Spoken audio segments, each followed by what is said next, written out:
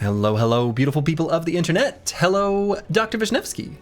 Rod Metalluck 2, Apples and Fruits, Pablo X Crowbar, Master Maticus, Zumba's Laya, Antiwian, Sir Kells, Fulio, J-Chan, and JSF MPGH, and the Chaucer.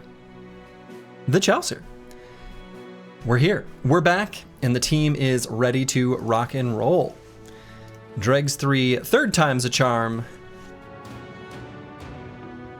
And we finally have the fully fieldable squad of 10 brothers. I got 10 fingers, I got 10, actually I have 11 brothers. But we can field 10 at once, and it feels very nice to be able to bring everyone out. I feel like it's practically necessary, really, for us to be able to kind of get up off the ground. You're not there anymore? It's true. It's true. We've had 5 men fall since I took command. The Chaucer, Karskin, Trash Comps, G.I. Joe 0202, and Behe Notos. So, dang. Is what it is, though. Nothing we can do about it now. We shall simply avenge them. Maybe it is that they were put out of their misery, if you think about it. Mercenary life ain't easy, after all. Now I won't be able to use all my whippersnapper... Oh, you still can. Still can. Did we kill your father and should we prepare to die? Inigo Montoya. And so, what I think we're going to be looking to do today is get a few more brothers so we can have a deeper roster. And then take some fights. 1 bro every 4 days. Let's see if we can increase that ratio.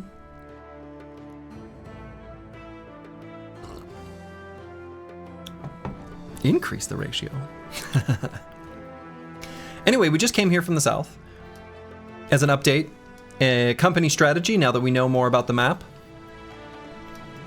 We want to stay friends with House Weilberg. We want to make them our friends. We are not exactly on friendly terms with them right now, but we're working on it. It's cold. It's cold. We've got one of their settlements that's just straight up hostile to us, Fuchsburg, but we're gonna let them just take some time. Let them have some time. And I think what we're gonna do instead is, when it comes to gaining supplies from raiding, we're going to raid this green, and I guess probably we're gonna raid the other 2 houses, I guess. I guess the other question is, I was gonna see how many of the total settlements we visited. We may have exchanged words about a nobleman's mother or something to that effect. We may have. We may have. By the day 56 of no deaths at the 4 bros per means that no deaths. Slurgy will need to use all fingers and toes to keep up with the bro count. I don't want to lose my toes if I have to chop one off for every death. I don't know why I had to invent that punishment. Anyway, it's been a while since we've been to the south. We did this kind of right at the very beginning of the campaign. So I think what we're going to do now is travel through the south. We're going to revisit these towns that we've not been to for a while. And we've never been to Quadim. So we're going to check that out. That'll be somewhere over here, presumably. Right? I'm assuming this road goes to there. And I guess that's going to be the plan. Tried buying Battle Brothers with the DLC on your brother's PlayStation. It was $60. Yeah, I suppose with all the DLC, that's probably correct, yeah. Okay, and so without further ado, I don't think there's anything we want to do here, right? Maybe buy another net because it's fairly cheap. I think so. Boy, I don't know. We probably sell this paper. And I think we buy some of these armors too. The Linothorax is actually even better than the padded leather because it's 1 lighter, supplying the same amount of defense. These actually aren't that expensive. LMAO auto mod. Oh, did something happen to someone's? I missed it. The auto mod gets a little zealous. Antiwin's message. First their caravan attacks us. Then when they act mad about it, we beat their asses. Oh, sure. Well, yeah, the donkeys. The donkeys. They're caravans. And yeah, fair warning, even on easy, Battle Brothers isn't easy. It's true. It's true. Very true. Yeah, I'm thinking about maybe buying a couple of these Linothoraxes. I'm just gonna do it. I feel like we want to keep our brothers alive. We want to keep our brothers alive. I don't know, that's the whole plan.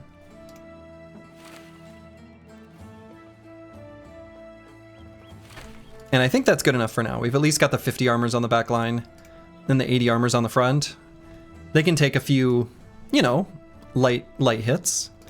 And that's all they really need to do for now. For now. Okay. And do we want to sell anything here? I guess we can get rid of some of our, like, extra hats and stuff. It's not like these sell for very much. So this is sort of whatever. But the weapons that we're just never going to use. Okay.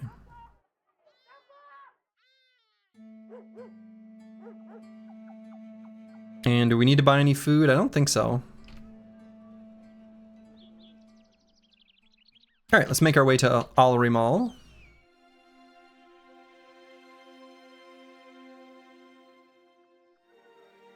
You know what would be really cool would be to get a sword lance somewhat early on. If I can somehow get enough money and repair relations with the southern city-states. Because if we could get Broken Exile hooked up with one of those kind of early on, especially if we get him leverage, and we keep pumping this fatigue, it actually could be pretty solid. Q is likely broken. Oh, probably. We'll turn it off and turn it back on again. We'll see if that works. That might have been what fixed it yesterday. Go ahead and try it now. Let me know what happens. Okay. Well, I guess I can see what happens.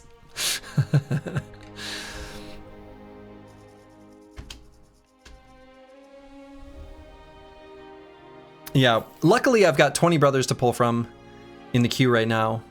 So, and would you look at that? We're hiring one right now. Boom. We have Sir Kells. Let's see what Sir Kells has going on. He's got, he's club-footed.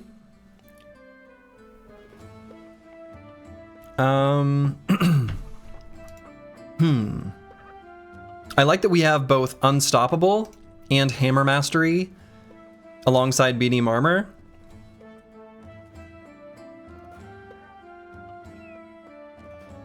Unfortunately, literally the lowest possible rolls in every single secondary. Oof. That's rough.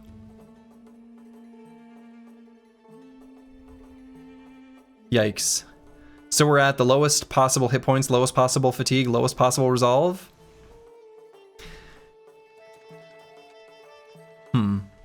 Has really good perk groups though. Seems like not worth keeping him. I mean, at this point in the campaign, I'm not gonna dump anyone. We're gonna hang on to everyone we see. And then if we need to replace later, we will. How does one join? At the moment, just because of past demand, it is unfortunately for Twitch subscribers only. But assuming the Q is working, it is !Q, Q-U-E-U-E, space join. We still need a curse word or an Arabot, right? And this brother certainly is not it. And that's true. We do need an aura bot. We do need an aura bot. Okay, we can easily do this contract. Find a location for 320. That sounds great. So we'll go ahead and do that. Yeah, even for subs, queue's broken. Exactly. All right, so it's just becoming day. 6 to 11 tiles is not very far. Oh, I hope there's not like a body of water making it so that we can't find it. That would be awful. Like it's on the other side of, let's just hope not. That would be bad. So this is like 1, 2, 3, 4, 5, 6, where this is around 6 tiles. So 11 is, yeah, 6, 7, 8, 9. I think it's 9 tiles away. You can kind of see the hexagons. Like the game does a really good job of making the art not look like hexagons, but like each one of these like hills you can kind of see is one hexagon. So like 1, 2, 3, 4, 5, 6, 7, 8, 9, 10. Like you can see the hexagonal shape to the tiles when you know it's there. Ash Gaming Tales, thank you for the raid. The beggar run's going pretty well. Happy partner anniversary. Yeah, I saw Twitch did let me know. Apparently, 1 year ago today, I joined the Twitch partner program. So, cool. Okay, but I guess there's nothing else for us to do here. I might buy just a little bit of rice because we're running a little bit low on food. You do consume more food in the desert. No, I think the queue is broken at the moment, unfortunately. All right, we'll make our way to Azim Shab and then we'll go to Al Qasr.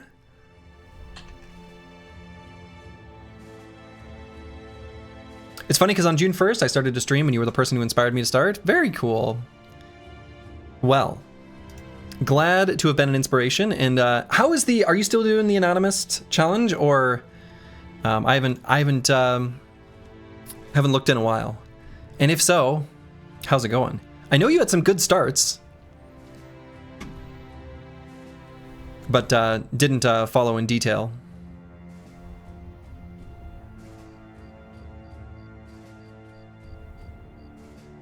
Okay. We'll probably do this contract, drive off nomads for 300. It'll get rid of the ambush trade routes, but we don't have anything like that we need to sell here. The only thing we'd really want to sell would be the dyes, because I guess they don't produce it, but I'm not going to wait for like daytime for that. So we can do this contract and then get back there before it becomes day so we can look for more recruits. You mentioned you started to stream to record your run, and you were like, wait, I'm doing a crazy Darkest Dungeon 1 run. I got to stream that, and 500 hours later, we won that run. Hey, very cool. I actually am thinking about playing Darkest Dungeon 1 for the first time soon. Maybe after this Battle Brothers run. Maybe after this run, do a Battle Brawl, and then check out Darkest Dungeon. I'll be a complete noob, obviously. So... Oh no, you lost on day 130 with 7 bros because you got very few expensive bros like Barbarian, and it takes super risky. Oh yeah, the Barbarian is expensive. The Barbarian's wages are really high. 13 honor guard camps until in one of them the game got lucky and killed your super mutant. Damn. I'd be curious which potions you were able to get. At one point, and it maybe was that run, I remember seeing that you had a super mutant with like, he had the good stuff. I'll put it that way. Like the super mutant was, he was pretty super. Now you're like day 70-ish with 5 bros. You got the pirate hostage. Oh sure, the Southern Hills one. This time you got the cartographer. Oh sure, yeah. Yeah, the fallen hero on hold berserk. Yeah, yep. I probably saw that one. That sounds right. And do you just let them sit in a permanent state of sickness? Because that's what I was planning to do. Like, just accepting that they're going to be sick. Like, that's just how it is. 4? Okay. Out of 130 days, he was sick for like 40? Oh, I would have expected more. Oh, right. Okay. So no necro? Interesting. That's kind of funny, actually. I want to dagger this guy down because I want his armor. We're not going to dagger down this two-handed mallet. In fact, this two-handed mallet is going to be a great weapon if he drops it for us. You'd love to see me play some Darkest Dungeon? Okay, cool. Good. Because that is, I think, going to be the plan.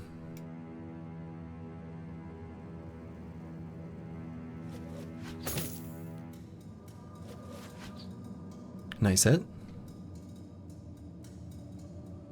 Let's see, I wonder if the two-handed mallet can one-shot a dog. Yeah, so it'll do 60 to 80. Yeah, it's definitely going to be able to, even with armor. Okay. Well, I guess I sort of figured the answer had to be yes.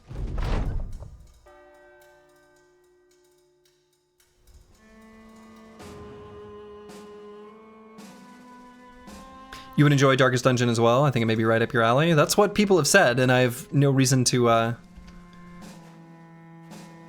believe otherwise.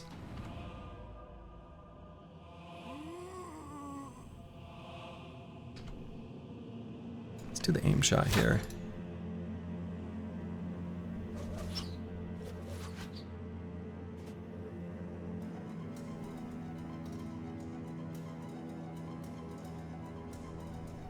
I wish you would play Scaling Beggar Legends run. It would be crazy hard at the start, and then you get better and better mid-late game.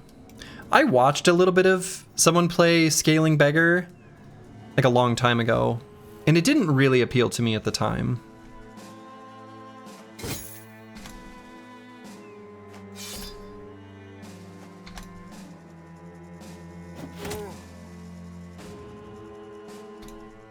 Two-handed scythe, yeah. So a two-handed scythe and a wooden mallet. So we're gonna get these spears out, of course, because we're fighting zombies. It's what you do.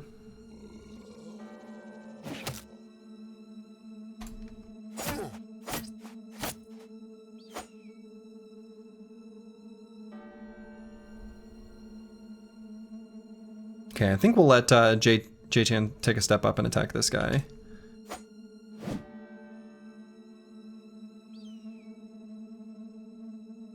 Let's see.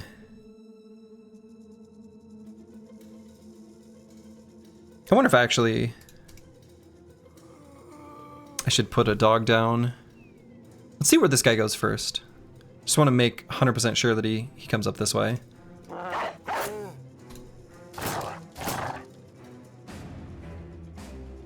By the way, what's it like to visit towns finally? Oh man, you know, it's weird. It's like when I click on a town, I reflexively am like, ugh, can I do this? Like, I don't know. It's nice, but also it's a little strange.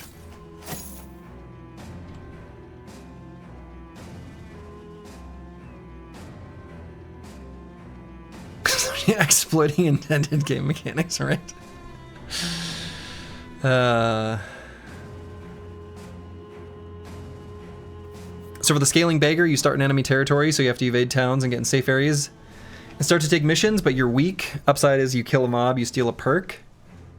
You don't know from the mob killed. I mean, it's an interesting idea.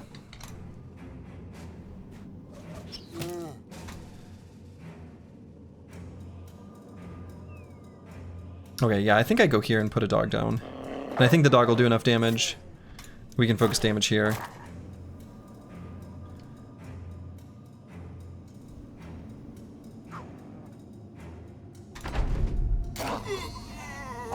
And this is indeed the run. And as long as this guy has to move a tile before he can attack, like he can't attack, right? So we don't want to put a dog down and let it get engaged by this guy.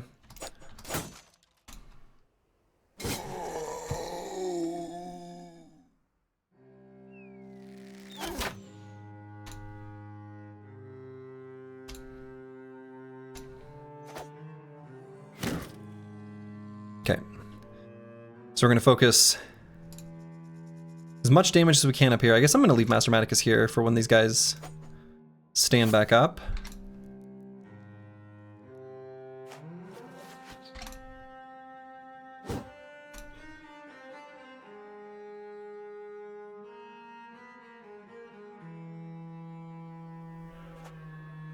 Put a dog because I think it'll run to like here or there, I guess. Sure.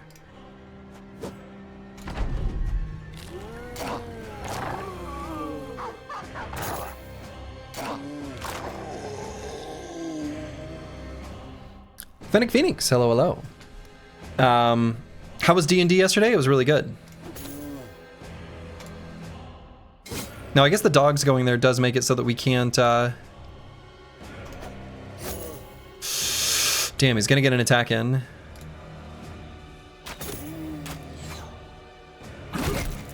God.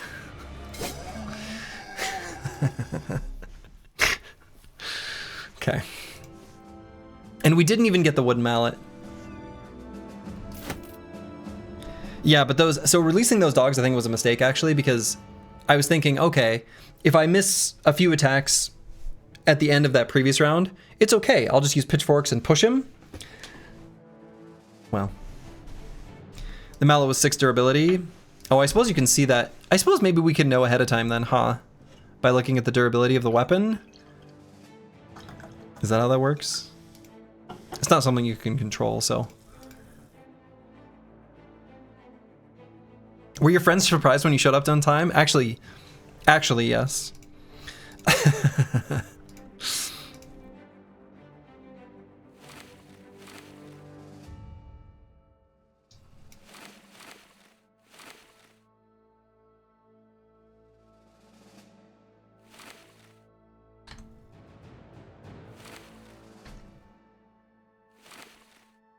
Okay, let's see. All right, using 5 tools, that's not too bad.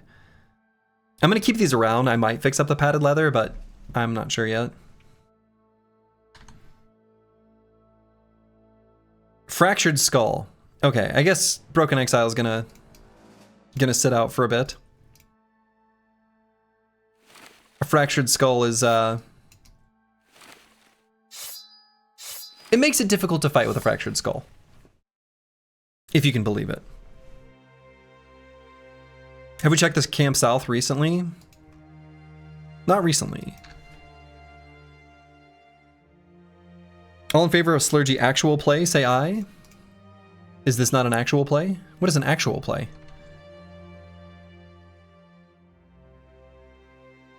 I don't like that injury either, but we'll accept it for the moment.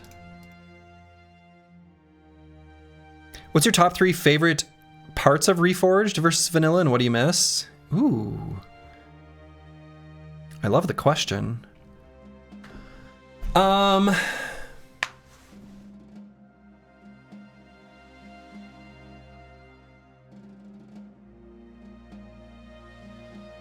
like that it's a familiar enough framework, but everything's all mixed together. So it's been fun to explore that from a fresh-ish perspective, right? So that's not like a specific, but like something that applies to anyone who's coming from vanilla. I really like I'm just gonna sort of do a laundry list of like little things. I really like that it was reworked such that 0% durability items sell for half of their price instead of 0.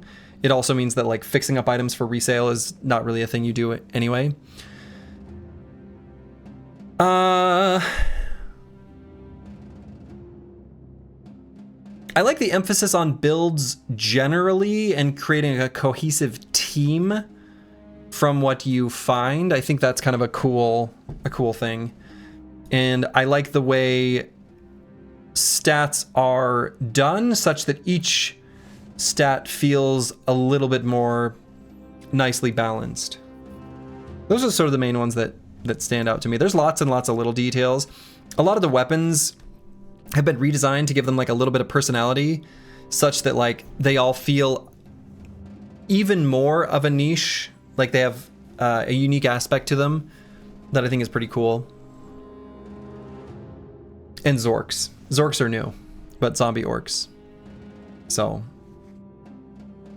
anyway. Fun D&D fact, the original founders, Gary Gygax. Yeah, I think you spelled it right. And Lauren Schick, Jeff Lotus's. The artist for the artist Monster Manual all stayed at your house to watch the first shuttle launch. You had lots of autographed stuff. Oh, wow. That's really cool.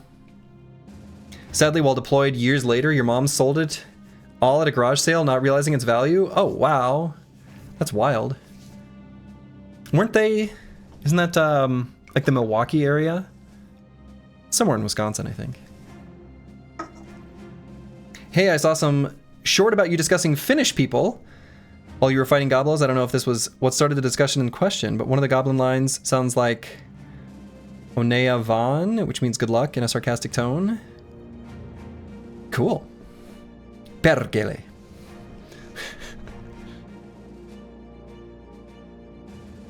An actual play show of D&D? Oh, sure. I mean, I've got... So what's funny is one of the people that I play with has done those before, but I don't really want to do that to our campaign. Like, actually, our DM has done some amount of, like, actual plays, like live on Twitch and stuff.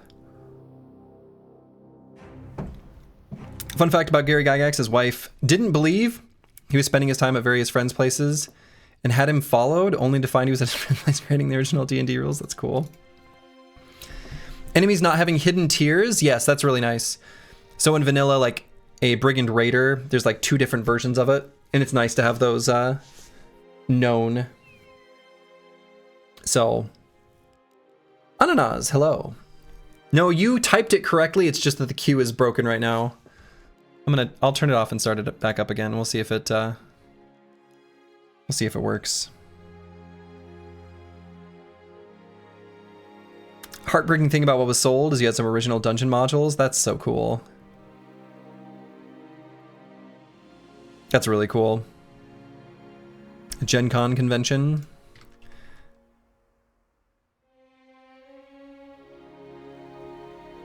Okay, and I don't think we want to fight these nomads at the moment. I'm a little bit nervous about it.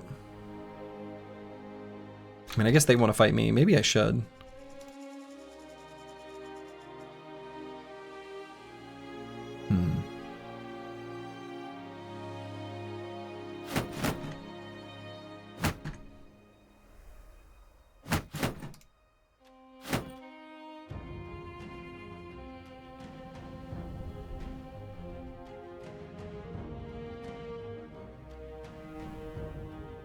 How's the new run going? New run's going pretty well.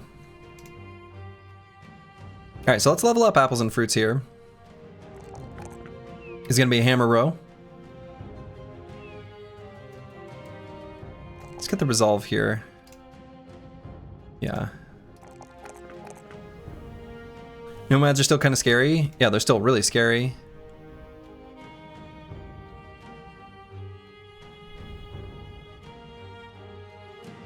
Let's go ahead and grab Colossus here.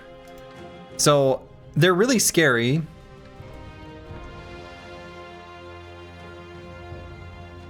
We did fight a group kind of like this to get this Nomad Sling. It was very similar. There were 2 Slingers and maybe 6 Cutthroats in that group, something like that.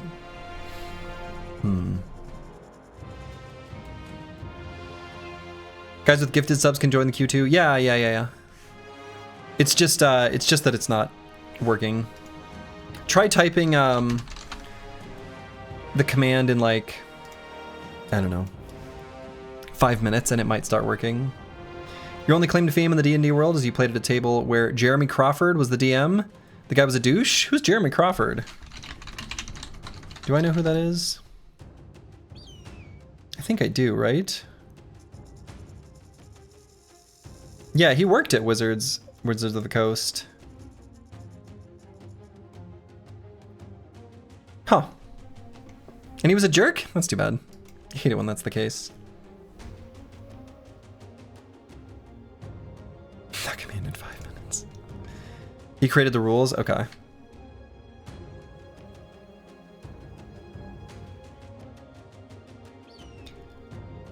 You have your dice set tattooed on your left forearm? That's cool. Is it at least showing high rolls?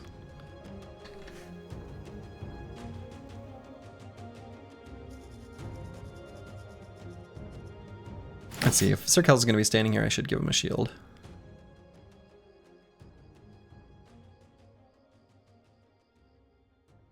Okay, this is a spooky fight.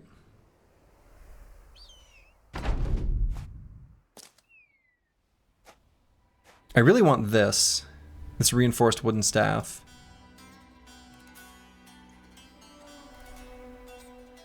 You want to join the queue, but problematically your Twitch username is significantly less cool than your YouTube username?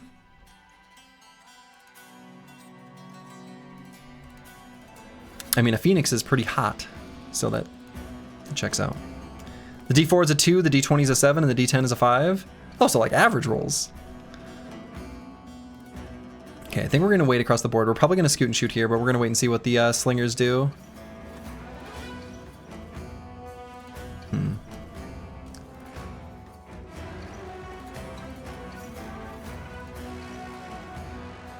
So their sling attack has a range of 6.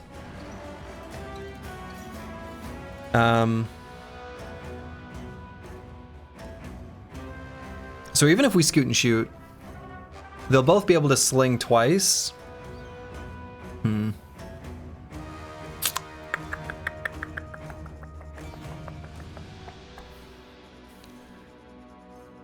Like, I want to take 2 steps back and then shield wall. It's really expensive from a fatigue perspective.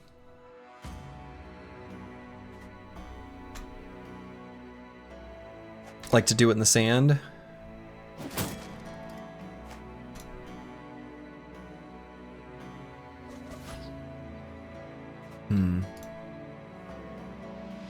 To be fair, when you told the artist your idea, he rolled them and that was his first time.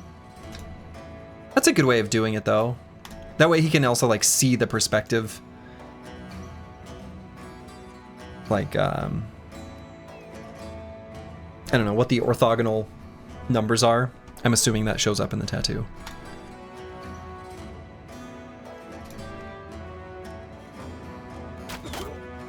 Woo! We hit a 5%er. You love to see it.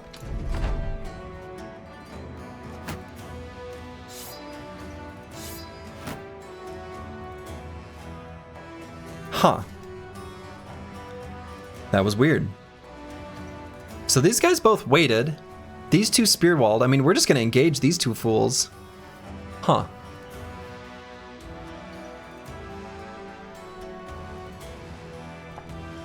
So then I suppose the other ones are going to run forward. So like the bros on bottom, we're just going to wait. And we're going to push forward on top. Apples and fruits I'm a little worried about, but I think as long as we sort of tuck them in, where we've got a dog here, and then Dr. Wisniewski here, we should be okay.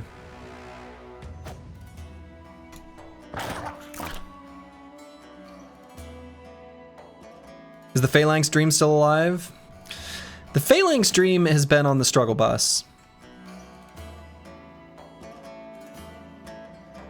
A lot of the bros that have the available perk group have been cursed to become a little bit unalived.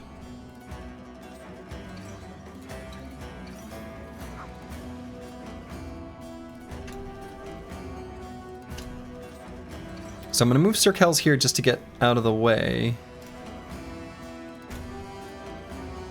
So that Eagledub can step forward and attack.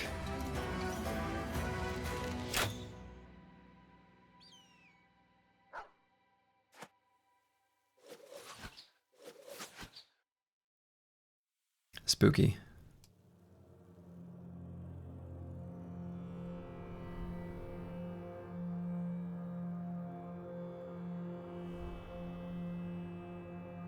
So do I put another dog down here?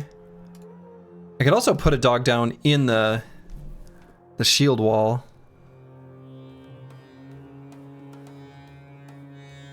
Or in the spear wall. You can attack the slinger. This guy's probably going to kill it though. Maybe not. Because he'll probably shield wall or throw sand. I think we can't lose a bro though. I think we put the dog down there. Master Maticus is really defensive. Like, we've got both Survival Instinct and 9 lives, so he can be further forward. Yeah, we could do spear walls, but I don't want to let the slingers attack that much more.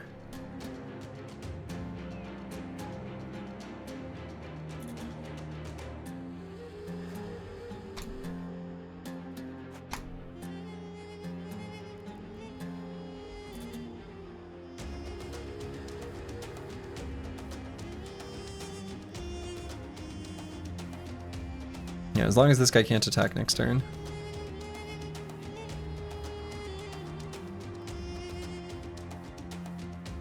And I guess we'll get this bro up just to here.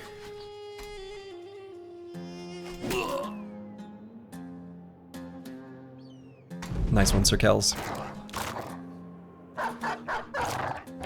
Questionable decision by that dog.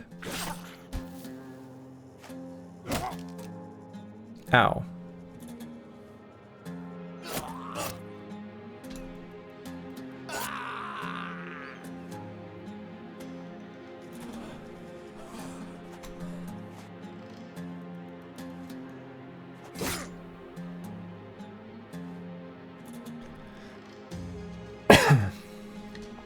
Probably have J-Chan push this cutthroat.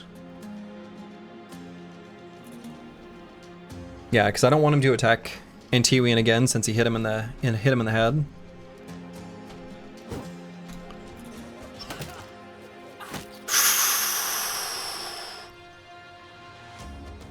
Uh-oh.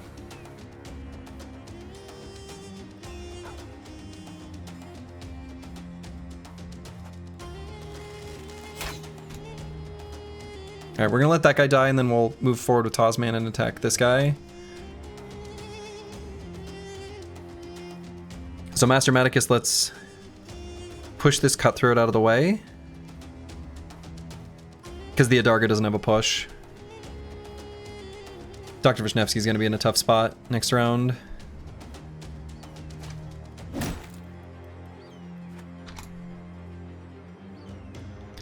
So maybe we put the dog down here and then step back.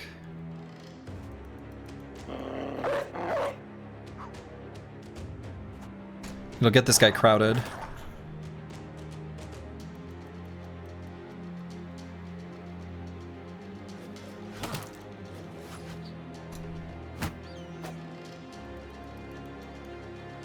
And I'm pretty nervous about putting Sir Kells here. I guess I could... No, I guess he can't go all the way up there.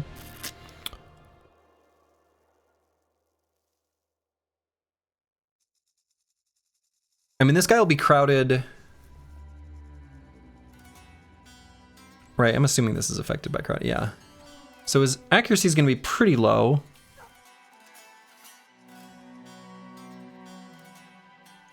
Yeah, I mean, I think we have to.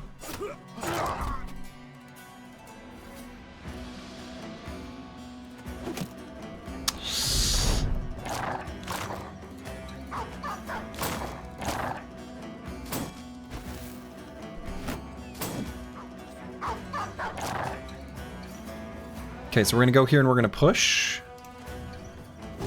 Good. That probably saved Dr. Vishnevsky's life. That was huge. That was huge. We'll go ahead and treat our injuries. Guess may as well. So that's good. That's pretty nice use of the bandage.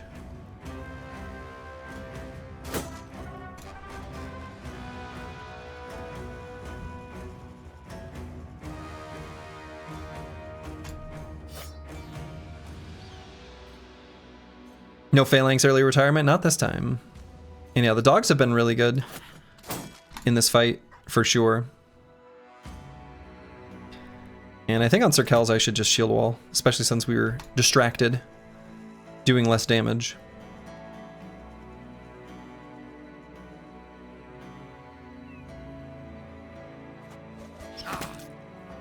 Nice. Hit him in the head. You love to see it.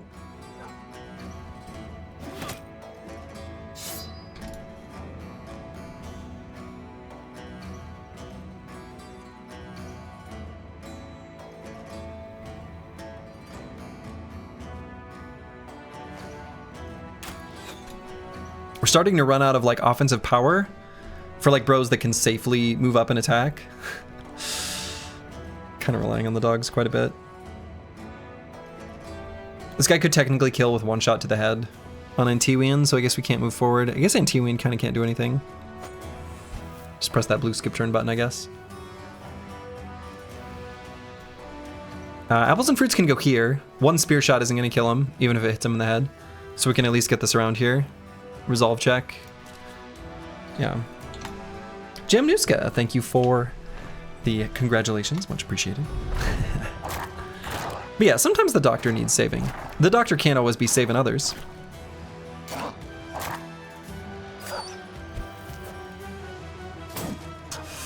Okay, that's the attack I'm most afraid of.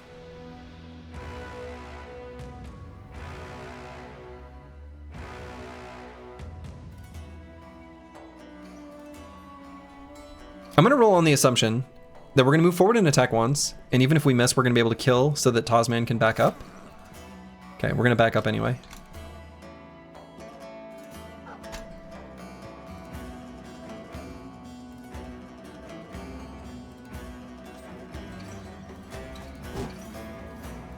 Okay, we're faster than him.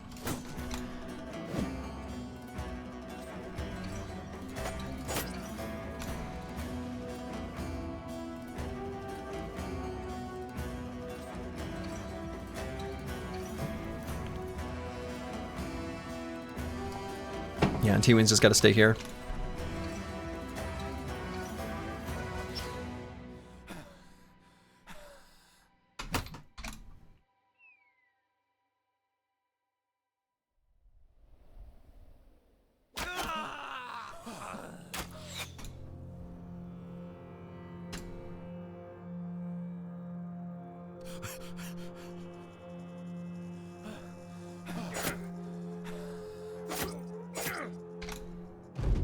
Okay. So we just need all the dogs to surround this guy. Or that one. I mean, that's fine. One dog on this guy is fine.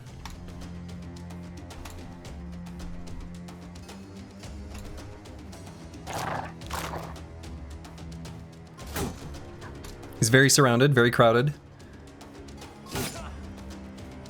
He's got a pierced hand. I say his hit chance is, yeah, I was gonna say like 5%. Here we go.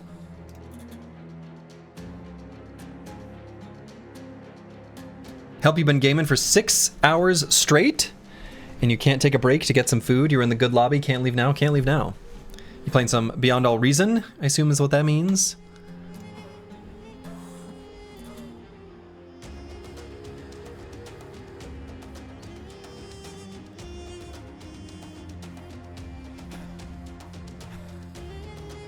But yeah, neglecting, like, eating food to play video games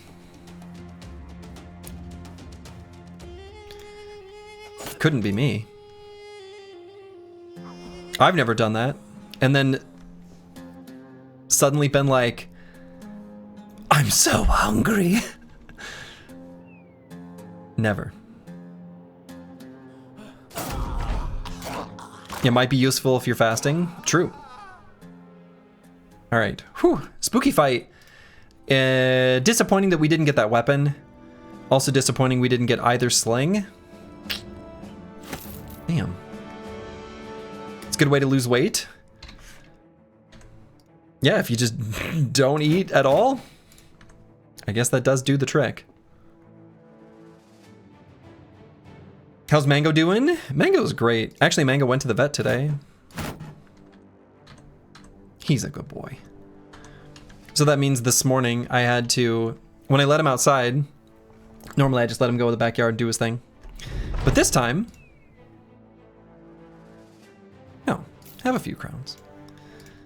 This time I followed him around with a little specimen container that my wife pilfered from work.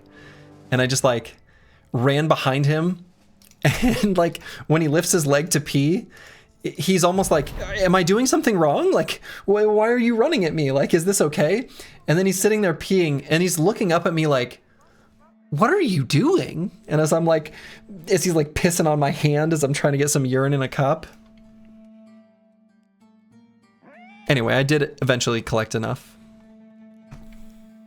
He would only pee like a little bit and then move away because he's like, I don't know what you're doing, but I'm not comfortable with this, Dad. I'm not peeing here. I don't want to pee on your hand. I'm like, no. Keep going. I'm trying to eat a sandwich here. Well, sorry for ruining it or making it better. He was gun shy, but he eventually. We got some urine and some poop. He has no parasites, so he's good. The joys of parenthood, yeah. The joys of parenthood. All right, Kareem here.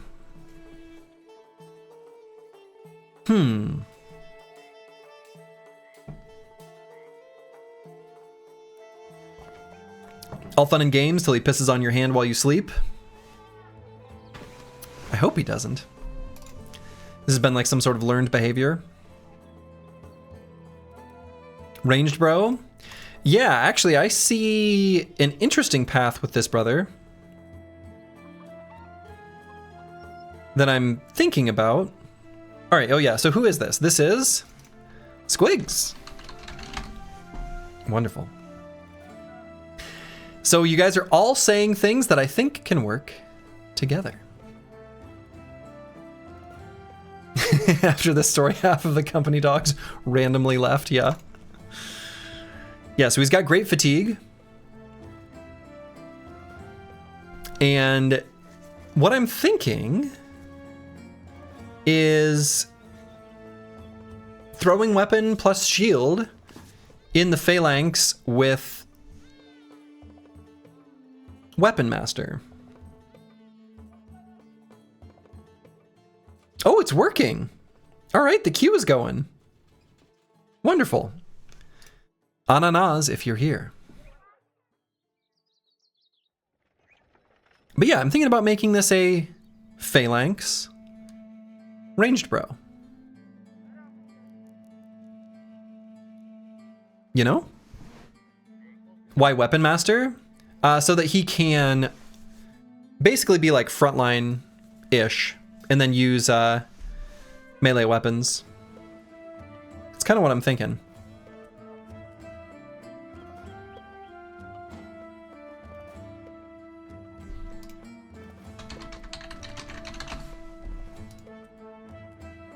So we'll take the high rolls between melee skill, ranged skill, melee defense, and then just always take fatigue, pretty much. You already get hybridization for the free swaps? Yeah, exactly. Right, so Weapon Master will make it so that we get not only the extra bag slot, but so that we can use different weapon types. Yeah, Ananas, you can join. You can join. You're in.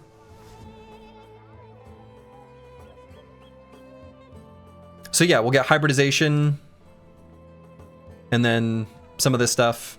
He may be able to have a dynamic duo partner. Should be good. Should be good. Yeah, I think this brother's gonna be really cool. I don't want to make him like a proper ranged brother, like with the bow, because he's short-sighted.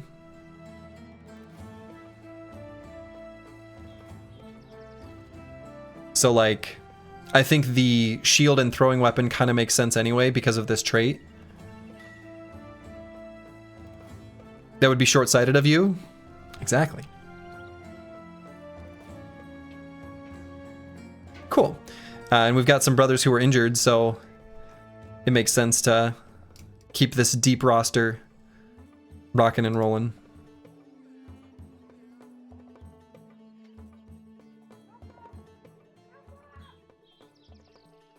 Yeah, I'm a little worried about the fractured elbow on apples and fruits. I might pull him out.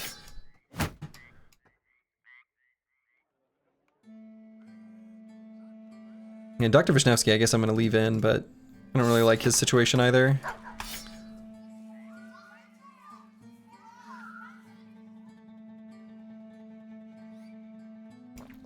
Oh, can you join for guys that received gifteds from you? I see what you're saying, Ananas. I don't think you can do it on their behalf. I think it does have to be...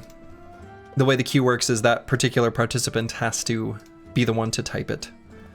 I think only they can join. Wabakishko is a Battle Brawl legend. If you're not familiar with the Battle Brawls, they're pretty fun. They're community submitted, like AI tournaments. They're very cool.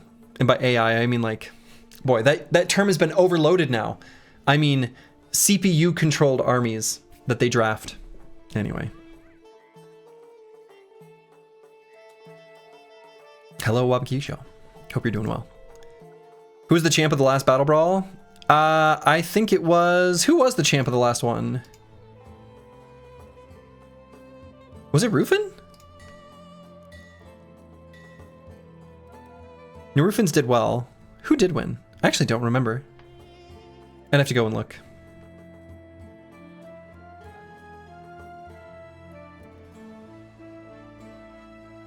You didn't win? Okay. I don't remember.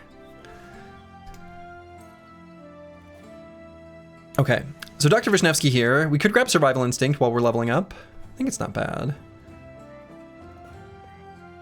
Could also grab one with the shield to help protect this little pool of hit points. Could grab Fast Adaptation so that we can hit stuff. All of these are reasonable and valid options. I think I want to go defensive more than anything else. Oh yeah, I think it was just Nam. I think just Nam won. That's right. And he'd had teams that did really well in the past, so it was kind of overdue for Justin to win one.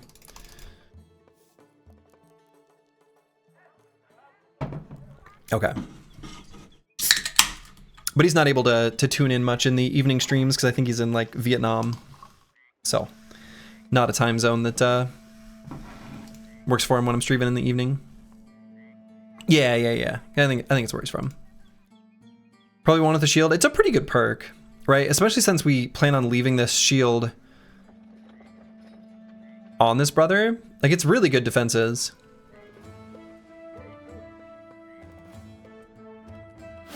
I think I like it. I think I like having one with a shield. Makes these fractured ribs sort of suck because we're going to leave the shield out even at the start of fights.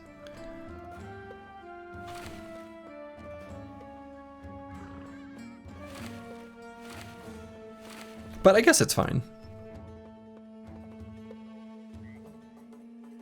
What time is in your country right now, if you can tell? Yeah, so it's 6:22 p.m.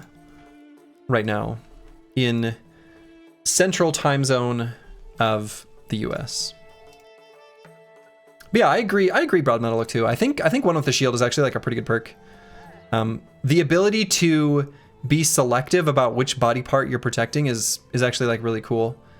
Even before you get the phalanx going. So once the phalanx is going, it becomes head protection, which is just nice for like preventing catastrophes anyway.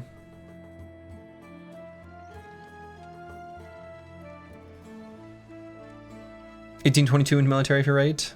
Yes, that's right. Okay, not a very good level up here. I'm gonna go melee defense, fatigue, and resolve. Oof. Rough.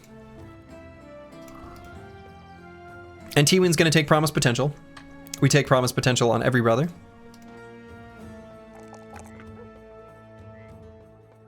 And here I could be convinced to do any of these. Let's do...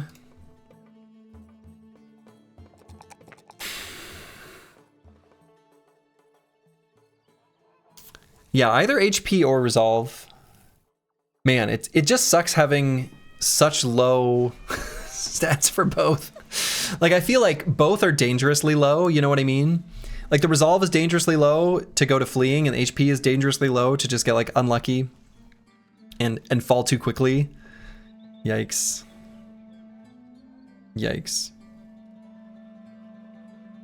Are there any perks that are bad / underpowered, or can they all be good situationally? So I assume you're talking specifically about this mod, Fullest Fridge. I think there's a handful of them that are kind of weak, but the balance has gotten a lot better. I think there are some perks that are kind of like enemy-only perks, and I think that's okay. Like, I don't think the balance has to be perfect. As long as the perks are balanced such that there is good build variety, it is okay that individual perks aren't perfectly balanced, right? So I feel like, you know, I don't care how strong the Defiler is as long as Zerg vs. Terran is still a good matchup, if that makes sense. But yeah, we'll go with hit points here.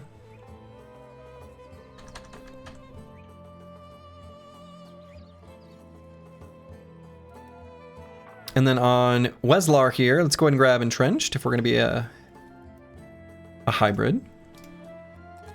We'll grab the high rolls here, and because we have Entrenched, we don't really need Resolve. But the Defiler's broken? True.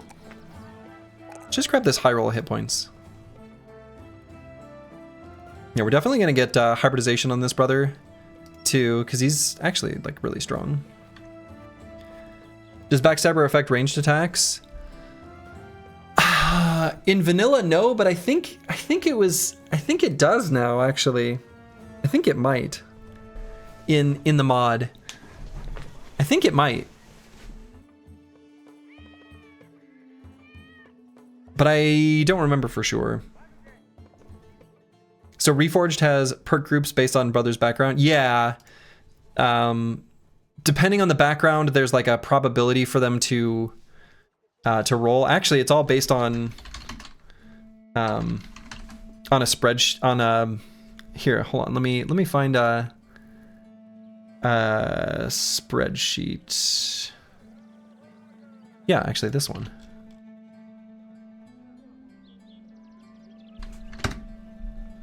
So Kagaris 1, this spreadsheet gives you go through the tabs on the bottom, you can see the like probabilities of different like perk groups for the different backgrounds.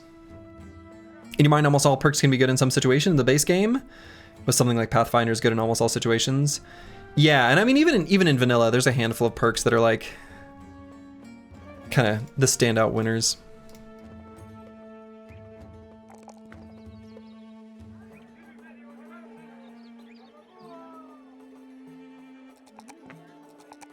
Ooh, we got a low roll there in the fatigue. And standout losers, looking at you, Bullseye. Yeah. I may or may not have made a new email specifically so that I can claim a spot in the queue by making a Twitch account. Hey, Phoenix, thanks. Hopefully you make it in. G-Chan 22 has cleaver weapon groups, so we could potentially use a whip. Yes. Yep.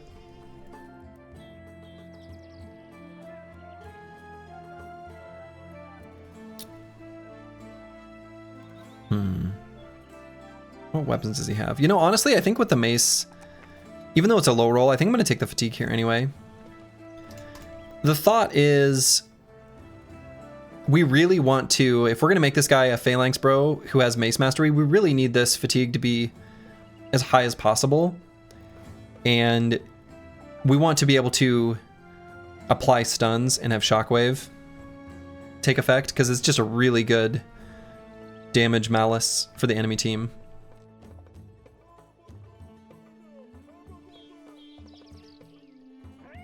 Okay. So team's looking pretty good. We're not going to do the armed courier because I don't want to go back to Schwarzmark right now.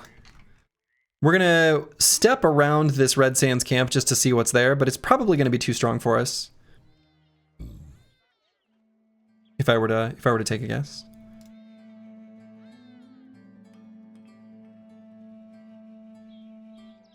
We're going to have some injuries for a while, and that's just how it is. Could sell the dies here. It's not a terrible price. Actually, maybe just should. And let's make sure we don't run out of... I'm just gonna get a dog too. We've got some money.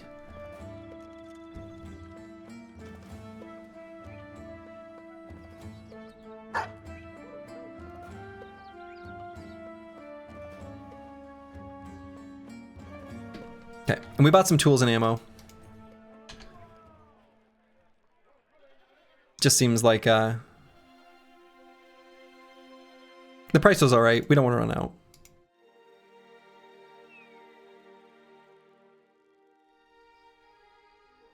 All right, so let's see what's going on here in the Red Sands camp.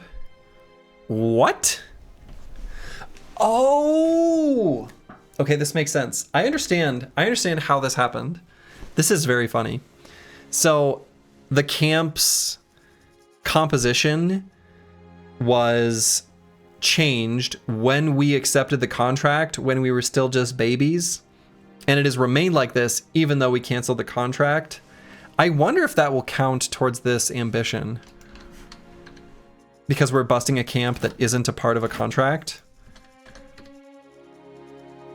Cool. Wonderful. We'll go ahead and beat up on four little scrubs.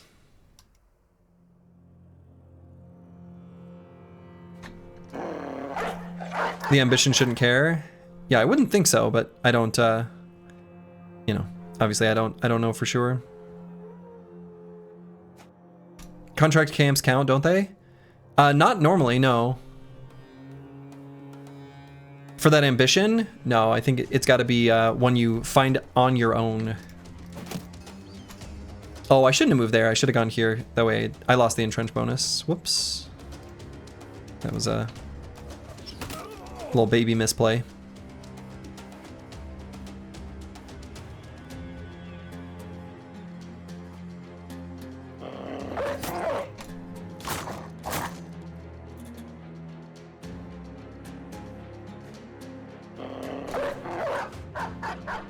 Okay, that's not where I wanted him to go.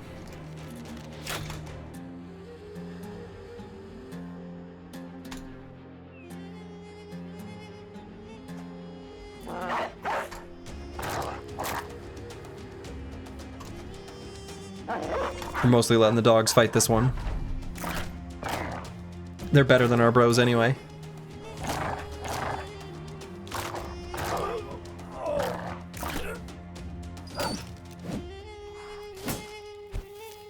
Okay.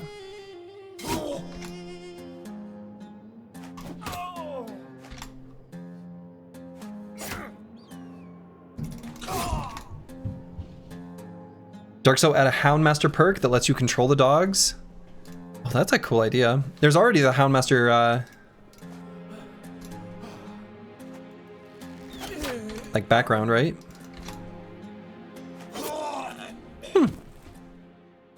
Throwing sand in a dog's eyes is a wild move. It sure is. Yeah, throwing sand in a dog's eyes is it's a choice. So let's replace this wonky bow with a nomad sling, because it's just better and doesn't use ammo.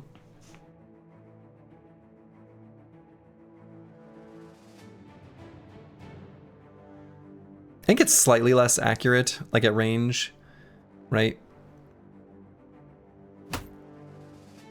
No, maybe it's the same. At least in this mod. I think it's the same. There's a handful of things that were actually simplified from vanilla, which is really nice. All right, so let's grab entrenched. Want to make sure we are entrenched.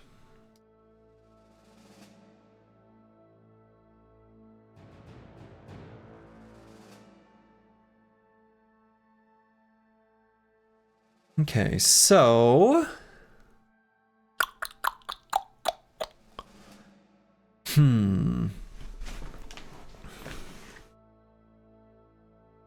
what kind of hybrid is this going to be?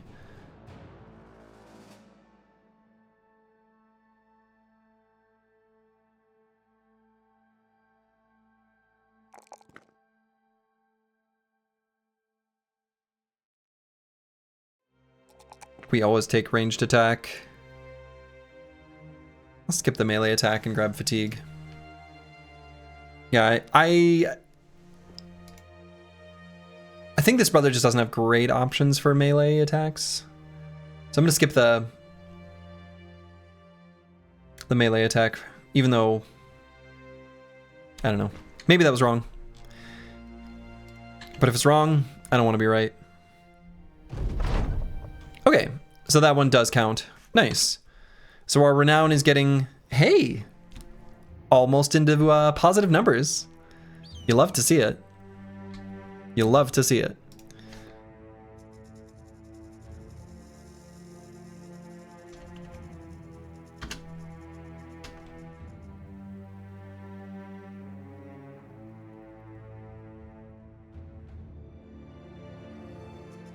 Oh, and I never, someone suggested yesterday making like a caca sound for when people sub, which I think is a great idea. I just didn't get a chance to do it today, but I think tomorrow I'll have the opportunity.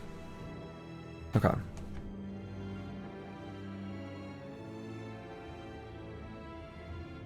Okay, find location. 6 to 10 tiles southeast of here. Boy, that's pretty easy. When you get promised potential, don't you get 2 new weapon groups? Yes, that's correct, Broad Metal Look 2. So, but that also means that we'll have the opportunity to reset those weapon groups. I mean, yeah, I see what you're saying, right? Like long term, we may be able to legitimately use melee weapons that we would actually want to use, and certainly that could happen. But I don't want to do too much thinking about what's good at level 11. Trying to find a balance there. All right, so let's do this find location contract. Can't be, let's see if this is like 1, 2, 3, 4, 5, 6 tiles here. Guess we should at least look here and then, yeah.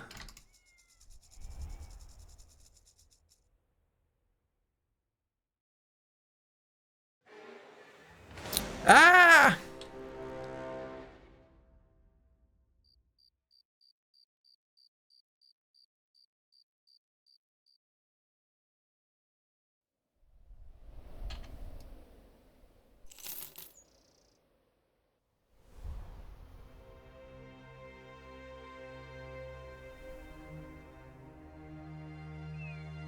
Ah! Run away!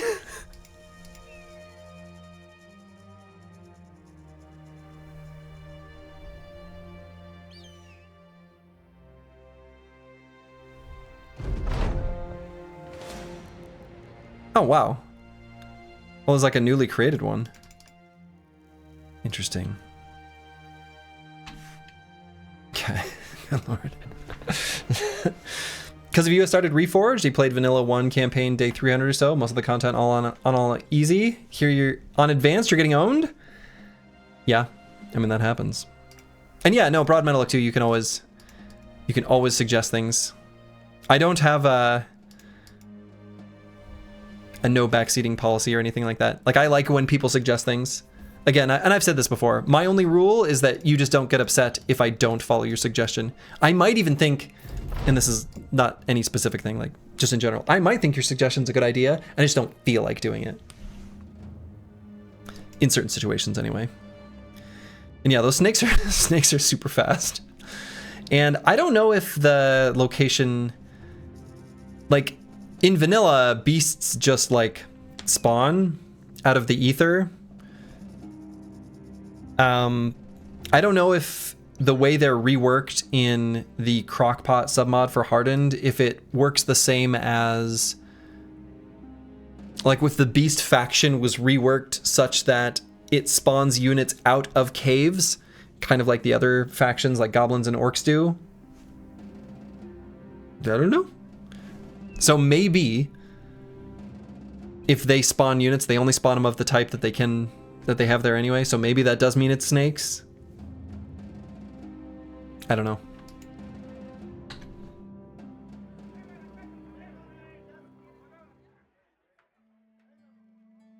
Swordlands for 2,200. That's not bad. Can I always knock at their door to see? I mean, we could. Yeah, with beast camps existing, it might actually have changed beasts to spawn from them. I mean, right? Yeah. Can someone suggest a way to find some unholds for vanilla? Need them for the Kraken? Just be in the northern, like, half of the map.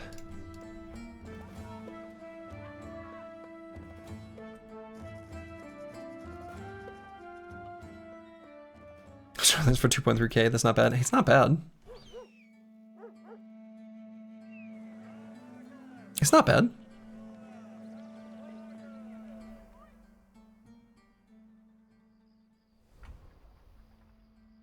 Okay, we could do this armed courier. It's not a terrible idea.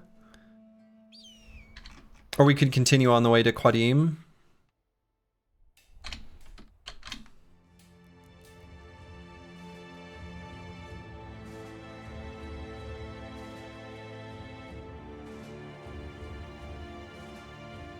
Nah, let's just keep going. Let's just keep on going to Qadim.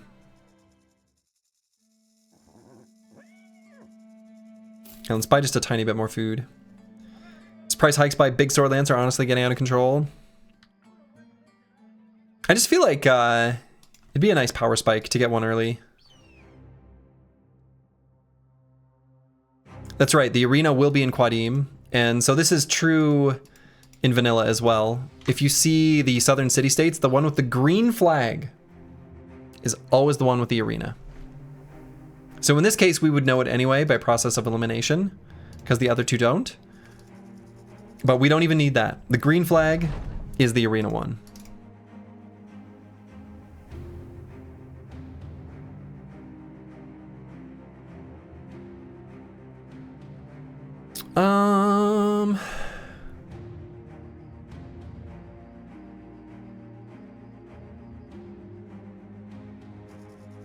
We can do 5 southern contracts probably.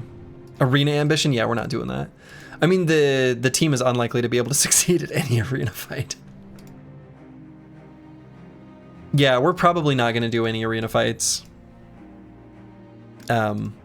Post realized potential, yeah, like maybe once we hit level 11, sure. Until then, I don't think so. Yeah, arenas with cripples and shit gear, right? It's probably not gonna happen. Okay, we got a fork in the road here.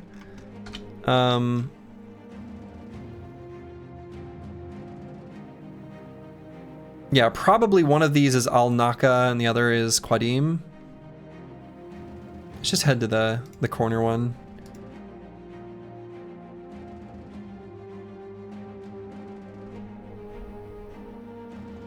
Okay, so it looks like this one is Qadim. You know a lot about towns or someone? Right. Weird, isn't it? I sure do know a lot about these towns. Okay. So hunting beasts, a drive off nomads. We've got ambush trade routes. No one we can recruit. Dang.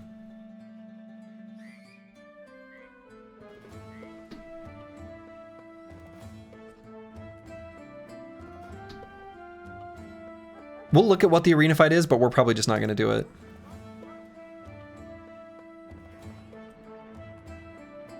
Three webnects.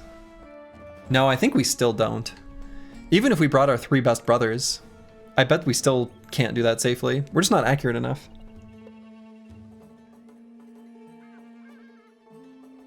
We could do that. See, I don't even think we do. I don't even think we do.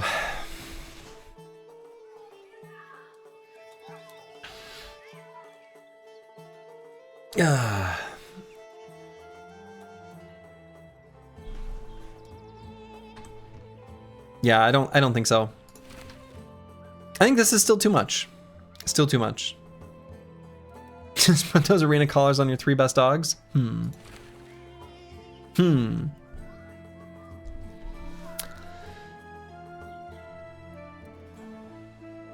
Yeah, no, I don't think so. I don't think we do that fight. I guess we leave it at I'll think it over. How's the sale price here? Pretty good. We could maybe do the beast contract. And then from there we can see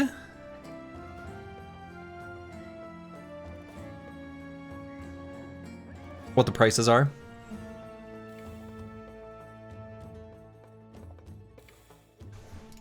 Because it'll make them like us a little more. We hope that it's a really small number of hyenas. And even then, it's a little spooky.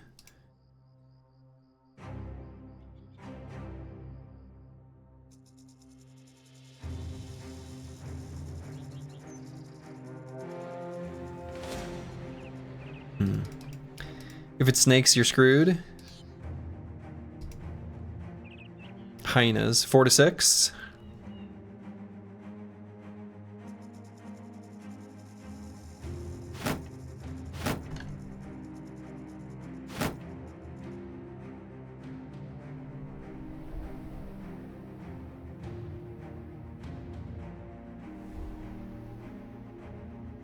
Boy, even that actually, honestly, is pretty spooky, isn't it?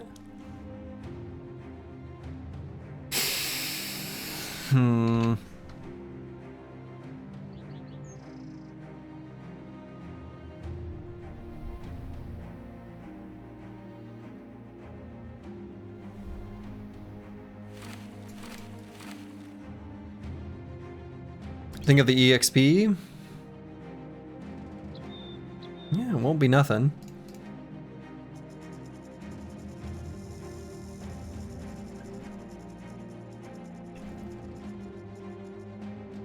The Doomer blocks, are you losing messages?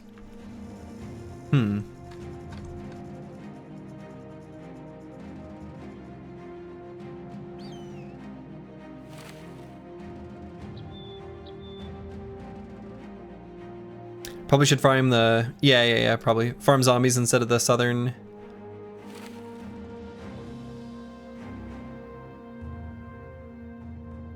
I mean, if we can find them.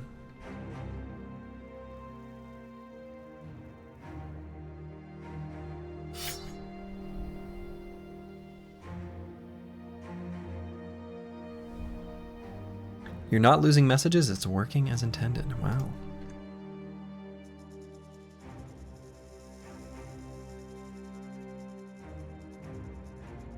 Yeah, so I mean, we're gonna use the dogs. I'm just worried about how fragile the bros are and how quickly they can get taken down. So the armor is super important here.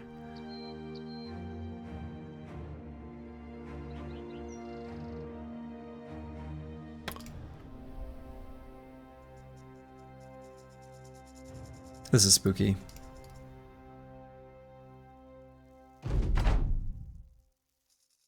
So it's 6.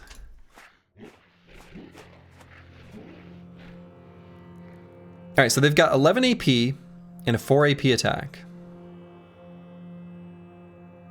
So still 2 AP for them to move on this terrain and everything. So, you know, this guy can move 3 hexes and attack. These ones can just barely reach us.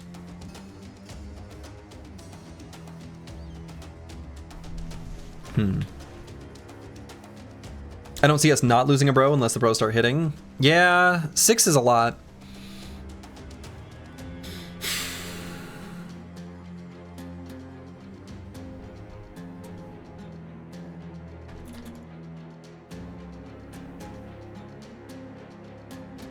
So we only get 1 attack in if we scoot and shoot.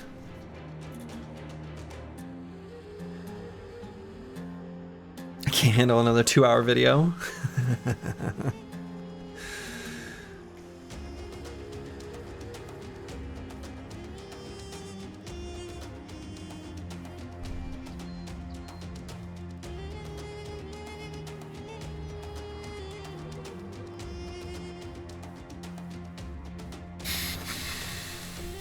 Yikes.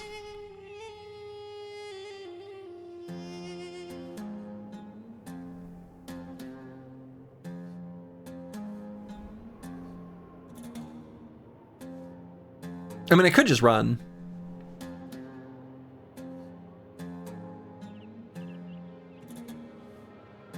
I wonder if I should. You try to bait the top one to go in and try to blow it up before the rest gets close. Yeah, there's not really a great way of baiting it in, though. Like, we'd have to sacrifice a dog to do it. Can you run? Won't they chase you down?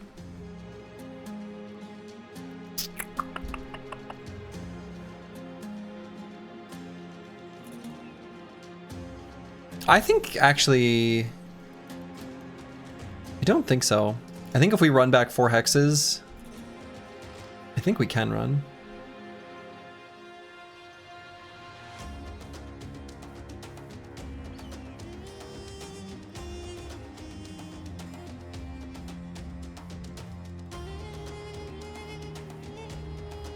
Yeah, when you press flee, your guys do move 5 tiles.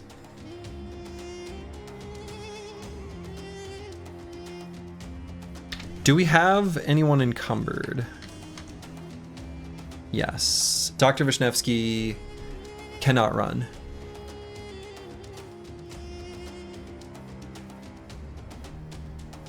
I should have thought of that beforehand.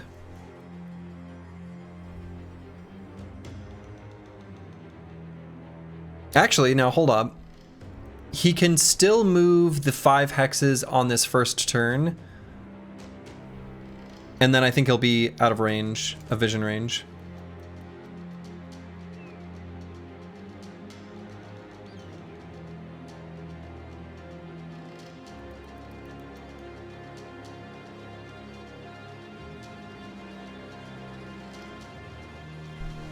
Five hexes in the desert with 30 fat? Yeah. Yeah. Oh, no.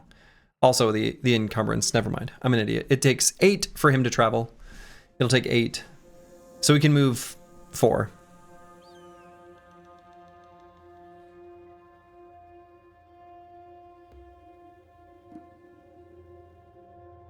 No, I think we escape vision range. I'm pretty sure we can run.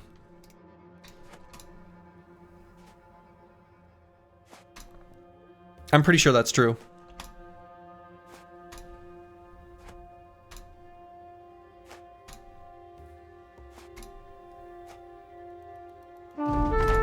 Yeah, we're out of vision range. We're good. We're not gonna fight this. I think this is unwise. I think this is unwise. So Dr. Vishnevsky's gonna limp back 1 or 2 hexes at a time. But that's okay. That's all he needs. I think the hyenas are just too risky.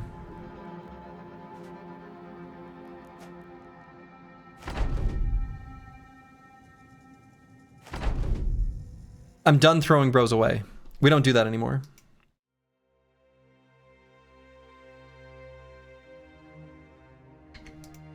Yeah, stats of the bros is low and the armor's thin. Sure is. And hyenas basically attack with a cleaver.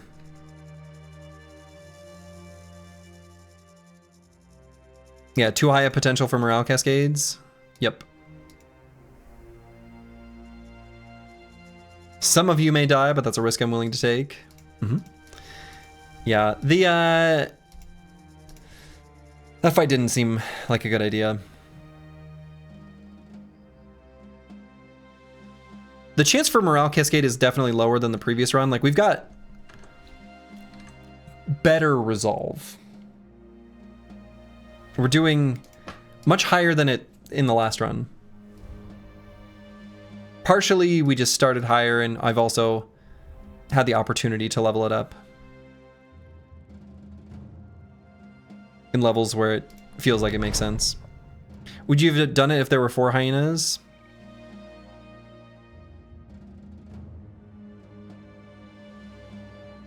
Oh, disaster.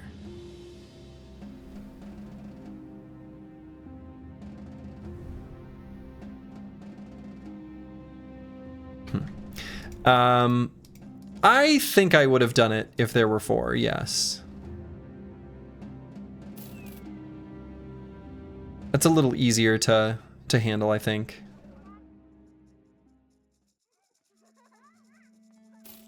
All right, and who do we have here? We have, ooh, Susanj. Thank you for the Prime sub, very much appreciated. Bronkar. Welcome to the squad. Let's see what we got here. Oh, we've got a potential brother for the Phalanx. Oh my goodness. 35 hit points. 35 hit points? 35 hit points?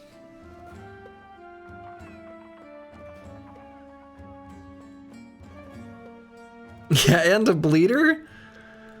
He gets a paper cut and he just like bleeds out and dies. 34 to spare. Oof.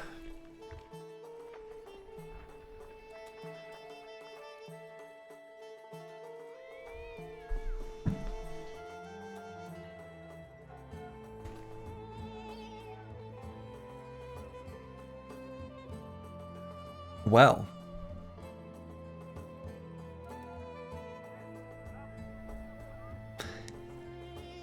It's too bad it's a low roll in melee skill, because the 3 talent stars there,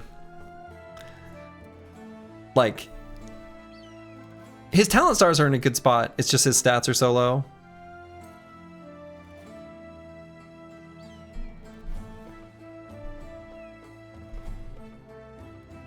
Brokar more like broken. Please return to sender. We want a refund.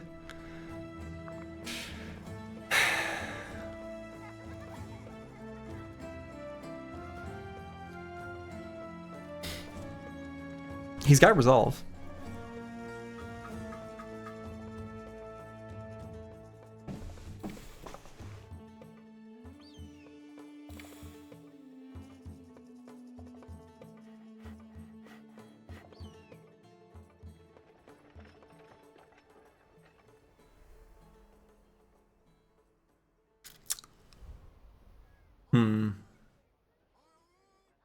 Actually, what I might do, I think I might dismiss this guy, but Brokar gets this doesn't count for Brokar.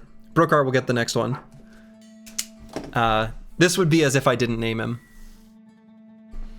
So the next bro I'm not gonna pull from the queue. I'll name him Brokar, because this one is the fake Brokar.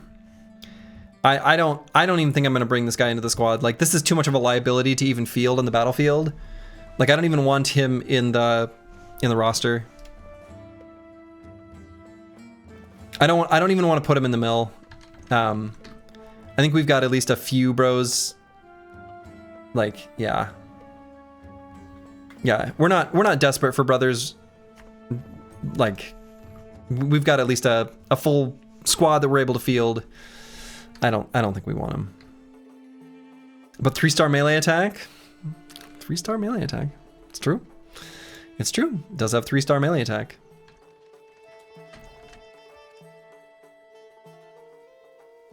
Alright, let's go to Luton Dock. It's been a while since we've been there. Maybe that's where the real Brokar is, you know? This bro's so trash he's not even worth the food? Yeah, like, actually. Speaking of food, I'm gonna need to get some more.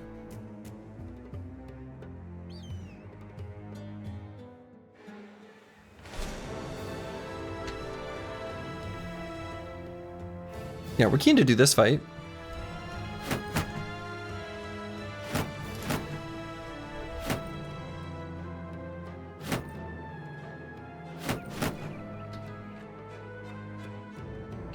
Yeah, look at him running from me. Oop.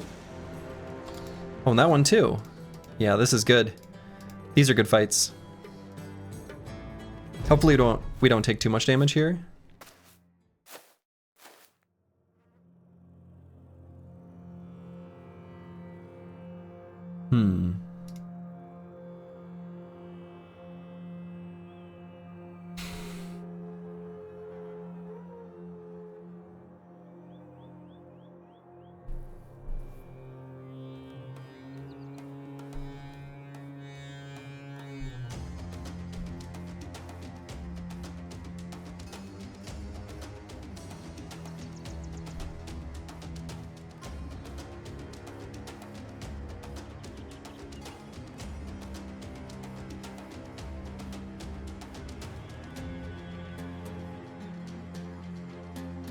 Master Maticus has both 9 and Survival Instinct, so I'm thinking about just putting him here, releasing the dog Dr. Wisniewski will release a dog here, and then Eaglet will go up and help with the fight. I think it's okay. We have the best Cripples. We got the best Cripples. So I'm gonna wait on Tasman so that we can be closer. Gonna wait on J-Tran to make sure we don't get rid of Entrenched here. God, that's good damage. Eaglet will get up to here.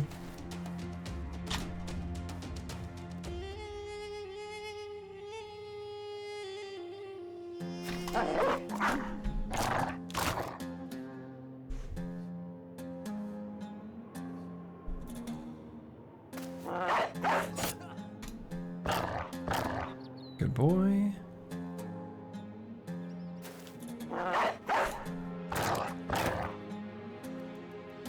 The dogs are putting in work. What? I missed. It's impossible.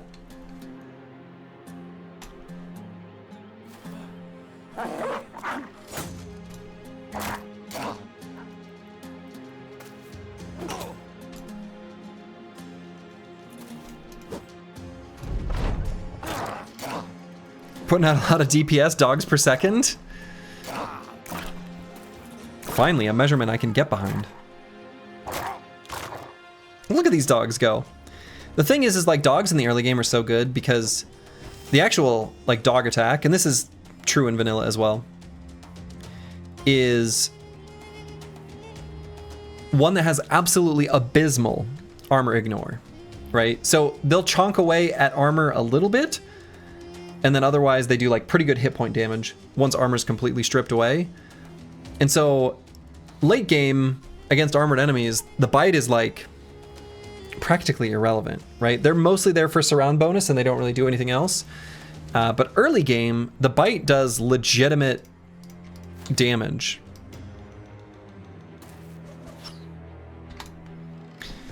Happy partner anniversary. We're deep in the Gladiator Reforged run VOD. Hey, thank you, Luke Solas.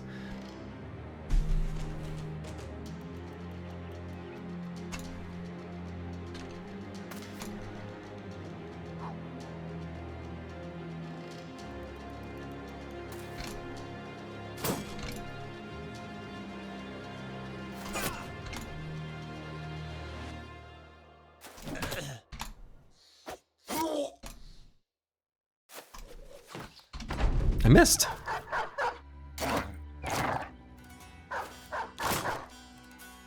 Also, LOL, the double post was intentional. It was practically the same message, yeah. The dogs in later fights, they're mostly a way to give your enemies confidence. Yeah, that's true. Or to give a orc berserker some, you know, some berserk rage. Maybe let him proc Killing Frenzy and Berserk. You know, normal stuff. Gotta be very careful using dogs against orcs. Excuse me. And other enemies, but like especially orcs.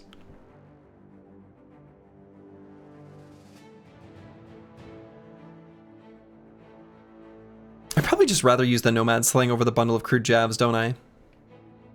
The jabs are more accurate.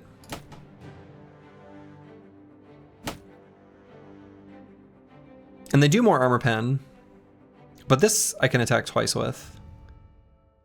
And we've got lots of fatigue on these throwers. I actually think this is better. You always wanted a mod that makes dogs more valuable late game, but inevitably it turns out OP. Yeah, it'd be really hard to balance that, like really hard to balance that. All right, Sir Kells is gonna get promised potential. Slings cost tools instead of ammo. Yeah, exactly. Slings cost tools instead of ammo.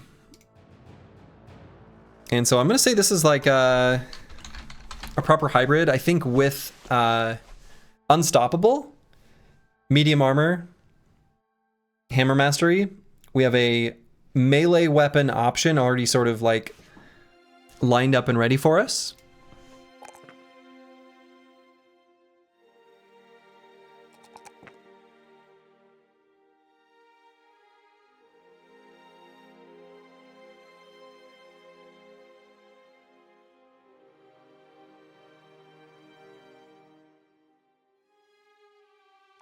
Let's go with the melee defense. That might be wrong, but it's what I clicked.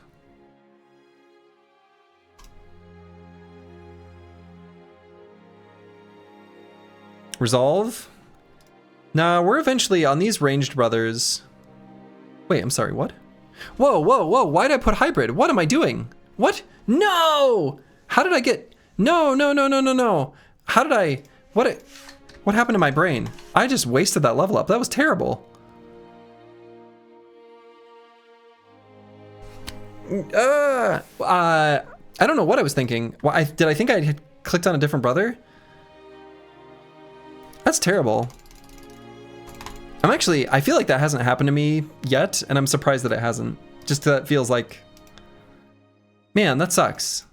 I like just leveled him straight up wrong. I'm glad I at least took the melee defense, I guess. This is like two-handed hammer. Ugh.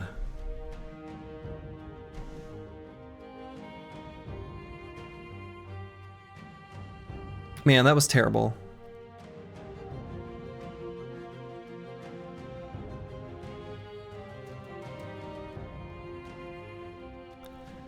Okay, well. Stuff like that's why you don't play Iron Man. I mean, it's a pretty rare thing to do. I feel special now.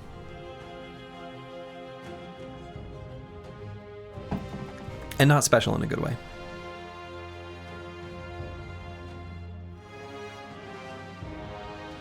Now for you, thanks to ADHD. I do like in Mugenics, the ADHD trait on cats makes it so you have to act within a few seconds. It's actually awful to play with, but it's very funny. Eagledub being melee is, it feels wrong. Yeah, it feels incorrect, but...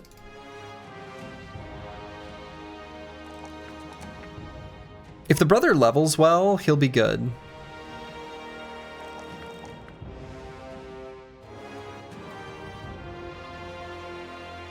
Let's grab the hit points. And...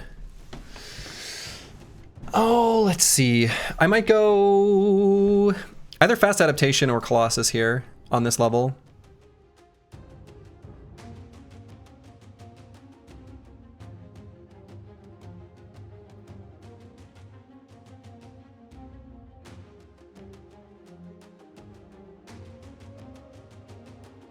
Or dodge.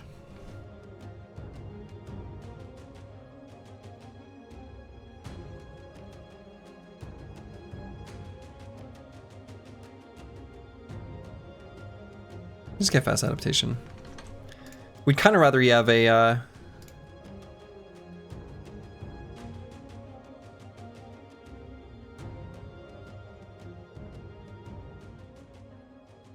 different weapon. Let's swap these two.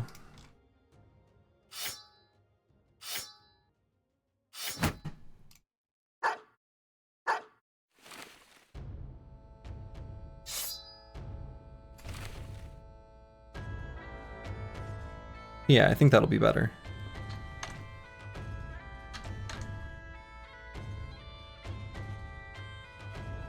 Alright, so now let's fight these nomads. I think we're ready. One single slinger.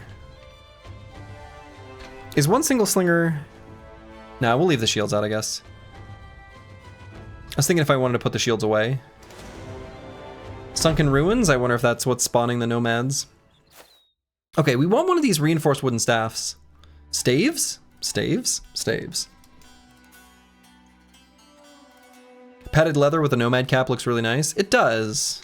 It's a good fit.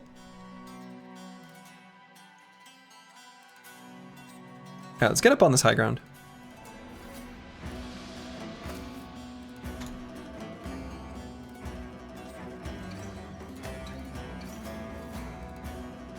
Even entrenched, our hit chance here is abysmal.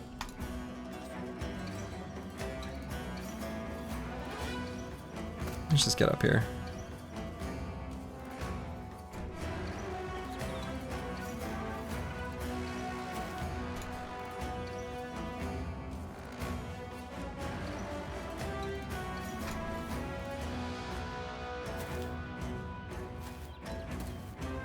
Okay. Let's just get all the way up there on the high ground.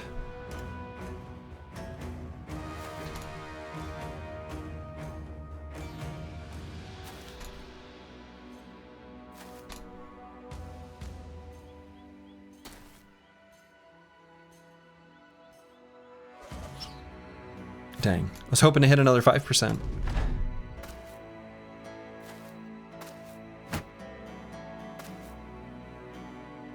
Yeah, so they're avoiding that high ground like the plague.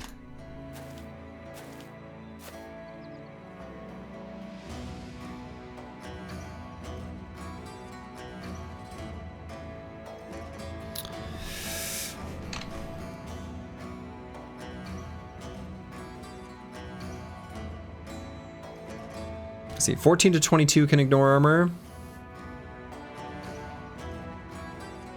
Okay, so I guess we can go here.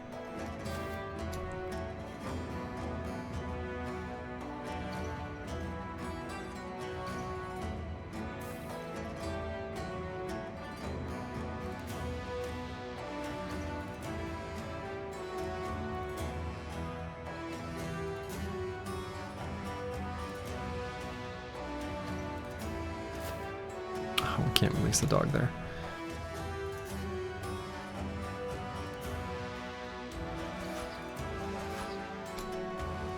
%37% chance to hit is actually not bad.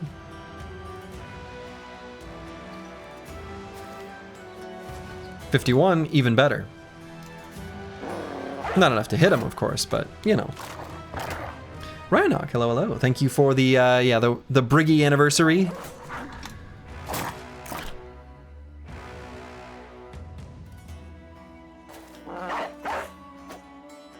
Maybe we should have shield walled here. Are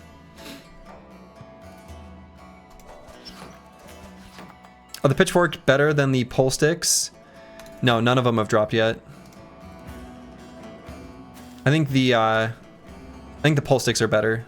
They're better than the pitchforks.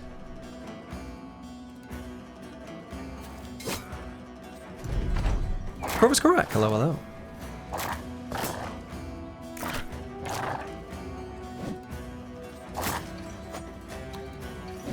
Ooh, that's spooky. There's a lot of zone of control disrespect going on here. I don't like it.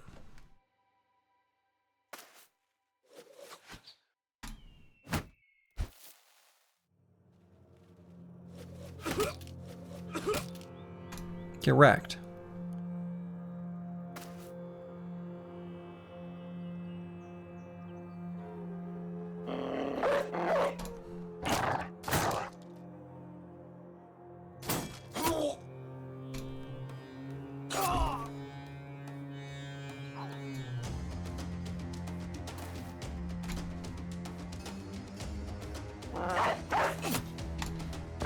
The dogs are the real MVPs right now. Like, they really are.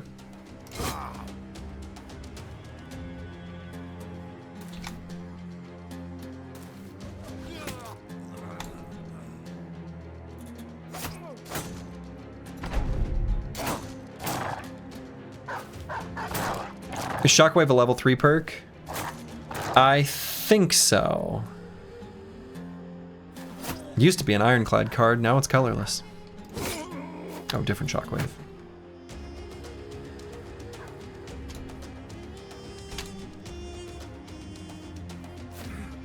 Hey. Platinum God, thank you. You know what? I don't even know what language that is. But I can actually... That seems followable. The Germanic roots of English make that make sense. Have a guess? Yeah, I mean, congratulations on the partnerversary. But like, as I say, is that Swedish? Gratis is like, I would think the origin of that would be Latin. Maybe it isn't. It's Swedish, yeah. Swedish is fun because as someone who knows nothing about it, I just see the, Like this character, hold on. This one, I think that's a fun letter. Like the A with the little circle above it. I like it.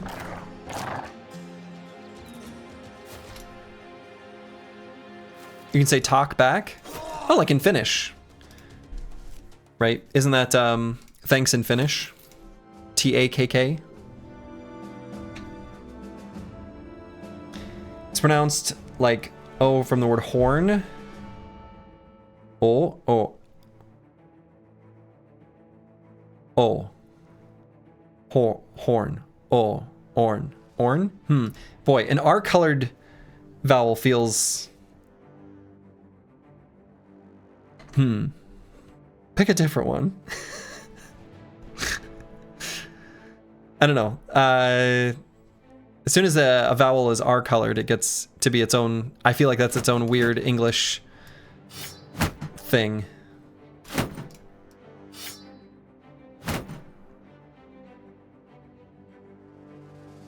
Is the Nomad stick any good? Yeah, so let's compare the Nomad stick to a pitchfork.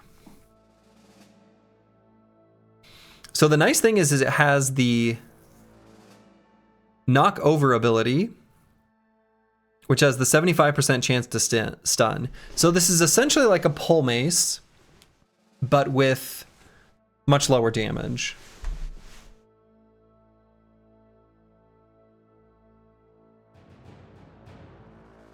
Reaches 6, so same as the pitchfork. It's just a better pitchfork. 25% chance to disappoint. Well, that's true. That's true.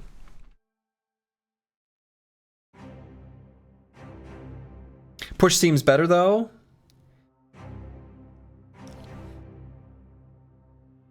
The push is probably a little bit better, yeah. The push is more... I don't know. Yeah, I think it's overall a little bit better. There's definitely situations where you can stun but not push. Other situations where you can push but not stun. Or like, can't count on the stun.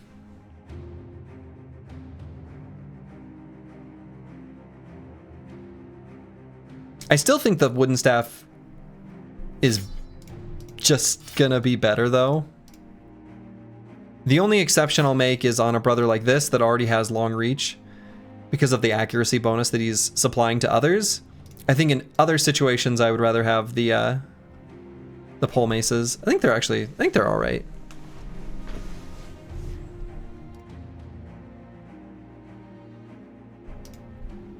And then we could give J-Tran Shockwave right now. That seems kind of good, right?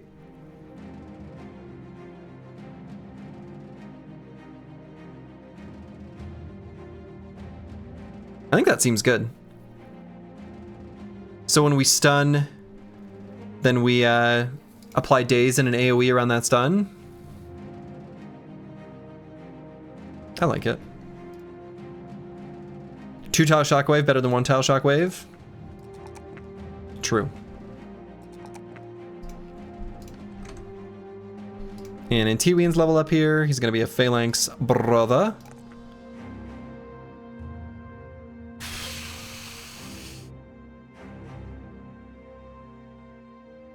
Let's go with hit points here, I think. Long reach should apply to pole mace since it's still a pole arm. No, it's not. You would think so because it has pole in the name, but if you look at the weapon classification, it won't have pole arm neither on this or on the regular pole mace. So long reach actually will not apply. Yeah, you would think it would, right? Your intuition would say that it would, but you gotta look at the tooltip carefully because it does not.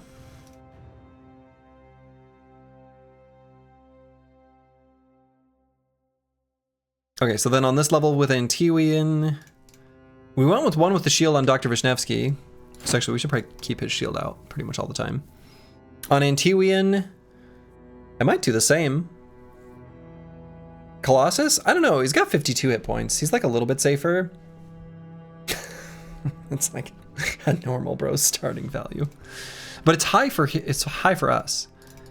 I feel like one with the shield actually protects the HP a little bit better because that reduction happens like before the reduction from armor.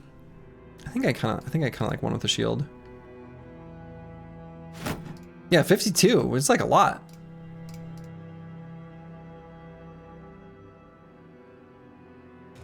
And Squigs is going to be a Phalanx ranged brother. That's the plan.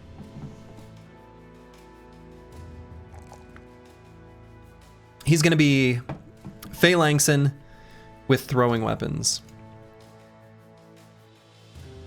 What did you miss?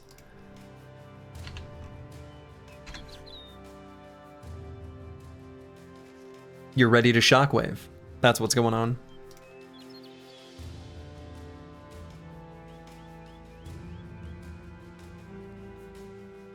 Okay, let's see what's going on here. We've got a beggar. And so this beggar, if it is worth keeping, is going to be Brokar. If it is worth keeping. Wow. Not even him. It.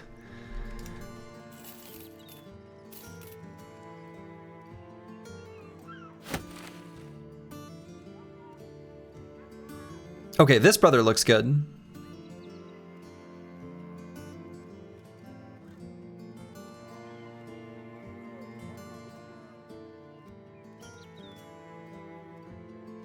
Yeah. All right, this one's Brokar. Wonderful. Welcome to the squad.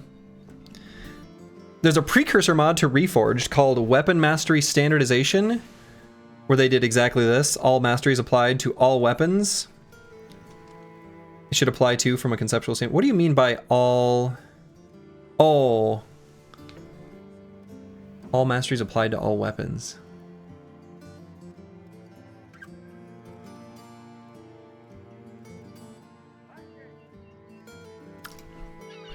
What is that? All right, and auto.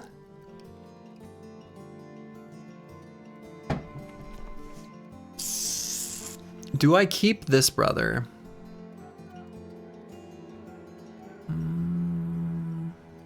Not all weapons, but pole mace would benefit from pole mastery. Okay, okay. So the ones that were like sensible hybrid weapons. I see. I gotcha.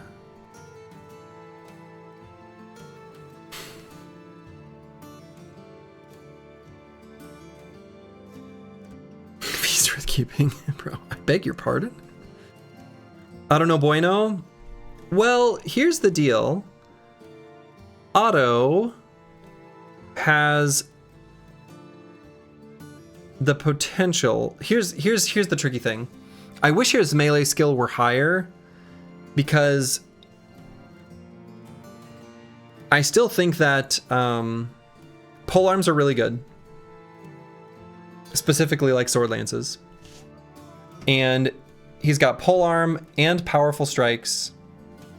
We're able to make him part of a dynamic duo. He can protect himself well with anticipation if we wanted to go that route, and then he's got trained to take finesse so that he can reap. You know, right? Because he's got battle flow and finesse and the pole arm and powerful strikes. So like,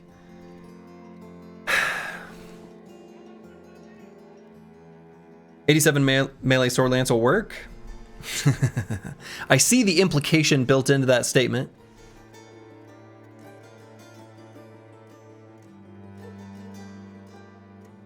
And I like what it implies.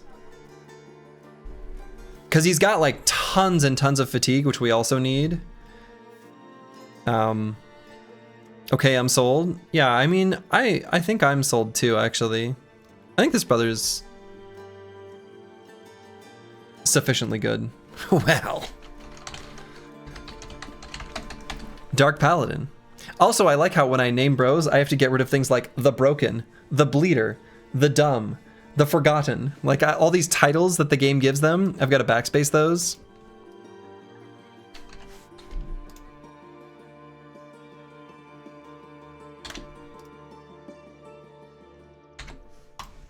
Sword Lance.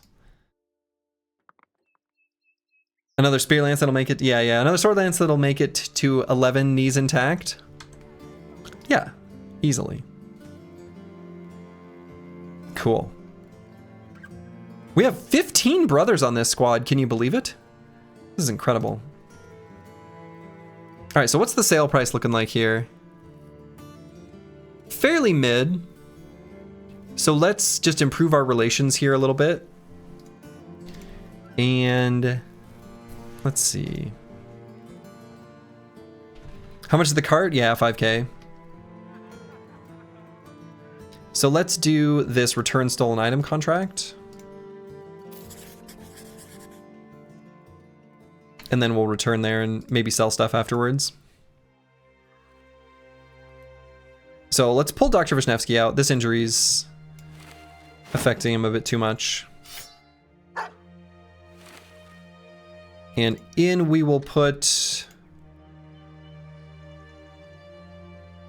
Oh yeah, what are we going to do with Brokar? What did I say? I didn't even look at him sufficiently.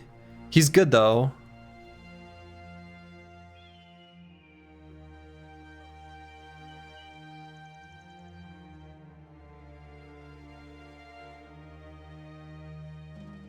Yeah, I mean, he's probably just a hybrid. And he's a pretty good one.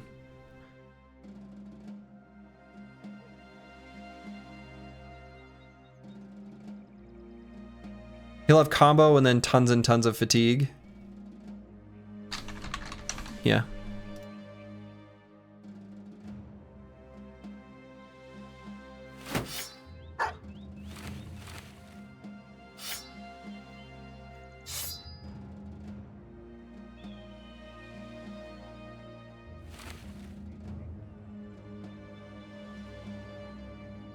Okay, making sure people have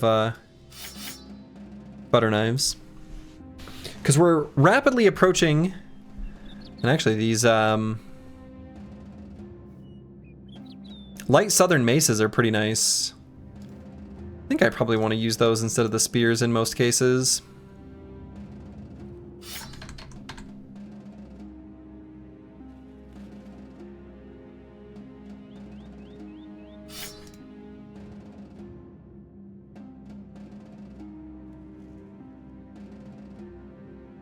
Yeah, the spear wall is kind of low on value, unfortunately, I think, in this mod at this point. One of the reasons I was using spears was mostly just for reach advantage purposes. Pretty soon we're going to get some phalanx rocking and rolling. And I was using the spears because I had a lot of reach weapons. Like more than usual, which is why I was using the spears in this run compared to the bludgeons that I was running for a big chunk of the time last run. And that's kind of still true, but I think the light nomad mace is like pretty good. You come back and you're chosen with a fancy title. Uh-huh. Ooh, an outlaw. Well. Oh, this is like an easy fight. We'll start with shields out though, since they got a poacher. We're still not gonna take third-party fights, even though I've not like explicitly outlawed them. Those I just don't like doing. We'll stick to the non-30-party fight rule set. What's the issue with spears in this mod? They're just not as good. They don't get the flat damage, or excuse me, hit chance bonus. Like the flat plus 20 that you get in vanilla, gone. Which is, as you might imagine, like a really big deal.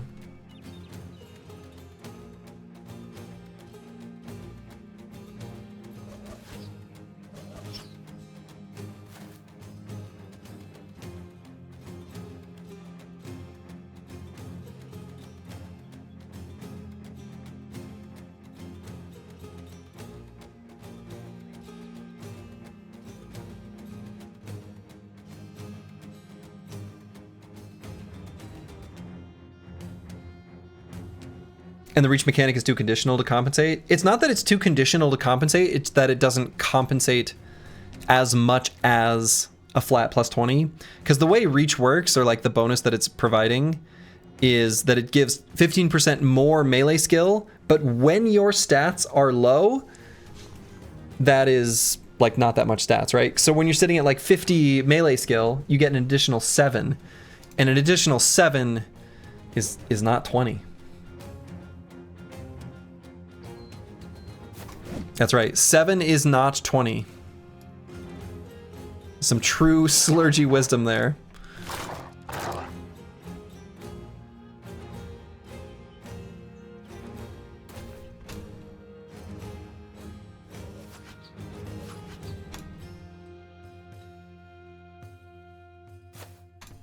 Not only that, but 7 is smaller than 20? What?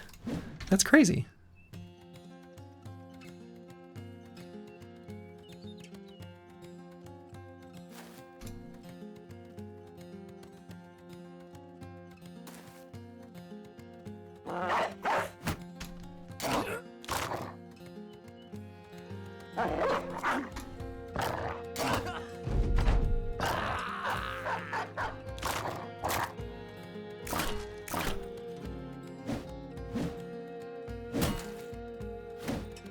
So 7 is less than 20. Has it always been that way?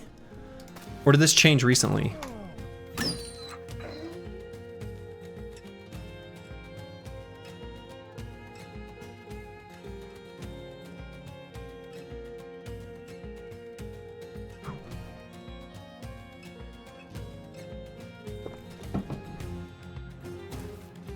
Have you ever done an arena tournament?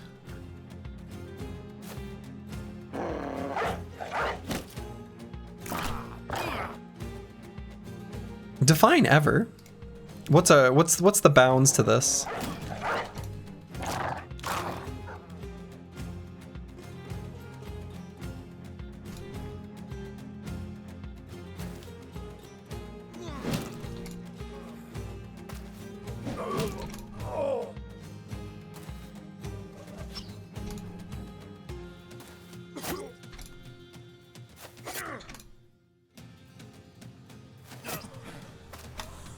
Okay.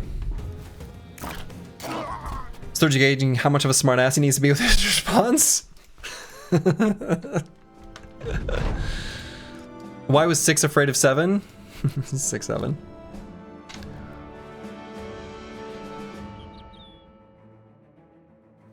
Wow, this trading caravan just beat the absolute... Wow. That was incredible. Because 7, 8, 9, that's a classic. Classic joke.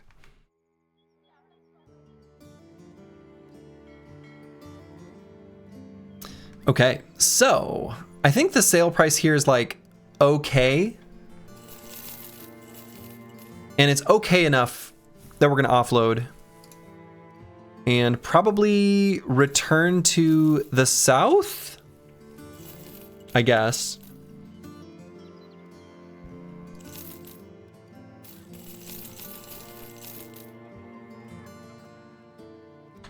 Oh, we've got better helmets we can just straight up equip here.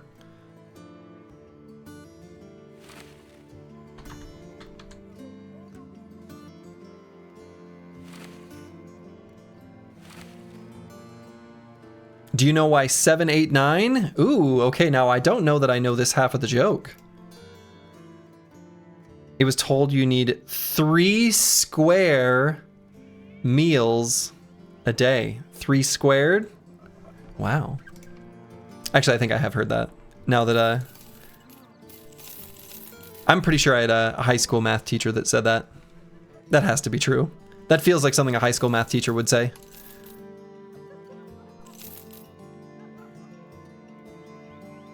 Reforged really making the early gear progression more interesting. Oh yeah, the armor progression in Reforged is much better than vanilla. The vanilla gear progression is like kind of bad, actually. Oh, I don't know that I should be selling these because sometimes I need the shield for pushback. Yeah, I think that's good enough. We still want to keep some spears and stuff.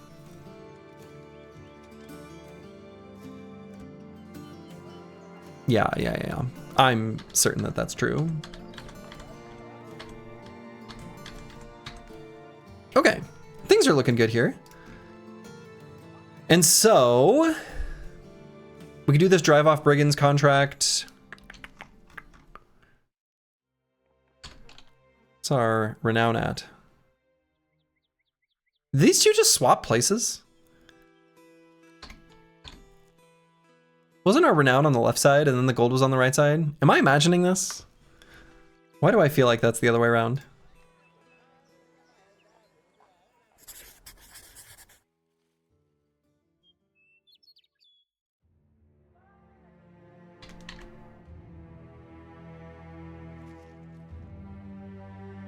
Yeah, vanilla gear progression is hit nimble, stick with Briggy Raider gear for 200 days, farm nimble famed. Yeah, pretty much. And now there's a few, like, there's far more nuance than that, but it's still not great. There's like, you know, dagger down the early fallen hero for like stinky transitional forged gear. That's a thing. It's part of it. Oh, got him.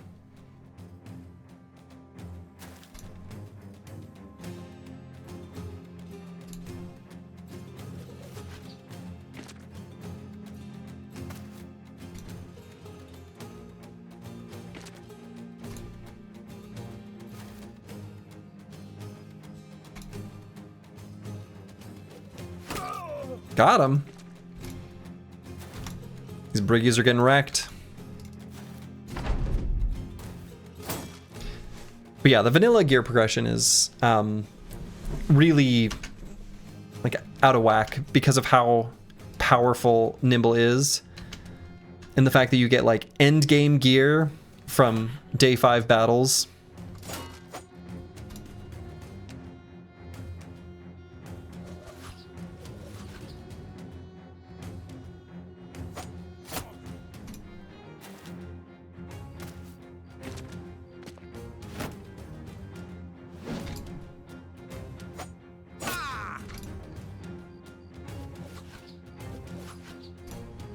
Okay, we can't hit anything. Okay, we can hit one thing.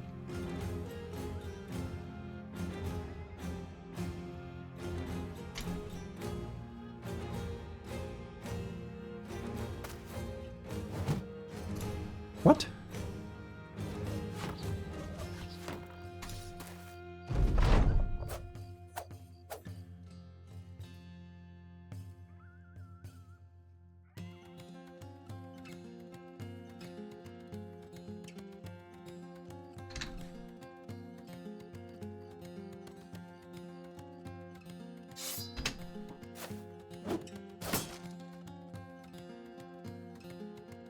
Yeah, also Caesaring the Briggy leader with the 210 armor. Yeah.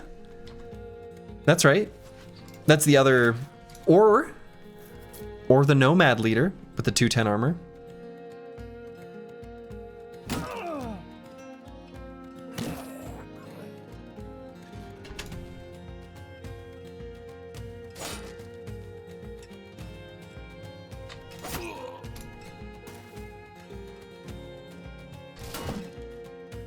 Dang it. I really wanted to cause a shockwave.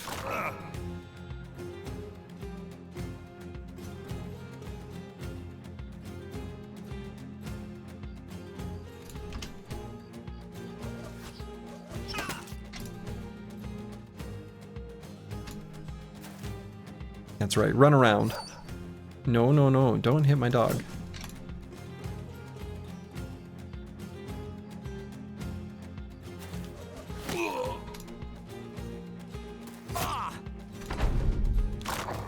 Maybe could have moved one step forward and released the dog.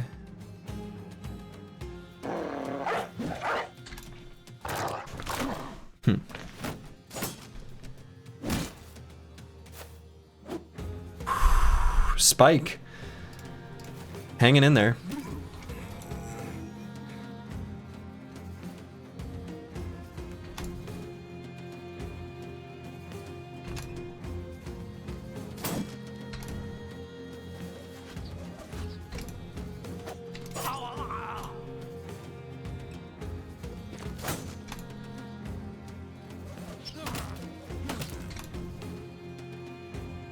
Got him on the foot.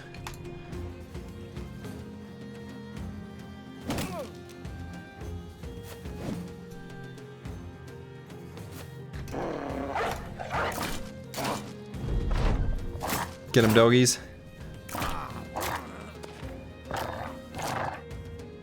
Good dogs.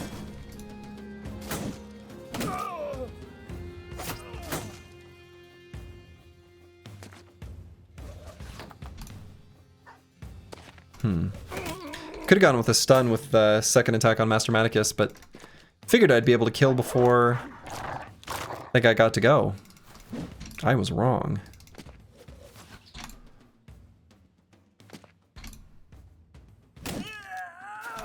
Got that one though.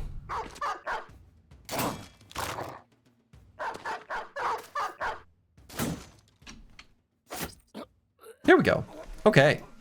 Very nice. Not too bad of a fight at all.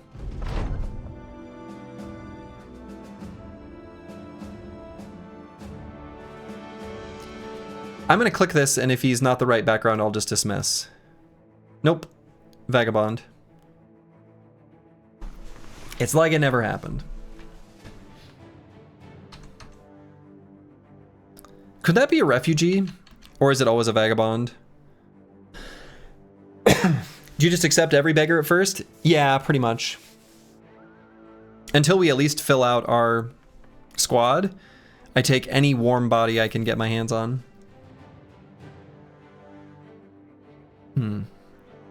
Something about that didn't sound right.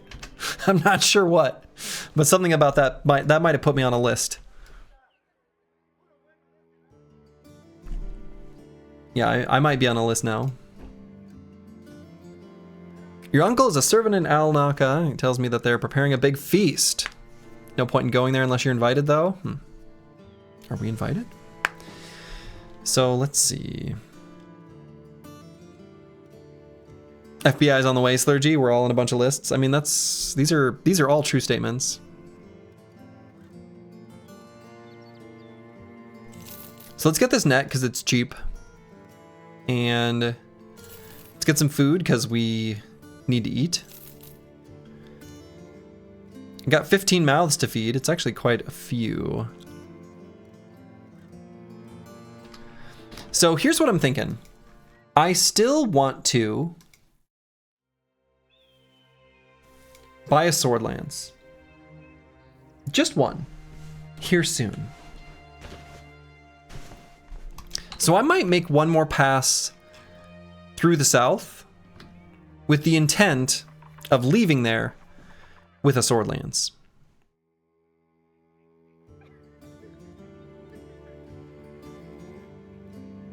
Yeah, many of us are on a list that we joined the queue. That's true. That is a list. What's producing holy water in this mod? The church? I think we have noticed that it tends to be in cities with a temple, but I don't think it's exclusive. But that's a good, I think that was the conclusion. Now I'm doubting myself, but I think so. But I think you're on to, your line of thought, Xenothought 2, is exactly what I thought as well.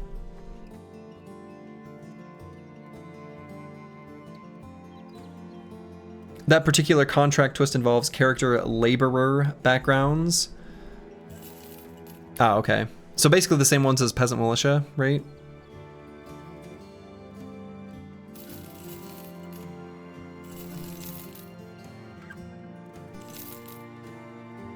Farmhand, Dayteller, Gravedigger, Miner, Vagabond, and Refugee? Oh, okay. So we could have gotten Refugee from it. Time to tackle a Sea of Tens? I'm deciding if I want to buy this Amber or not. Like, do I think I can sell the Amber for more than this price? We might not be able to because they kind of don't really like us. Azim Shab is okay with us.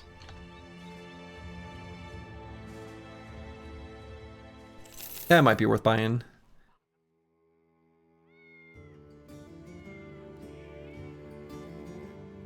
I'm never going to use that flail. What am I doing?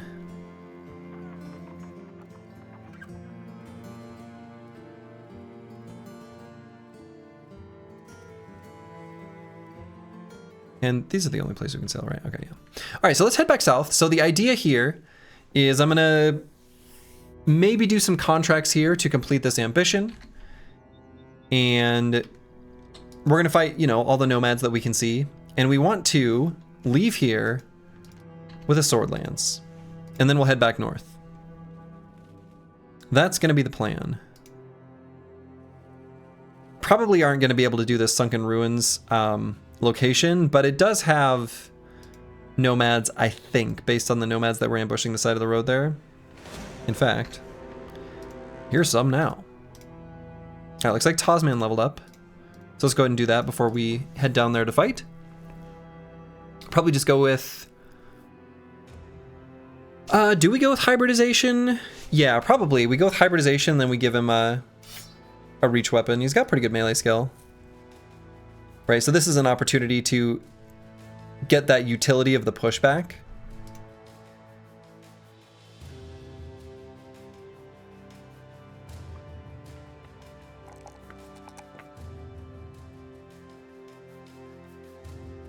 And let's grab fatigue.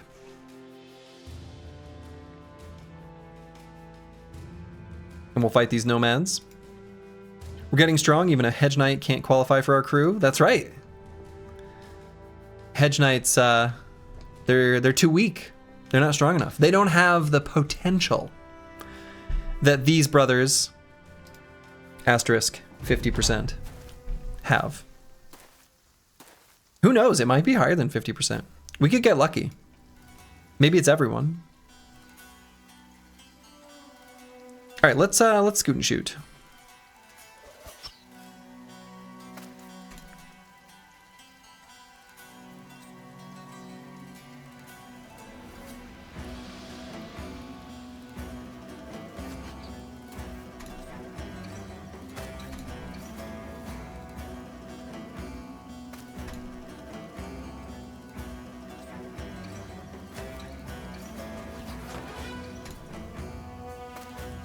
Well, we tried. Is potential unlock more likely with bad brother background? It is only present on the 3 backgrounds that I limited the run to. So Beggars, Cripples, Refugees are the only brothers in this particular mod, in the Hardened submod for Reforged, that can have the promised potential. So it is very specifically why I picked them. Yeah.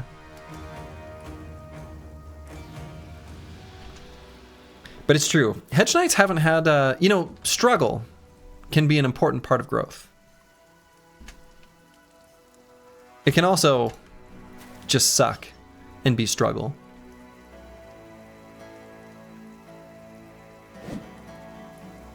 So let's not romanticize it too much.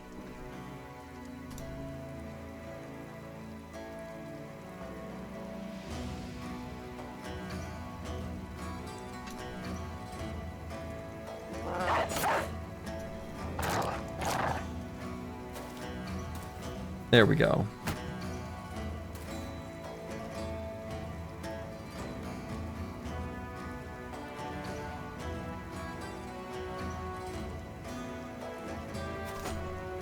What? I missed.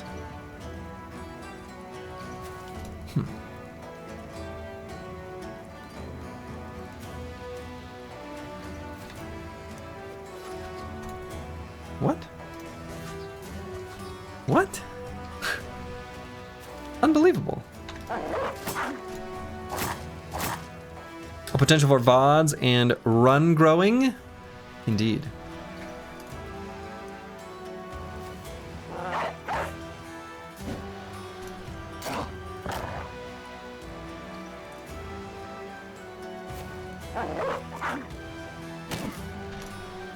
Got that stun at least.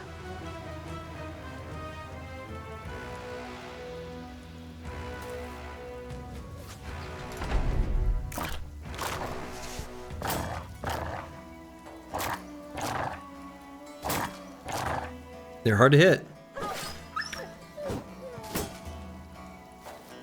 Okay, that was rude. That's just straight up rude. At some point we'll have to hit something. Yeah. There we go. Look at that. An AoE stun and everything.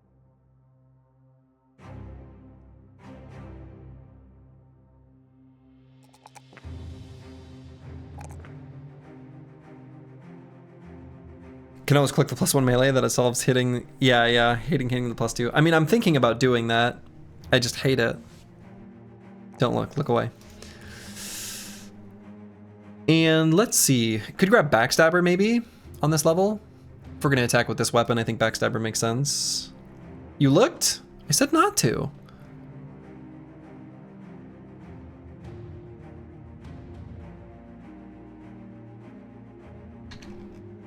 All right, we're heading down to Swordlandsville.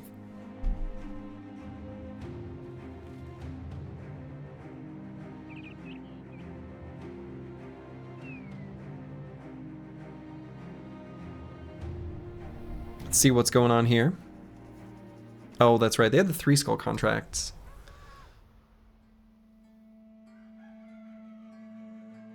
I mean, we could maybe look at one.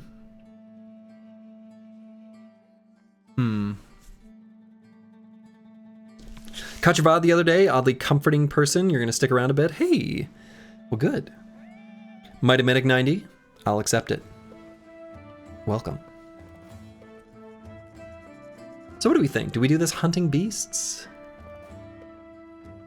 Surely you're famous, they'll only give you shitty 3 skull contracts. I mean, right? So the contract scaling is a function of your renown. So even though it's a 3 skull contract, it will be less difficult. Yeah, Nasir was here, is striking a deal for... Oh, I can't accept a sword lance from poor quality copper, though.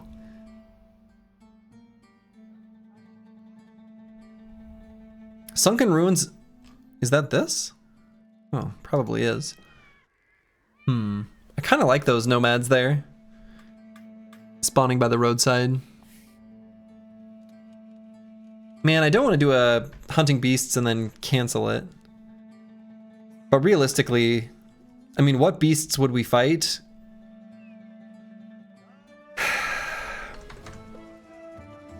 Yeah, I don't think we are. Just move to Qadim. And considering it's about to be nighttime, maybe we do like a little loopsy-doo? Maybe up this way. And see if there's any random nomads to fight. Yeah, why does it gotta be snakes? Get these snakes off of my contract list. 3-star Ifrits and snakes both sound like certain death. Can the beast fights ever be Ifrits? Like, I know Ifrits are beasts, but I think from that contract type, I think it's probably only... Whoa. Nachos, snakes, and hyenas. I don't think it actually can be the Ifrits. I think that has to come from the like sandstorm thing, you know? Ticka ticka ding. Ticka ticka ding.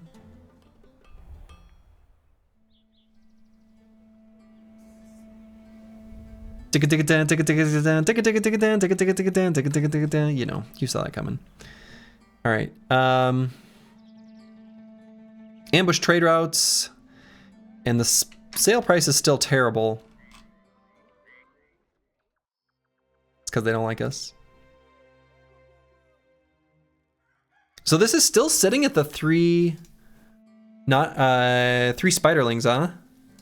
Have we leveled up to be able to do that on anyone sufficiently? Maybe?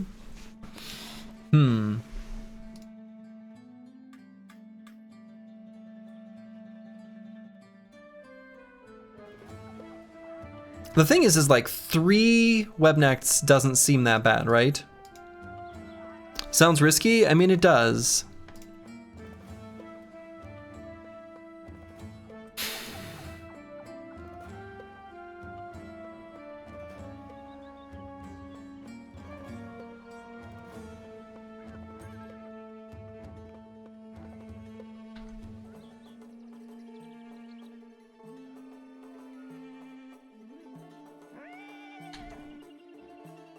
Yeah, I don't feel like I have 3 brothers I'd want to send out into that fight.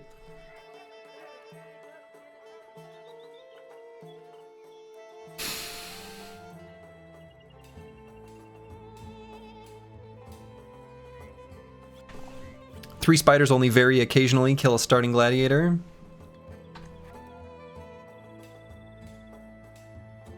These bros aren't quite gladiators, are they? Yeah. Yeah.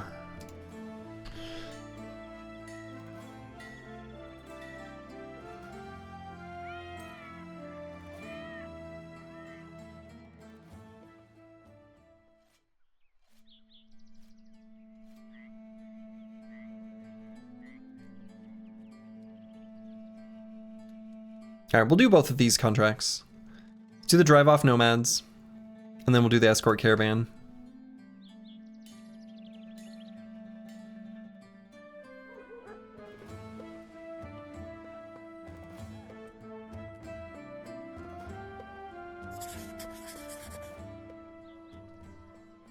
Okay. Make our way down there.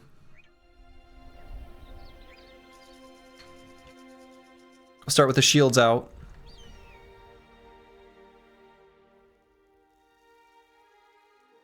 Because there could be slings.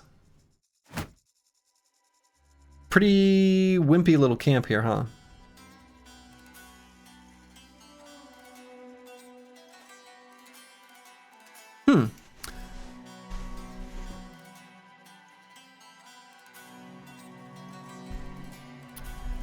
I mean, they obviously have a slinger, and the slinger just decided not to move forward.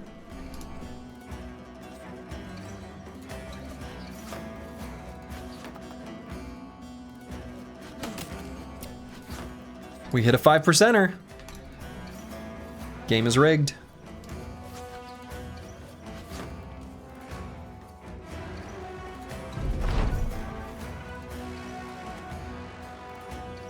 That's right, get up here, little friends.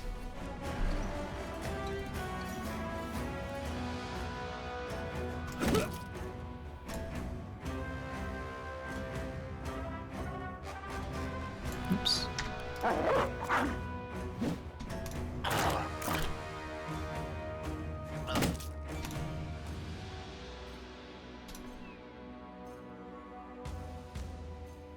Still didn't move forward.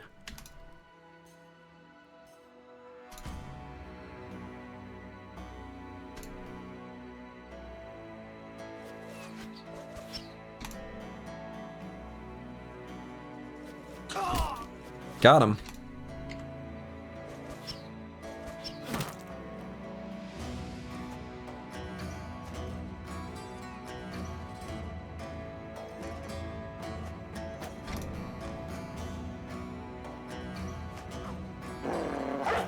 Okay. Got the dog in range of the slinger. And we'll make this cutthroat crowded. Good boy. Good boy. Yes. The dogs are doing work.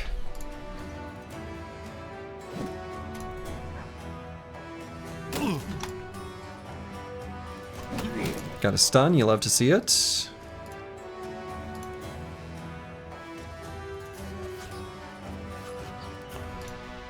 That almost hit my dog.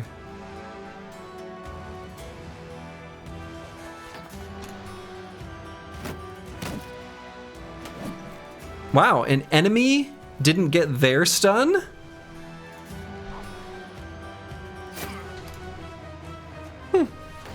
It's pleasant.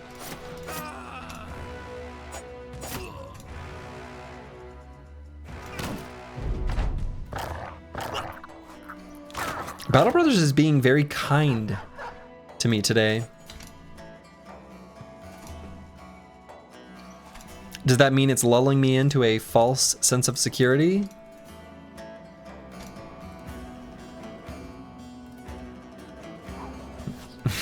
Alt F4, coach, we gotta go again. True.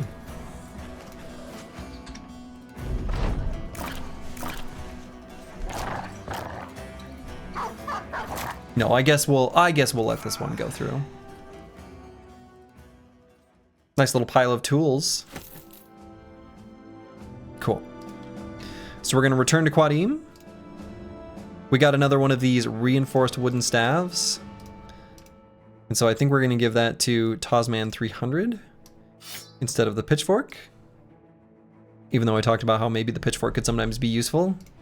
I think the damage is just better. So we're going to grab Promised Potential on Dark Paladin. And we're going to take melee skill every level.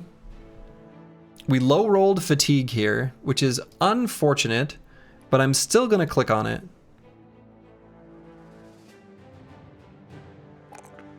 Yeah. Sergi, why did you say that? That's like saying the word quiet in the medical field.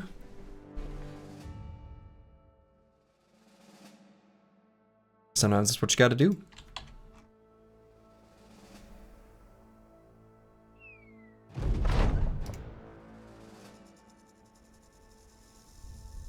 No, the real sneaky thing in the medical field is reading clinical notes and trying to determine what was meant by pleasant individual or very pleasant individual,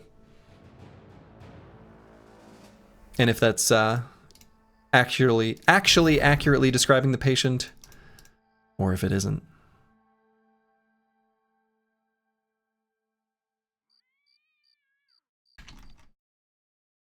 Or maybe if the dictation software just fills that in automatically because they just say it by default. You never know. Okay, let's accept this contract.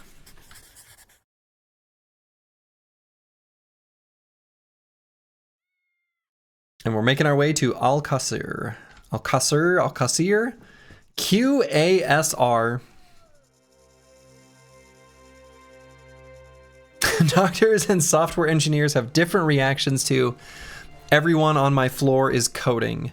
Yes, that's true. Speaking of everyone coding, we've got 4 to 6 hyenas here. Yikes. Your best is reading will continue to monitor after reading that the patient was a prick. We'll continue to monitor.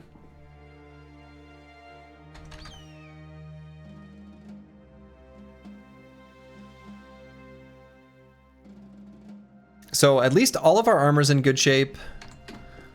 We're a little bit stronger than we were the last time we saw 6, but I'm really hoping that this is 4. And we have 1 conscript that we can send forward to fight first.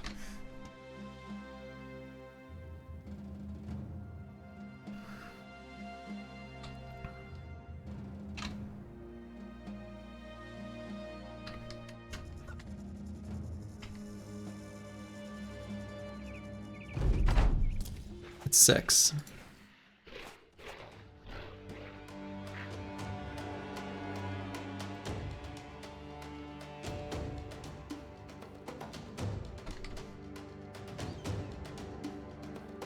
So we're not able to scoot and shoot. I'm still gonna scoot.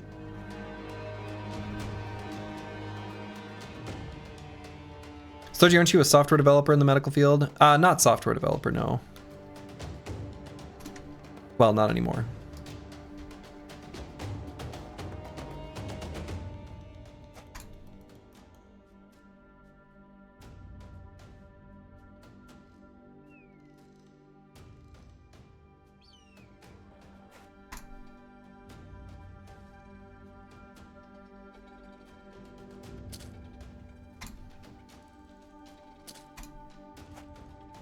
No, I wanted that spot.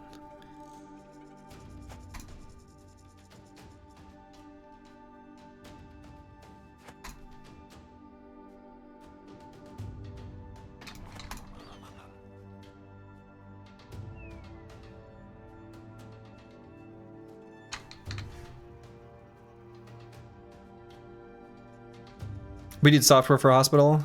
Yeah.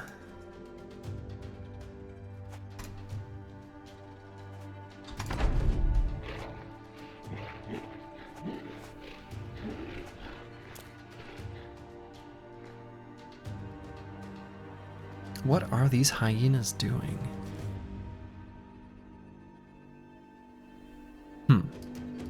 Were you replaced by an AI? No.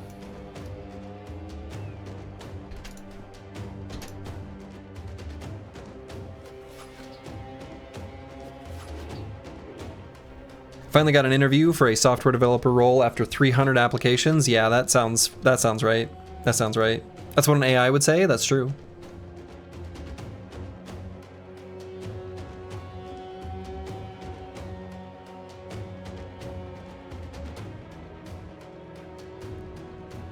Yeah,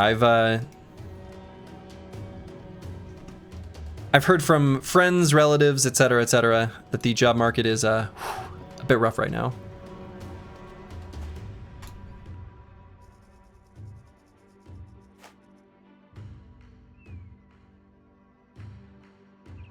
Our industry's kind of fucked, specifically for juniors. Yeah, exactly.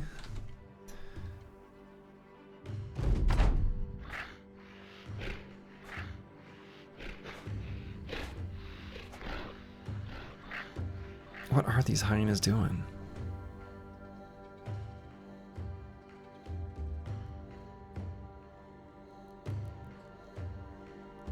An AI will say anything you tell it to, for sure. And it will compliment you and be like, wow, what a good idea. It's like, stop that. Just...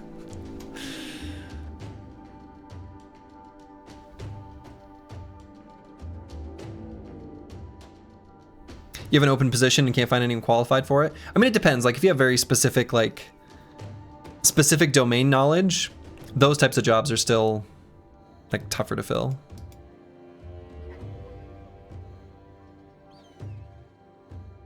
But, like, the sort of bog standard, generic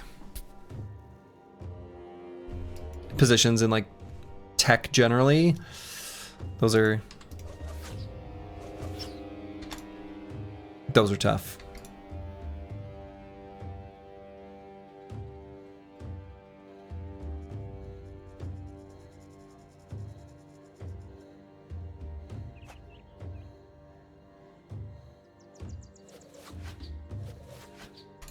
Kind of want to be hitting these 5%. These are the ones we're not hitting, but I suppose I shouldn't be too surprised.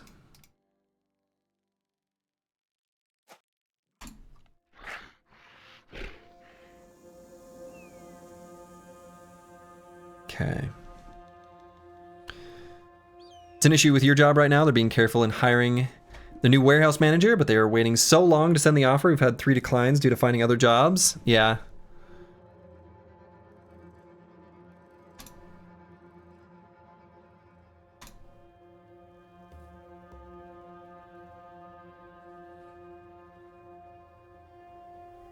It's one of the reasons he took a job in the trades. AI can't replace manual labor yet.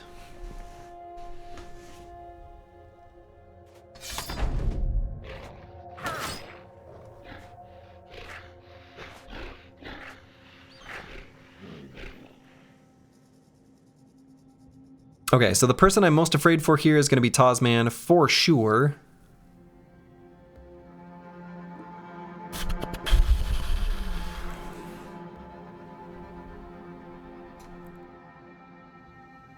So let's go for a stun here.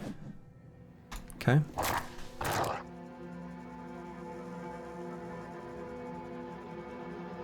You started in the trades and realized you didn't want to give up 20 years to move up. Yeah, that's fair.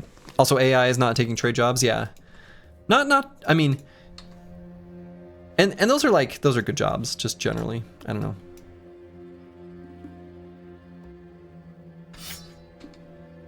And let's go for the stun here.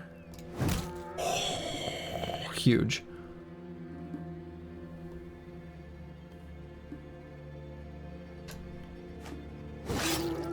Yes. Conscript, get in there. So we're going to leave a space for Tasman to step away.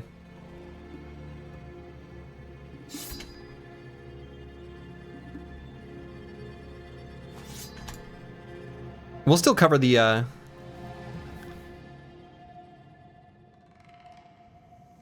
conscript's flanks.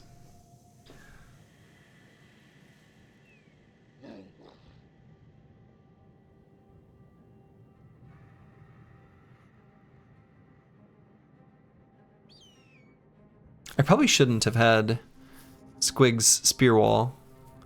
I think actually, especially since J-Tran's going to be able to attack, I kind of want to Move up in here and get better surround.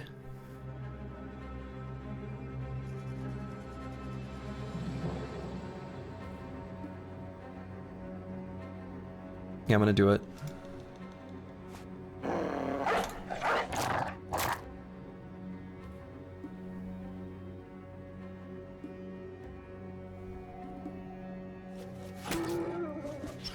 Ooh, Psycho Ling. Big hits. That's so good.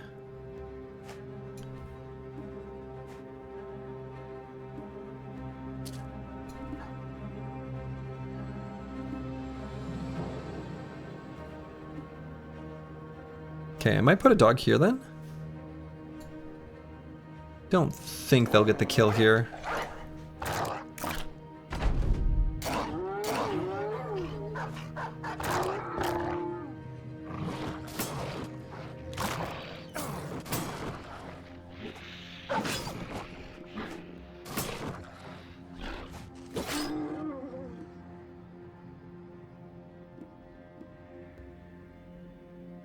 You would put Spike in that kind of danger? Excuse me? This conscript just rotated away from the hex where we really wanted him to be and put Spike there in his place?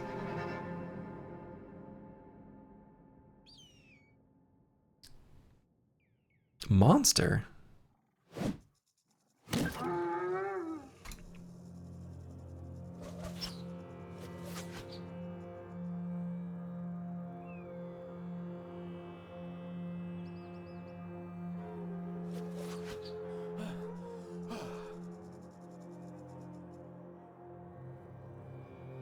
Spike is the OG dog. If he dies, we have to restart.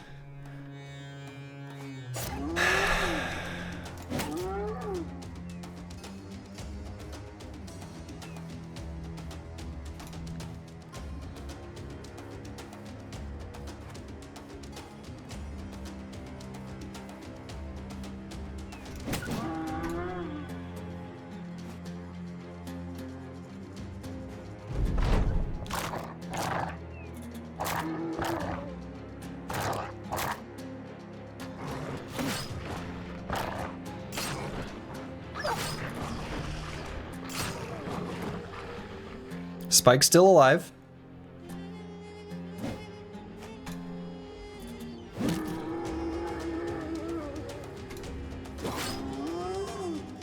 Kill Stealer.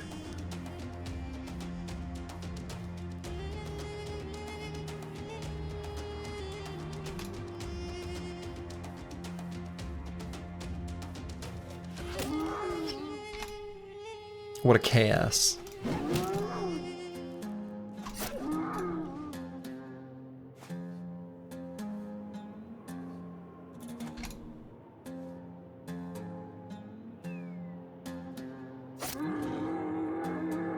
Got him.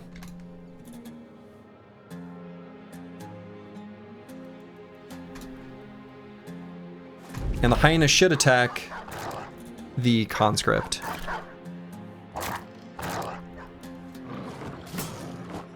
Hell yeah. Attack the conscript all you want. No, don't steal my kill. That's my hyena.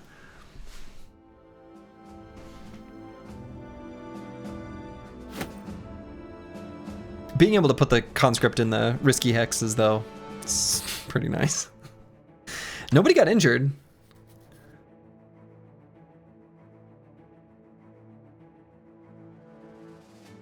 And Spike, yeah, lives. Where's Spike? Yeah. Hell yeah. This whole run is on a knife's edge until Spike has War Dog armor, because if he dies, we restart.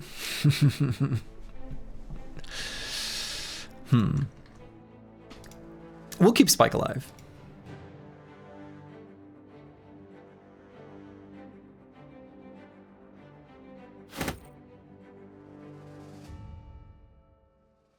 All right, we're gonna give Squigs Entrenched. I'm going to put him right here. And we'll give him hybridization next level and probably phalanx the level after that. Perfect. Just like that. Not delusional is leveled up. Probably grab hybridization. I think so. Really nice level up there. And I think we just take the fatigue. Hell yeah. I mean, things are going okay.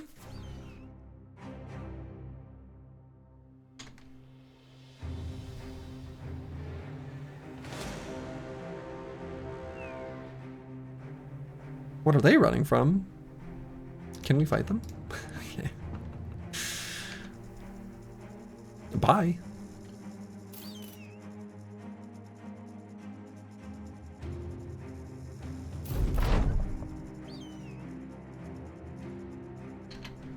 All right, see what's going on here.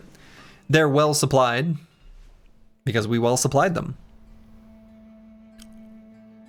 2 refugees. Okay. Let's take a look.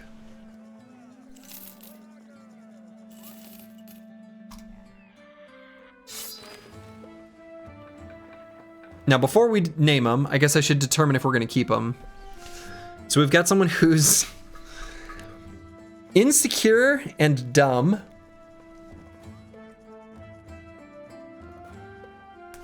I mean, you know.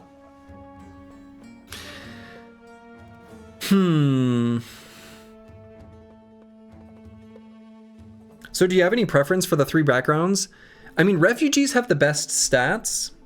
Though I'm kind of realizing that the refugees only having 1 single fighting style can be a little bit limiting. Right, so it's this group of perks here. The Beggars and Cripples seem to all get 2, and the refugees only get 1. So I think if we're looking for like high rolls, we want to have a refugee. If we're looking for the most likely to not be terrible, it's probably the cripple, maybe? I'm not sure between the other 2 for this run.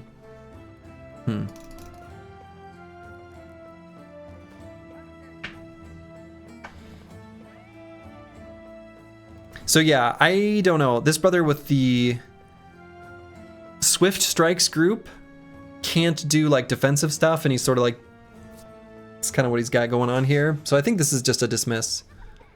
47 melee skill, and kind of low rolling the other secondaries. I don't think we keep this brother. Let's take a look here. Oh, okay.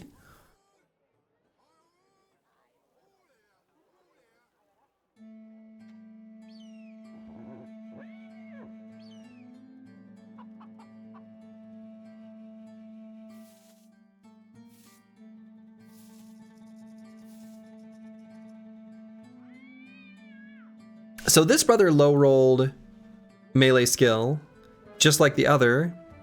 However,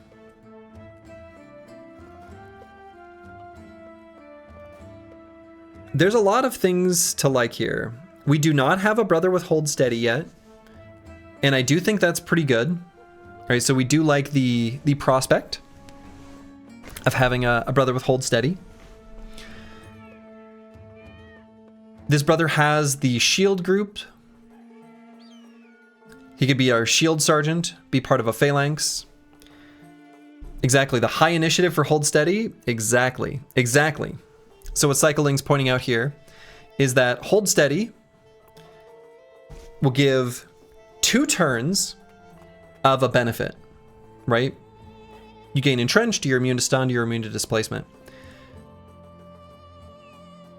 When we do this, and this is mostly anti-orc tech, to be clear, we want to do it earlier in the round like before the orcs get to go,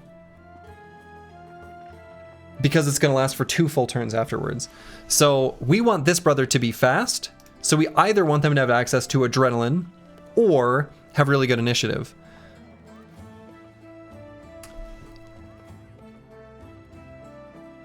And we have access to really good initiative. He's got a lot of fatigue to be able to use the ability and still hold the shield. I think this brother's actually kind of good. And he's going to be like a pure defensive, phalanxy, center of formation, able to apply hold steady. Dude, guy, bro. Ananas. Wonderful. The magical grapefruit. Pineapple? Pineapple. So this is going to be tactician. I'll say like phalanx tactics. The kind that doesn't hit guys, yeah. But we can give him exploit opening and put him right in the center. Because he's got potential for pretty good stats. Short-sighted? Who needs to see stuff? Who cares about that?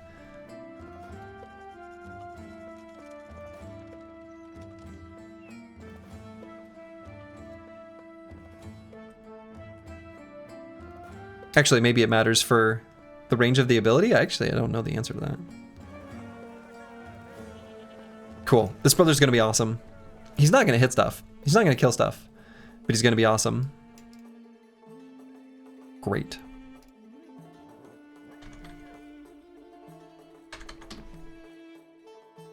All right, what else is going on here? We've got to find location and return stolen item. We can probably do these. Ooh, look at this cheap sword lance. Look at this cheap sword lance. We can get this sword lance, the sword lance for 2014. Oh boy. You love to see it. So let's find this location first.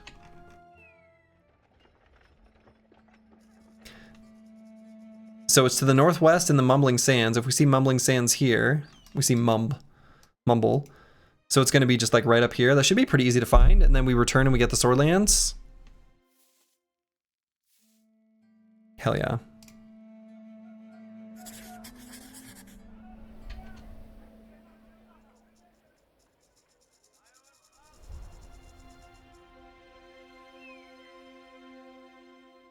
Go away, hyenas. We're busy.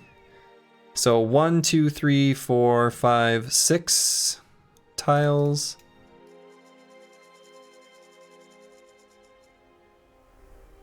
To like 1, 2, 3, 4, 5, 6, 7, 8, 9, 10, 11. So it should be in here pretty soon. There it is. Okay. Ah, hey Darkzo.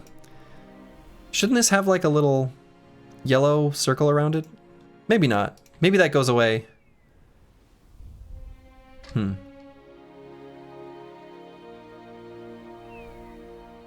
Everywhere, ananas, America, pineapple.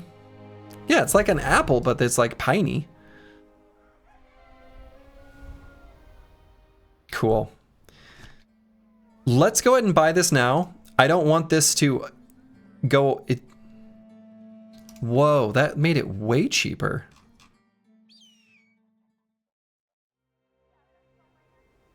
Great.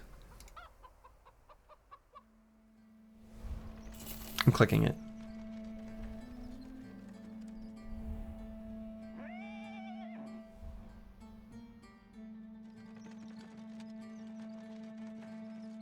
Wonderful. So let's get Broken Exile back in here.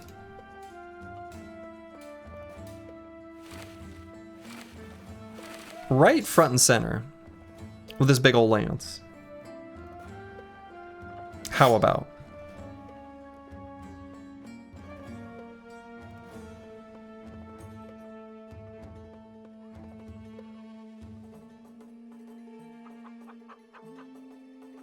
The price decrease from well supplied did not apply.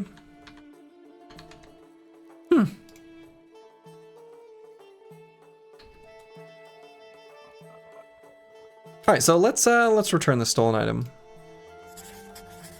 That way we can complete the ambition. Hell yeah.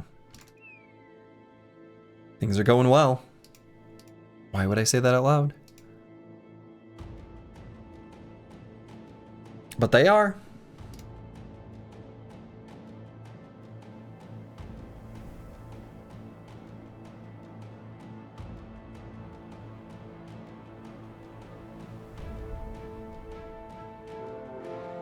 Everything's coming up slurgy, everything's coming up slurgy.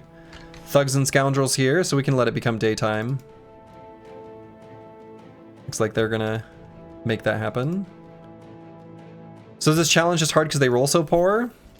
Yeah, I mean the backgrounds are like the lowest starting stats, traits, talents, etc.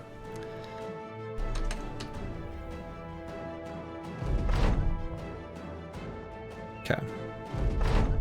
Things were going well last run until they didn't? True.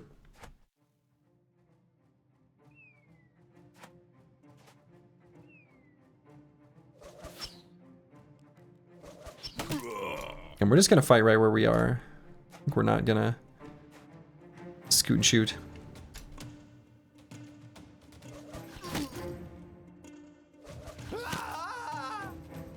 Oh.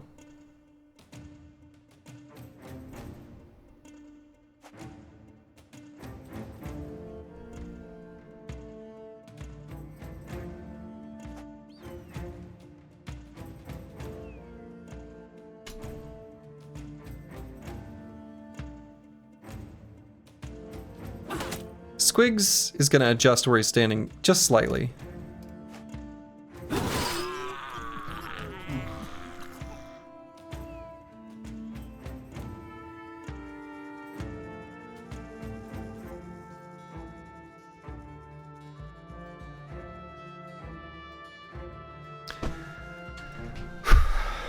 I need a new pair of pants. That's pretty nice. It's pretty nice.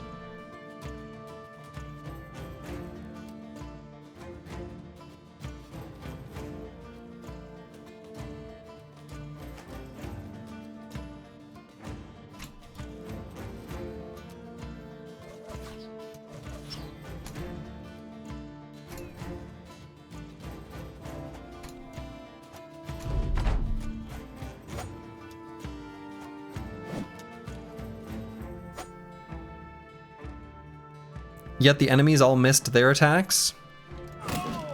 Game's not fair. Was there a new PoE 2 league tonight? Interesting.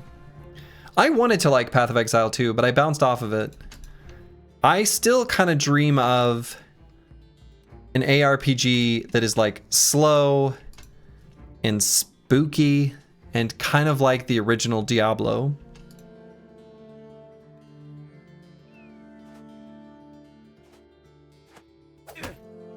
We'll see what Titan Quest is like. I think there's a lot of pressure to make it fast.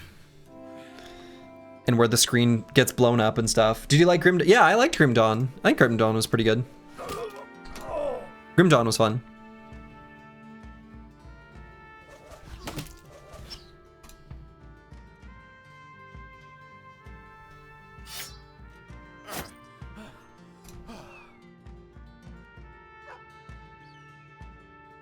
Which I guess Grim Dawn is getting a huge expansion pack.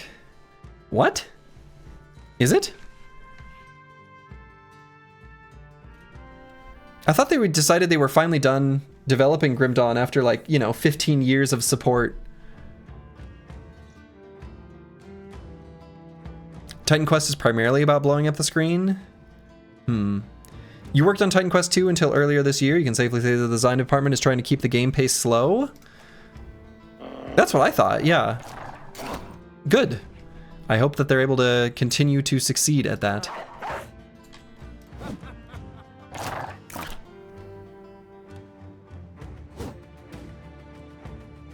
I missed.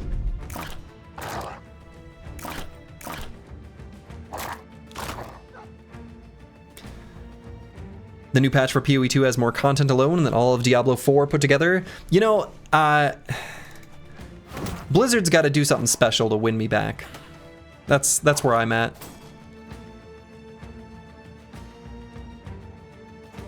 And they're probably just not going to be able to. I was such a Blizzard fanboy. And, well, you know.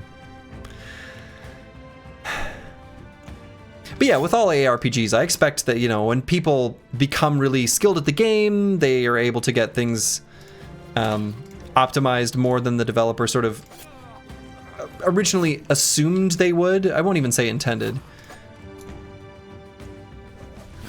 But, like, you still gotta rein it in. At least as best as you're able.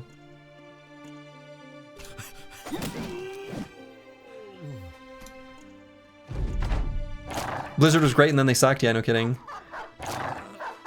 Anyone played No Rest for the Wicked? No, but it's on my like Steam wishlist. And I remember looking at it long ago and thinking it looked really good. Because that's the game that is almost like a somewhere between a fighting game and an ARPG. Am I remembering this right? Am I thinking of the right game? There's like fighting game mechanics in it. I think. Have you played more Stone Shard, by the way? Not recently, but I do want to check it out again sometime somewhat soon. And yeah, Blizzard was great until they sucked is accurate. Like I grew up, I was raised by Blizzard Entertainment, you know? CD Space War 2, enter. Ah, that's how I learned the terminal as a young boy. And by the terminal, I mean you'd reboot your Windows 3.1 computer into DOS so that you could play Warcraft 2.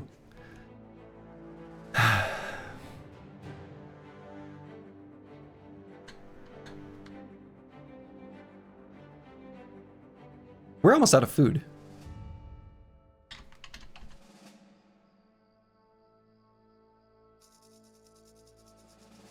Yeah, Blizzard got by the corporate enshittification. I think that's true. Bobby Kotick, I think, you know, it's easy to overblame a specific person,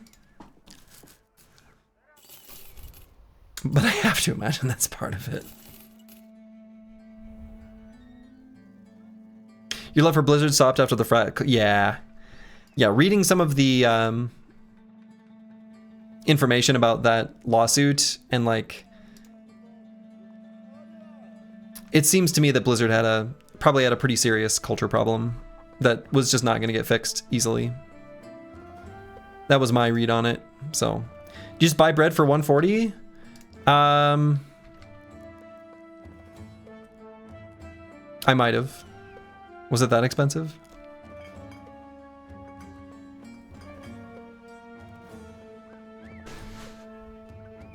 When the folks at the company went from making games to making money, turning it into a money factory is always going to remove the soul from games. Yeah, I mean, it's obviously a balance. Like, they have to keep running. Developers are expensive. Like, my hot take is that I feel like players are so quick to accuse game dev companies of just being in it for the profit, which like they kind of have to be. Like, they can't operate if they're not. And I understand that, like, all right. I'm going to start by saying I completely agree with your statement, Reforming One. Like, the game dev company needs to have, the people who are running it, working there, need to have passion for what they're doing, right? They need to have passion for the games they're creating. Like, full stop. Like, I agree with that. But like, my hot take is that games are too inexpensive right now. And if we had higher sticker prices for games where they could have more resources and their player base was more likely to support them, and not just the whales. I'm talking about like regular Joe Schmo, you know, slurgy people like probably most of us, right? That we would have a better product, because if you think of the hours of entertainment that are provided by a game that you purchase and the amount of like craft that has to go into it, you know, you compare that to the Bud Light that you bought at a baseball game, the value prop is, you know, pretty different. So like, yeah, game prices have not adequately adjusted for inflation even remotely, and gamers cry and scream at games being $80. 100% agreed, right? Like, they kind of should be more expensive. That's my hot take, truly.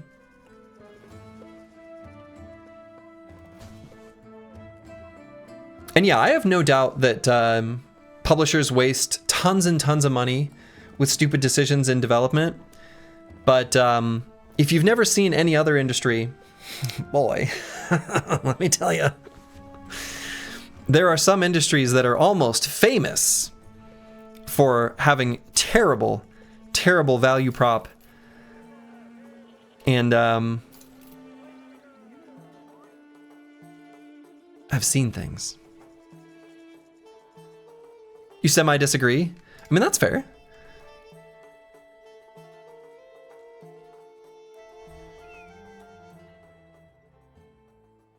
All right, let's do one more contract here while we're down here. So maybe go to Alrimal.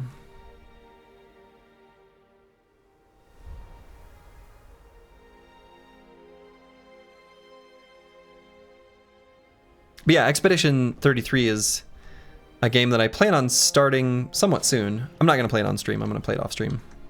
But it's on my... It's what I plan to play starting very soon. I was going to play it, start it up this week, and I just never got around to it. So... Yeah. So I think the Fat Wombat... Yes. I think games should cost more. So the games industry needs to be less about whale chasing. Right. I mean, my hot take related to that, which is going to butt up against my own personal rules for the channel, so I won't elaborate too much. But games are made worse because of the increased wealth and income inequality in our societies. That's my hot take. If we had a somewhat more egalitarian society, and society, I'm being broad strokes, I'm talking like worldwide, I think we would have better games. And I want to see that world because I really like playing games. But I think like companies are really incentivized to chase the whales. And sometimes the whales are people with lots of money, and sometimes they're just people who have terrible financial control. Right? It could be someone who's like deeply in debt, placing that one more bet on their favorite sports team, and then they win big, and then they decide to go buy the $300 cosmetic in their ARPG. Right? Like, if that's you, please, like, forgive your past self, and you can do it. You can find yourself out of that trap. But yeah, that's my hot take. That's my hot take.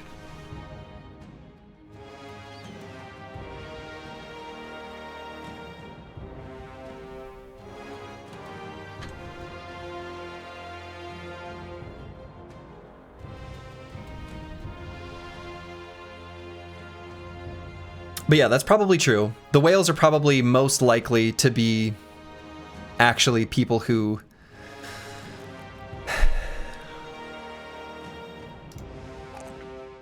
are just, I don't know, poor financial control for whatever reason. So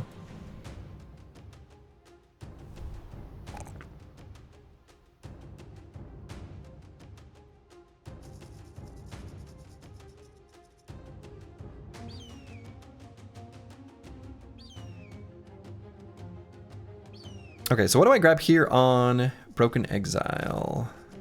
Fast adaptation? Not a terrible idea. And yeah, my hot take is definitely simplified. Don't get me wrong. I think reality is far more complex than one little hot take.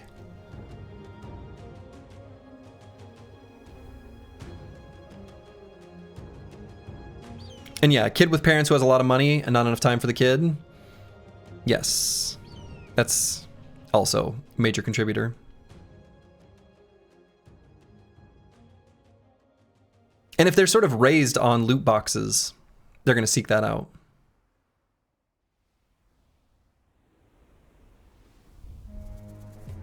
Since you can respec later, fast adaptation. Yeah, either fast adaptation or I'm lightly leaning towards maybe Colossus, but maybe fast adaptation is probably the best.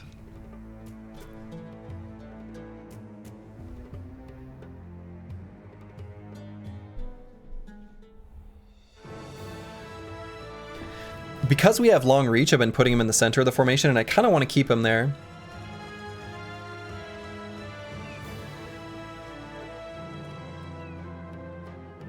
Living brothers deal more damage? That's true. Actually, the dead ones don't deal any, don't they? To think this all started with a single skin for a horse? Yeah, to get that satisfaction. Or whatever the original quote was. Yeah, we do want the sword lance hitting.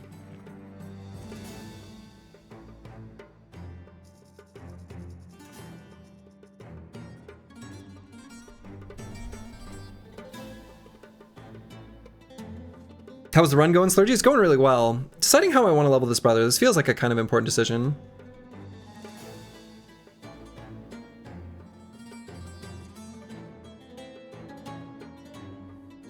Yeah, very first microtransaction was, it was a horse that sold for like $250 in, I think it was EA, and it might have been, why do I feel like it was related to Star Wars somehow? I must have some of these details wrong. Hey Slurgy, do you have any advice on a first Hardened playthrough? Just jump in, because you're gonna get lost in the dynamic perk trees, and you're just start clicking around and experimenting. What run number is this? 3. It was Blizzard? It was a World of Warcraft horse skin? Okay. It was WoW? Okay. Huh. I thought it was Bethesda and Horse Armor and Oblivion. Yeah, wasn't it?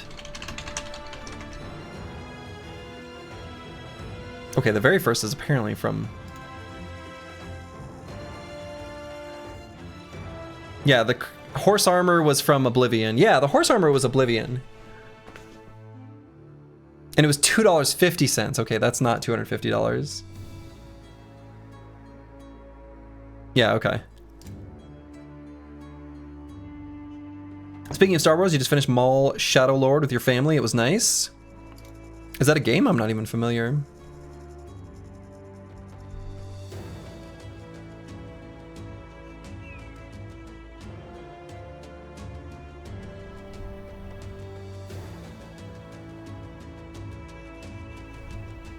Yeah, I'm gonna grab fast adaptation on this brother. He's a survivor. He won't die. Okay, so someone's got to be the first one to get Phalanx.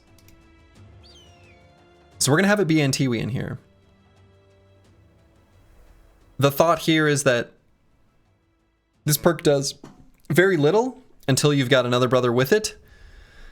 But someone's got to get started. Someone's got to get it started.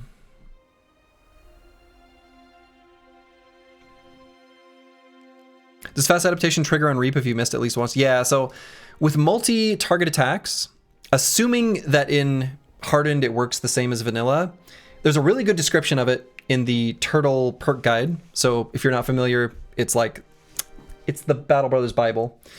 And the way it works is so... selecting targets from the start of the AoE to the end, which again, as we know in Battle Brothers, always like starts at the top and then goes around clockwise. You can only collect at most 1 stack of fast adaptation per attack, per swing. So if you miss the first enemy, you get +10 hit chance. If you miss the second enemy, you do not gain an additional, you stay at +10. And then if you hit the third, then you expend it, and it will look as though fast adaptation did nothing, even though it might have helped you hit that last enemy. Obviously, all stacks are lost whenever you hit something. But if you were to, say, miss the first, gain plus 10%, then hit, lose it, then miss, you can gain it back, kind of like that. So fast adaptation, I feel like normalizes really nicely, like quickly gaining value from multi-target attacks, though like over a super long period of time actually provides slightly less additional accuracy than like the same total number of targets hit by like a 4 AP weapon. But it's still really good because you're able to get value from it more quickly because of the multi-target attacks, if that makes sense. So it's still good. What perk would you take next? No, I mean, next we're probably going to grab Polearm Mastery. And then after Polearm Mastery, we're going to grab... we'll see. 10 more melee attack stat for only 250 USD. And yeah, this is the first Phalanx, bro. The very first. Oh, and the Q is working. Incredible.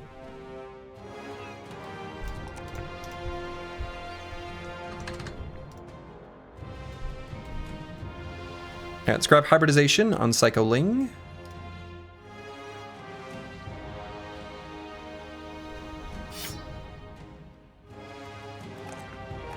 And we'll take the +3 in melee skill. And for now, I'm going to grab the 4 hit points.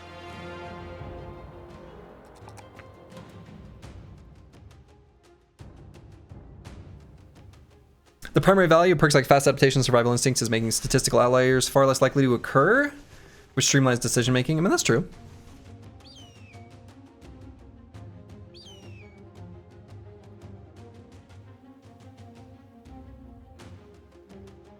Okay, JTran 22.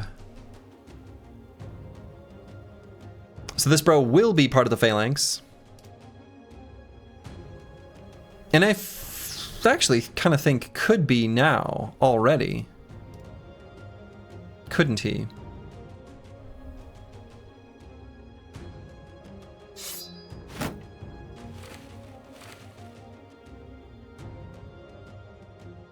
I think he could be.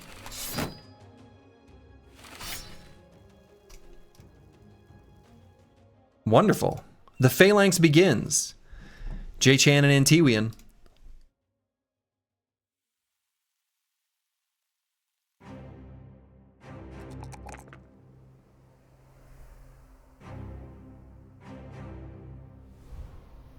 Can you remind us what Phalanx does? Yes.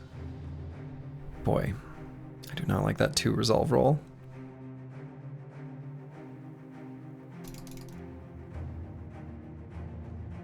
Yeah, probably the correct thing is fatigue. I want to take the +4 hit points because I don't want to miss out on the opportunity to get it. I don't know. I guess he has nimble. No, I'm gonna grab the. I don't know. I think that was wrong, but I clicked HP. So there's 2 things the Phalanx does. The first, gain +1 reach per adjacent ally equipped with a shield. So reach advantage as you reach the later stages of the game becomes really important.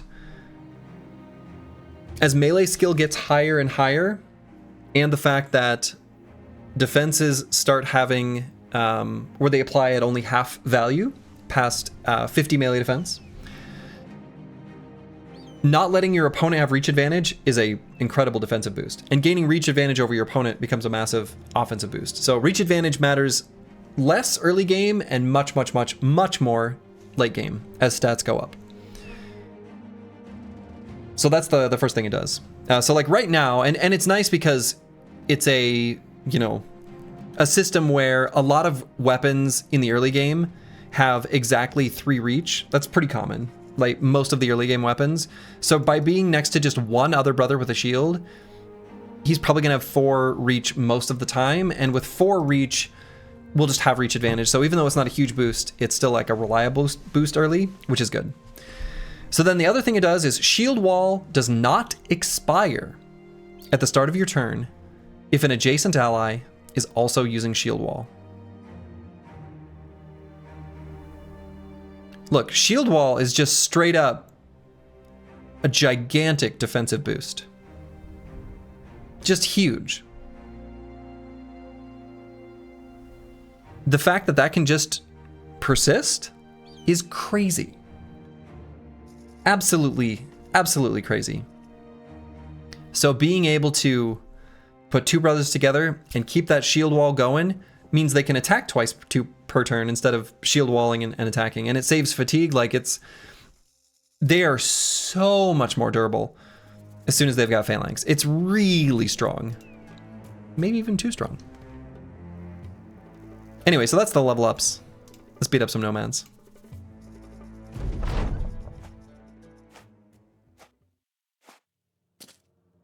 And that is chainable via turn order. I think I understand what you're saying, and yes, like it just doesn't go away. Because of, yeah, yep, it just won't go away.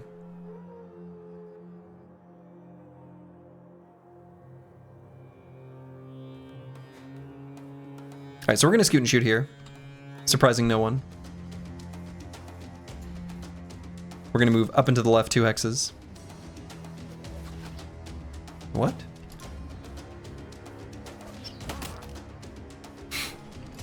Just like I intended.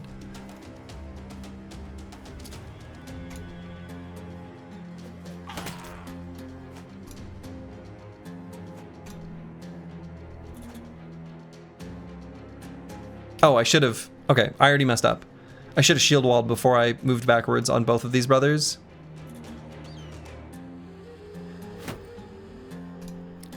That's like kind of the point.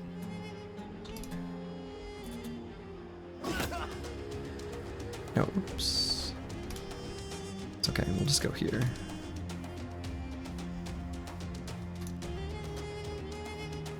Would 12 brothers with shield wall work? So in the back, they don't have the shield wall. The Spedum is the two-handed. So it's not spears, it's just shields.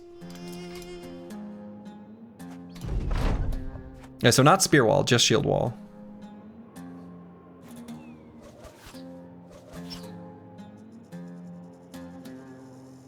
You feel like Phalanx is as strong as it needs to be? It lets mid brothers contribute meaningfully even at a high level? I don't know, I feel like it might be too strong.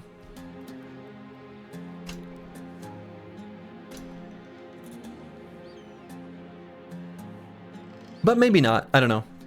Hard to say.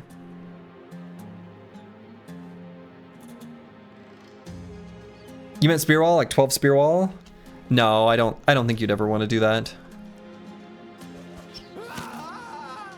I love the spear, but that's you'd never want to do that.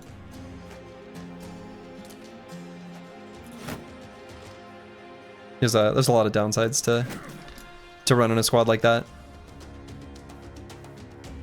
You like Shield Sergeant with Phalanx as it starts to combat with it up? Yeah, for sure. Yes.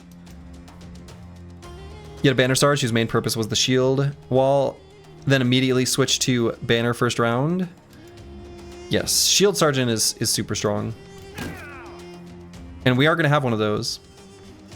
It's actually going to be...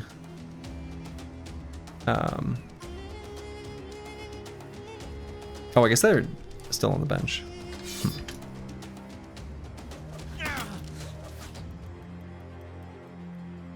What if you had 12 shields, 4 throwers in the back and the rest in front? Then rotate the throwers when frontliners get hit? Are you saying like throwers who also have shields out? Is that what you're sort of implying there? I think that can be pretty good.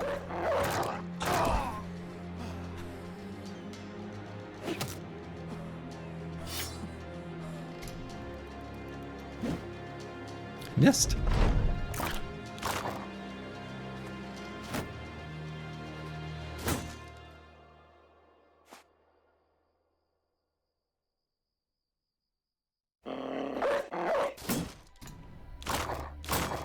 Yeah, I mean, I think you could do that.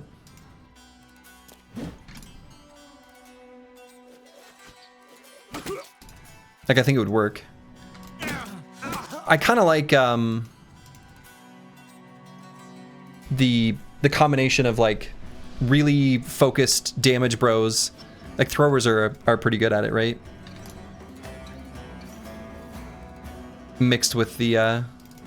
the Phalanx, because the Phalanx is so durable. The other thing too is that if you're able to do Hammer and Shield, that's really good with Phalanx as well,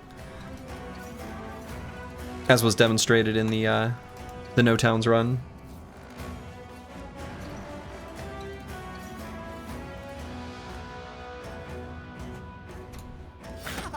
Because when you get attacked, it accumulates fatigue, and those brothers who are doing the Phalanx are getting attacked constantly just because of... I mean, I know, they're getting attacked constantly. Of course they are. That's the whole point.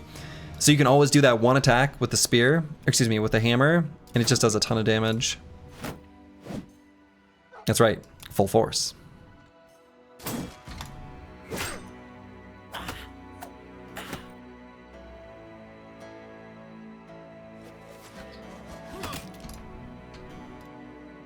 Full force hammers in the Phalanx. Very strong.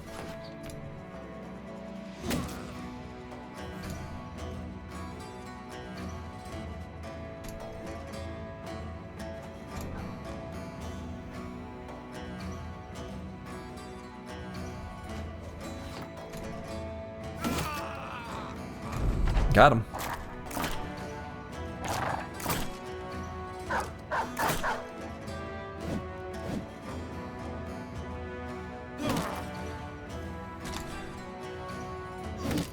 But this is where, if I get too cocky, because I'm starting to feel a little bit stronger, that we could be in danger. So I have to keep in mind, we're always in a little bit of danger.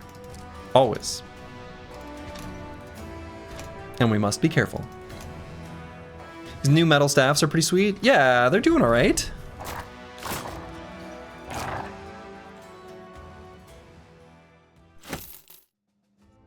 No fencers?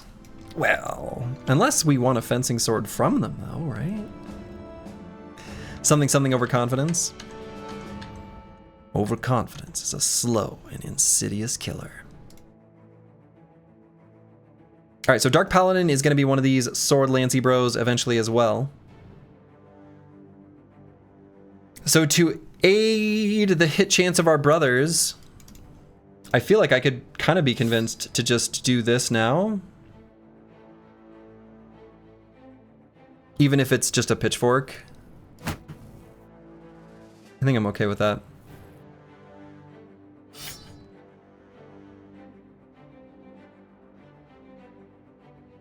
And we'll grab Long Reach.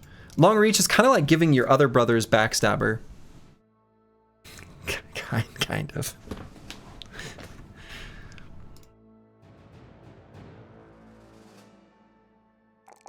So we're choosing these two every level. And as a defensive mechanism, this brother could totally grab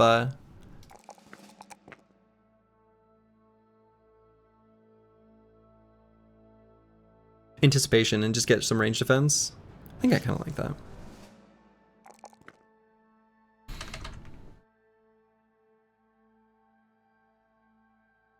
All right, so Master Maticus will eventually be a fencer. For right now, what do I choose?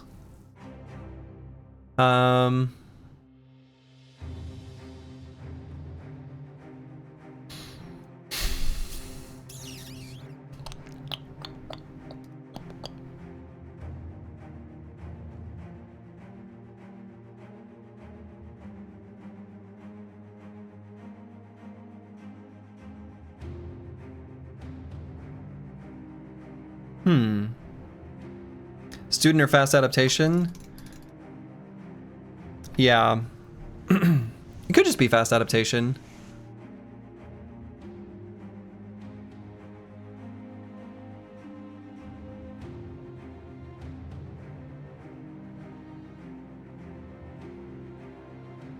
Student?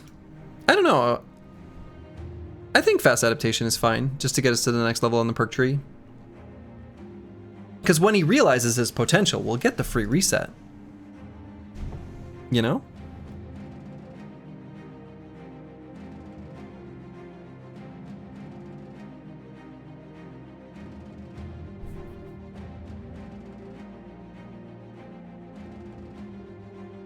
Could do sword mastery. Could do sword mastery. Also could just grab dodge.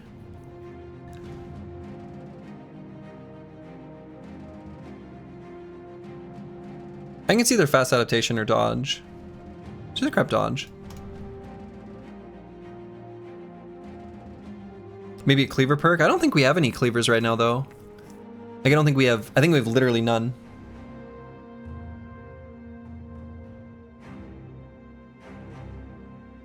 And we are going to do the one-handed fencing sword. So I'm keen to take these +4s in range defense. This will be eventually what he does.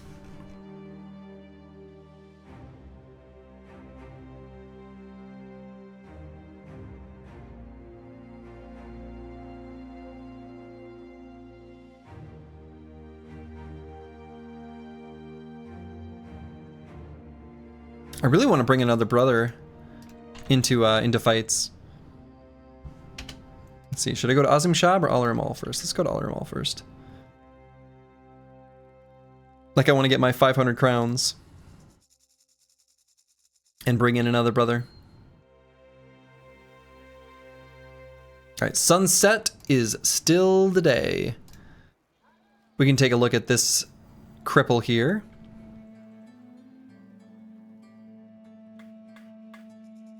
Got a couple simple contracts.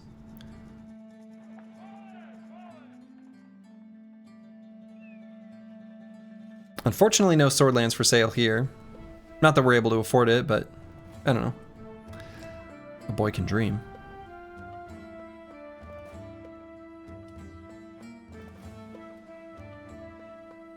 So let's do the return stolen item first, maybe? Maybe we don't even do the find location one. I might just do the return stolen item and call it good.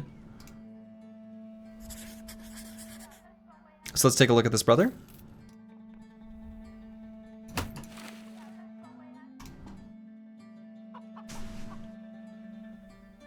Ooh.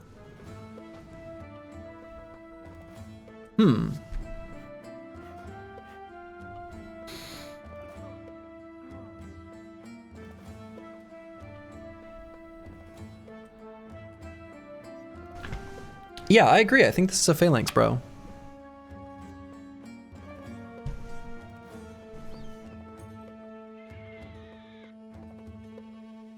His HP will get there, copium. Yeah, his HP will get there, copium.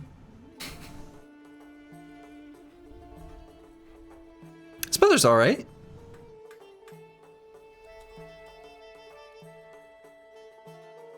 We can start being picky about who we bring on, but like, this brother's pretty good.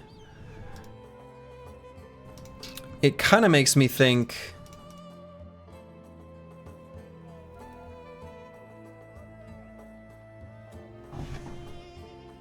there might be a brother or two we'd want to dismiss and distribute their experience to the rest of the team.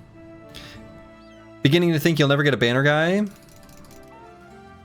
This is about the closest one we've found. But I still don't think he's quite there.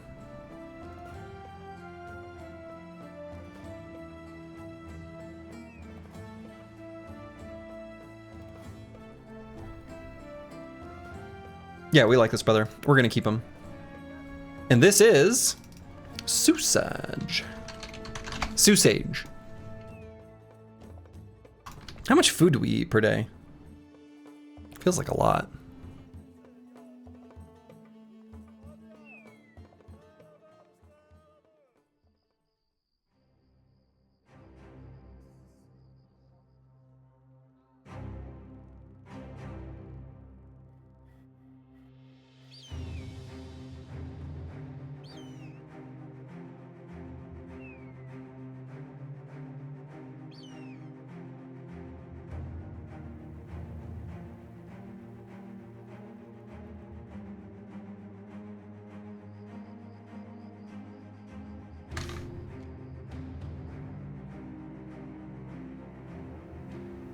Eagledub, you're free.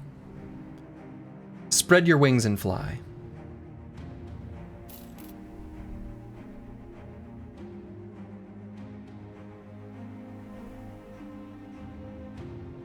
Sir Kells has leveled up. Surely we eat more food per day than actual wage cost. Actually. Like, yeah, actually, we definitely do. It's not even close. It's like way more food per day than the wage cost. Which is really funny, but that's definitely true. That's definitely true.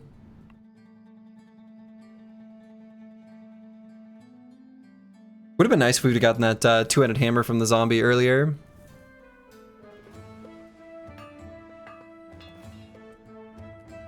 So on this level, we could either grab like Colossus or fast adaptation or small target.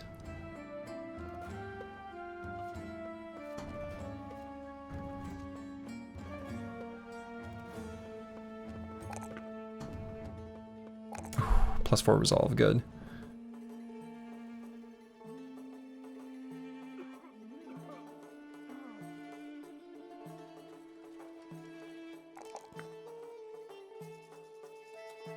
Let's just do fast adaptation.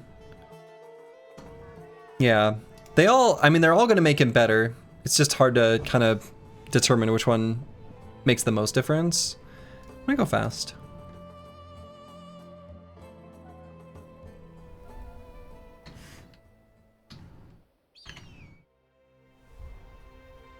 Because yeah, we still only pay out 80 crowns per day. 16 brothers, 80 crowns per day. Yeah, their average cost is just 5. Our average brother asks for a measly 5 crowns per day.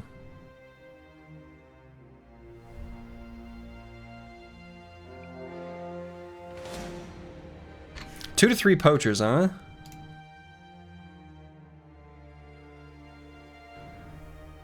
See, this is a situation where I kind of don't want to have Broken Exile standing in front.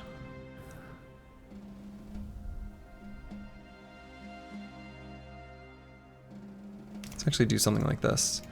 Master Maticus with dodge and... yeah, he'll be fine.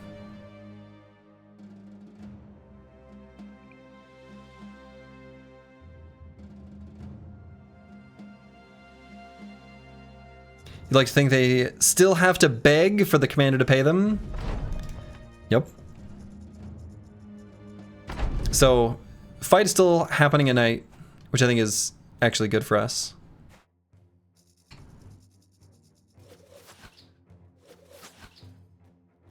Hey boss, can I get a raise of 1 gold per day? That's a 20% raise. That's too much to be realistic. Yeah. Yep. Sounds right.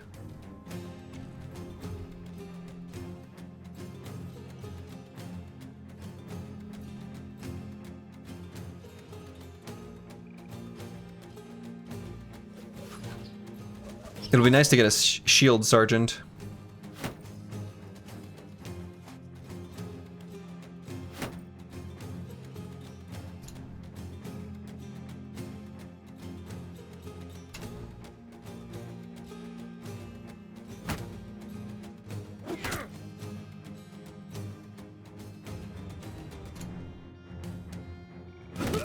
Bonk.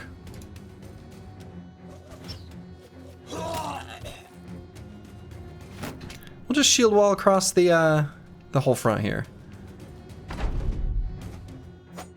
Can't hit me.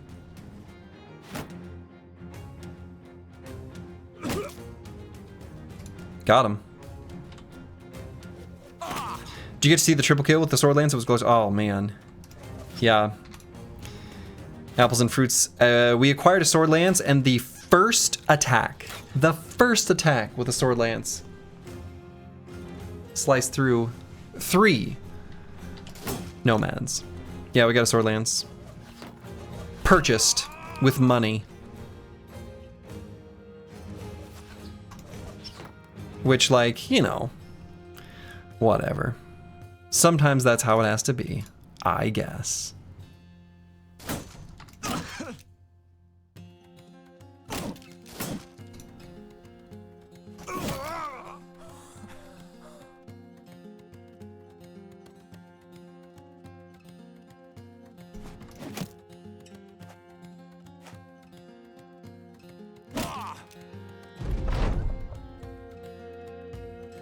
Yeah, still a great buy.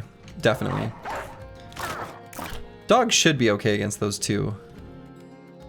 I think. I hope.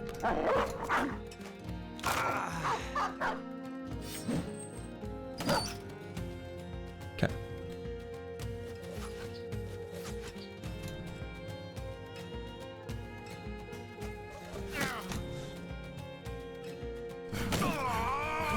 There we go. There we go.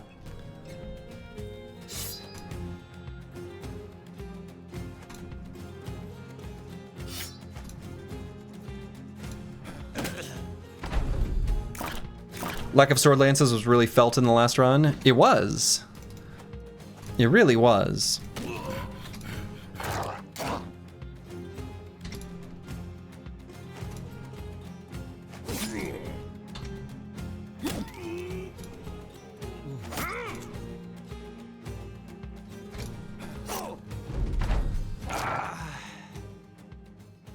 Sword lance is worth more than the wielder, TBH.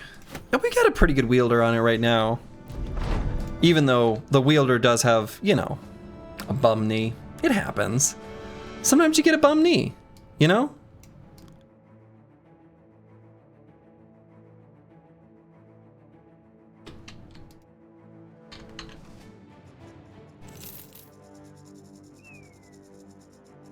But yeah, as far as like actual cash value, yeah, about 100 times. That's about right.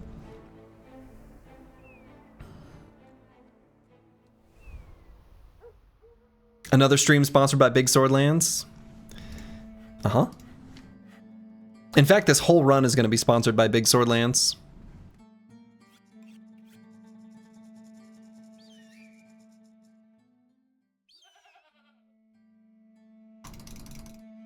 Tools are fairly cheap here. You can buy the tools and the cheese. Alright, so did you hear me out? 12 Sword Lancers? I mean... don't tempt me with a good time. Nah, you still need... there's a lot of reasons why not to do that. Actually, like, so we were talking a little bit earlier about what are my top things I like from Hardened. And what I didn't say at the time, but should have, is there's a handful of mechanics that are really good. Dodge is really cool, the way it's designed. But the other one is the crowded mechanic, which I feel like is reasonably intuitive to grasp. Like, you catch onto it real quick. But has some pretty interesting decisions as far as like positioning and turn order. They're like, sometimes on the battlefield you'll see me like doing like little moves with some of my bros. And sometimes I'm screwing up. But other times I'm trying to like make crowded less of an impact. So it's pretty simple. Minus 10% hit chance per adjacent enemy. So someone with a reach weapon, you try to like fully surround them, then they can't hit shit. And then also has a hit chance penalty per adjacent ally, excluding like the first two. So as a unit is more surrounded with a weapon that can attack from 2 tiles distance, like a melee weapon, they're just less accurate. So it's the kind of brother that you, by necessity, kind of need to keep out of too much enemy melee contact. Ideally none, but like, you know, I don't know. Enemies do what they do. But I think this mechanic is actually like, has really interesting and cool implications on how you like tactically play on the battlefield. I really like it.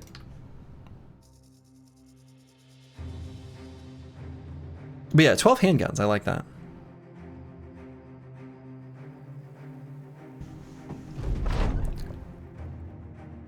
Why are my bros fighting?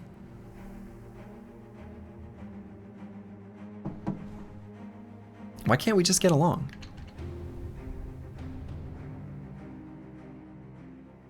All right, drive off nomads and escort caravan.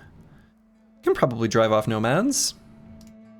Religious differences? That's no reason to fight.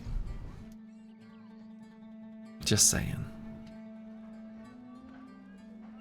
All right, so we're finally able to sell our amber shards.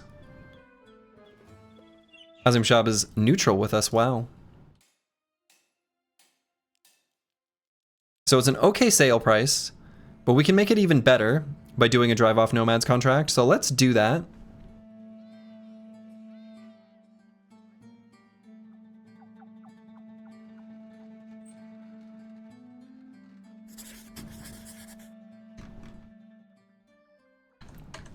So is this how we want to go into the fight? Probably. Is there anyone I really want to be leveling up? I kind of want to level up Ananas. Just because I really want to get the Tactician going. Though I suppose it can kind of wait. Though maybe I really want the Shield Sergeant sooner rather than later.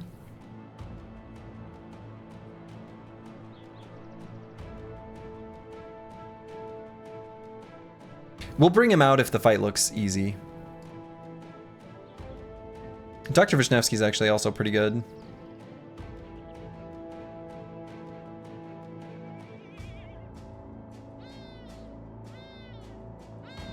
Same with apples and fruits. We got pretty strong brothers here.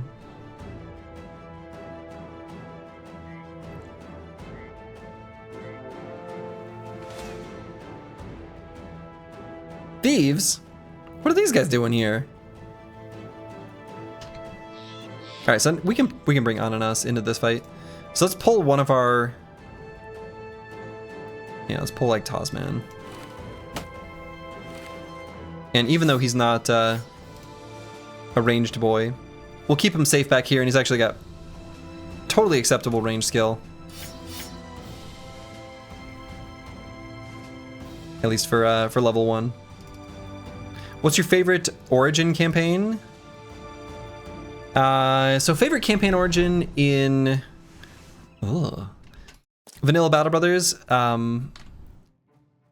If you had asked me before I did the Win Streak series, like a while ago now, I would not have said Anatomist, but I had a ton of fun with the Anatomist playthrough.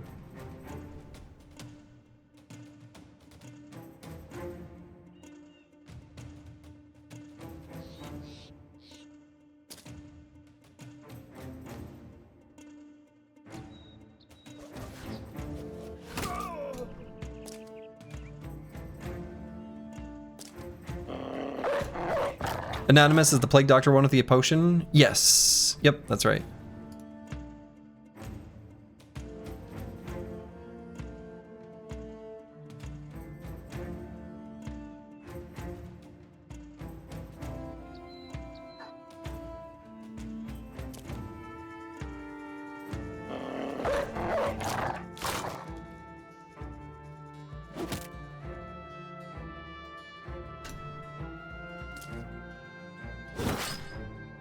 Okay. We hit some of them. Anyone besides you love Northern Raiders? Oh, I think Northern Raiders are pretty popular. Northern Raiders are really fun. Northern Raiders might be who I would have said before I had so much fun playing as Anatomists. Oh, we didn't get the stun. Disaster.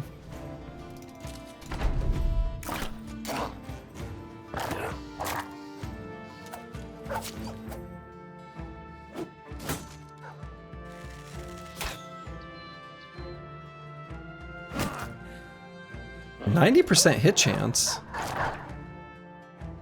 Cripples learned to swing a weapon. But yeah, Northern Raiders is fun. Like, it's good thematically. It's good. It's good for a whole lot of reasons. Whoops. My mic.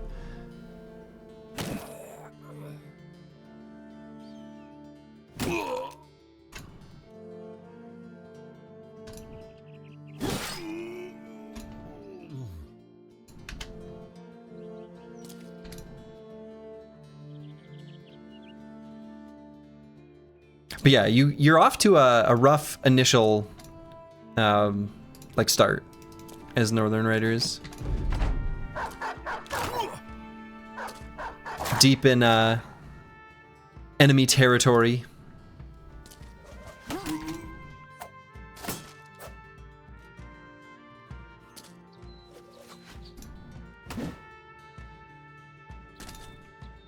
It's a fun one for sure. I think it's a lot of people's favorite, and for good reason. The barbarian theme as you are on the campaign map really sends it home for you. Is that how it... Oh, I didn't even remember that detail. Is that what plays on the world map? Like when you start up the campaign? That's really cool. Yeah? That's really cool.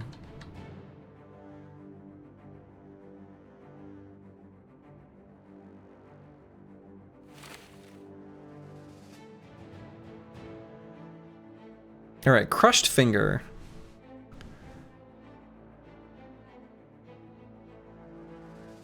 You know, I guess a crushed finger, I don't need much of a reason, because we got a good deep roster to pull a brother because of a crushed finger. I think it's totally fine. And you know what I should do? We should make some armor stands out of these brothers.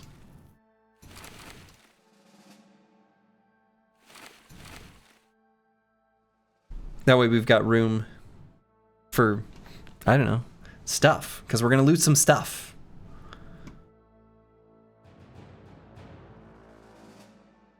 If we're gonna be feeding them, they may as well be holding on to things. So Squig's leveled up here. Oh, interesting. So we could grab Phalanx here. Probably need to grab hybridization first, though.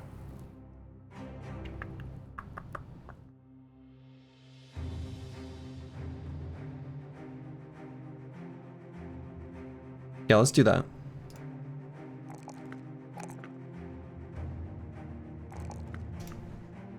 How we doing, boss? How's your knee? Oh, really good. Also, we got you a new shiny toy, and your first time using it, you steadied your hand, you steadied your blade, raised and 1 head, 2 head, 3 head, 4 head. Incredible. Yeah, the very first attack with a weapon killed 3 enemies. Yep, a triple. A triple the very first time you used it.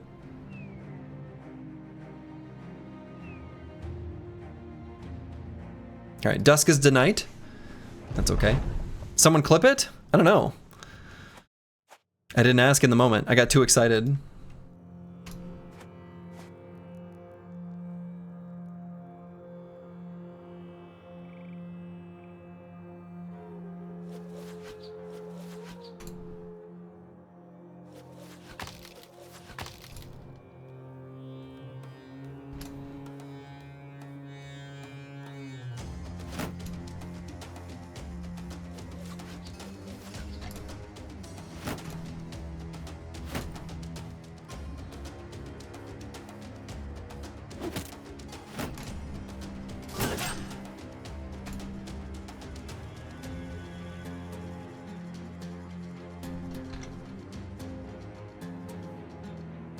Alright. Well, I guess we're shield walling here.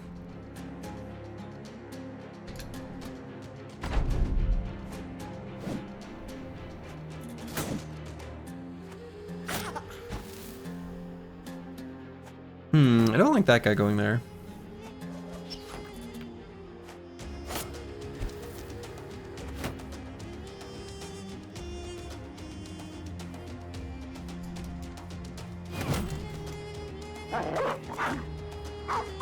Did the shockwave now work? Oh, right, because it's a different brother now. I'm smart.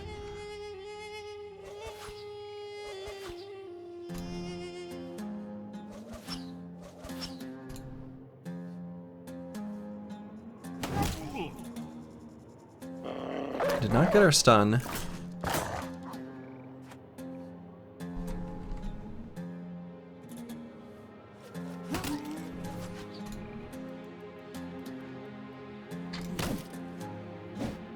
Again, did not get a stun. Again, did not get a stun. Alright, we need to get crowded on this guy, because we don't want him to hit Broken Exile after some melee attacks.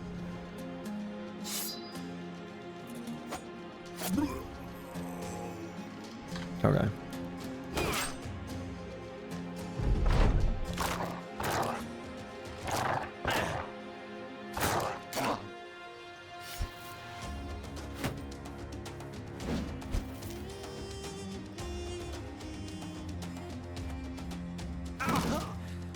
Got him.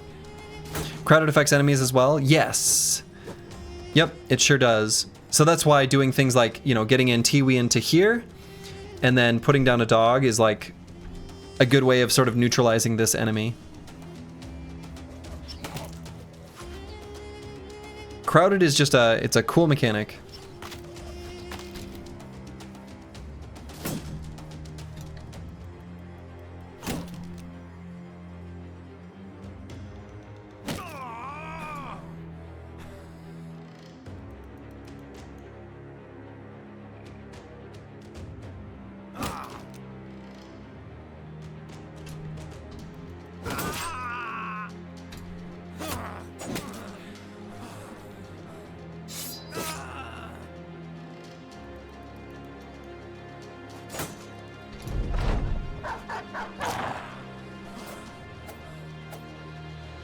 Spike is still with us too. Spike has been a very good boy today.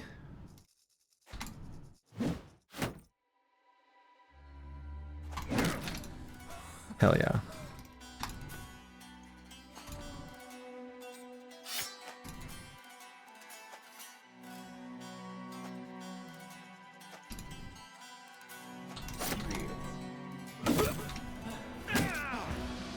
Run him down. Do you get the EXP and loot when the dog kills someone? Yeah, you do. You do.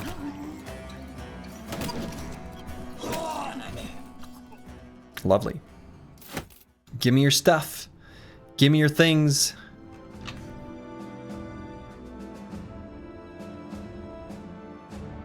Cool.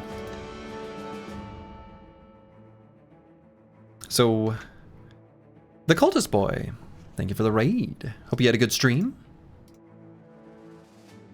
All right, Ananas. Now this brother,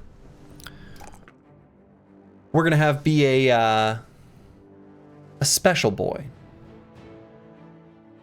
So we're gonna be going for the Shield Sergeant perk. We're gonna have him be part of the Phalanx because a little bit may as well energy to that, and then using some of the tactician things, but especially hold steady. Yeah, probably we'll want fatigue. Right, because fatigue is going to be a very important stat for this brother.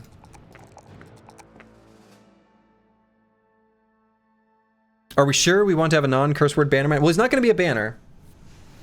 We still haven't actually found a good banner candidate. Which feels a little ridiculous. How are we using his initiative? So the plan for his initiative is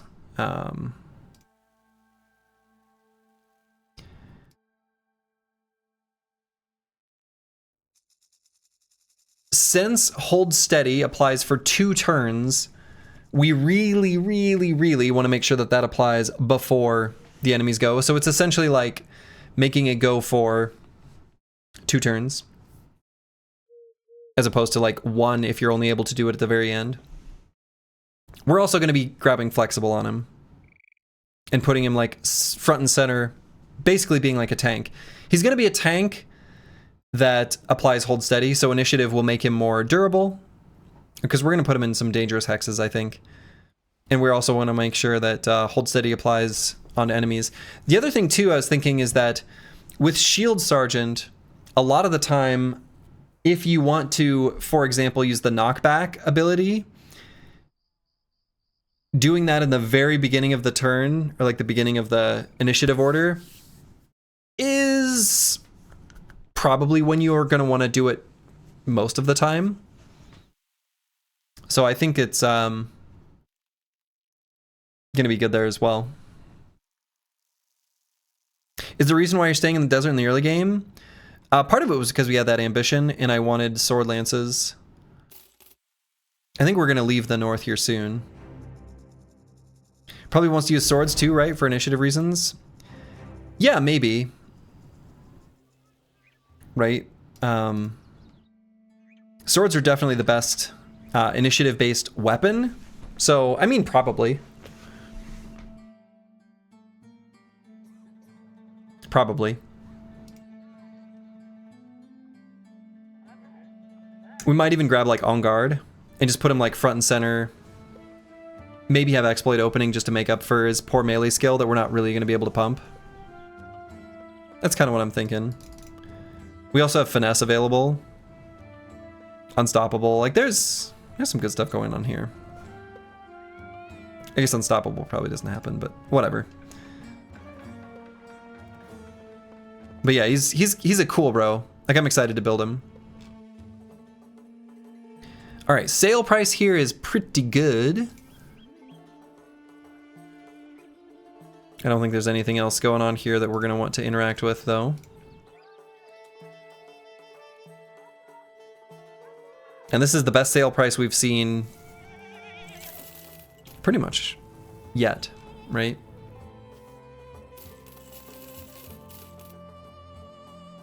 So we're gonna hang on to a few extra wooden shields just in case we need them for pushback. Maybe like 2. Don't say I'm excited to build them too loud now. That's true, that is kind of dangerous. And does everyone have a pocket dagger? Yes, but you know what?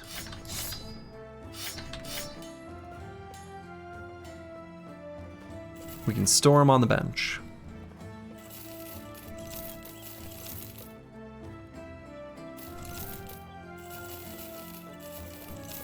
We'll keep a few spears just in case we want them for beast fights.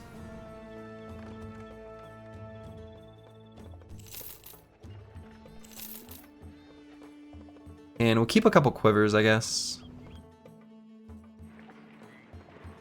Oh, and what we should also do. Some of these armors, we don't even need to bother putting on the armor stand. We'll just sell them.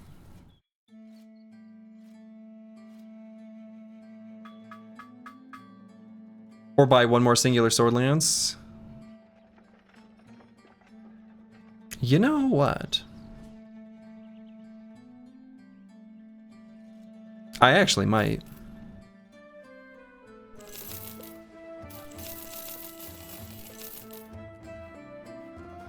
I kind of feel like that's a good idea.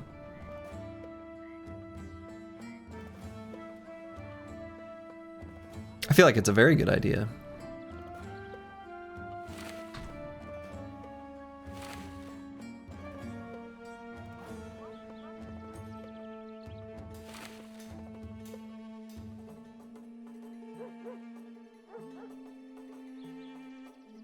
We could get one more sword lance before we leave the south.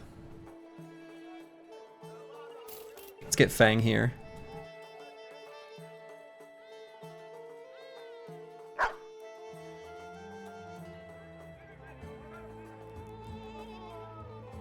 I don't know where we're gonna get one though. When Big Sword Lance calls, you gotta pick up the phone. Oh, I'm contractually obligated.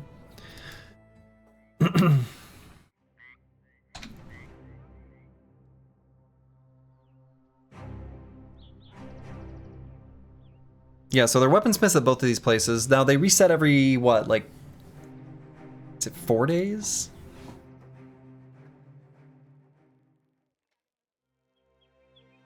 So before we leave the south, yeah, maybe we do try to get our hands on one more sword lance. Maybe we'll do like a little loopsy-doo here. And we'll check out these 2 towns with weaponsmiths. Is there a reason to use the pitchforks on your slingers in the back instead of the metal stick? No. I mean, there is a reason, which is that the pushback sometimes is, or repel, is more valuable and what we need, and not the wooden staff. However, I think this is generally going to be the preferred weapon, but could go either way. Like, it's not a huge difference. And even the damage difference isn't like massive. I think 4 to 6 days. I think that's the longest time you've seen for the contracts. Yeah, that sounds right.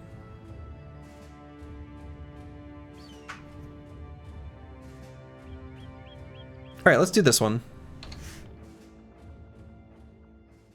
Right, so we'll complete an ambition for hiring on a retinue. Though first, let's get one more sword lance.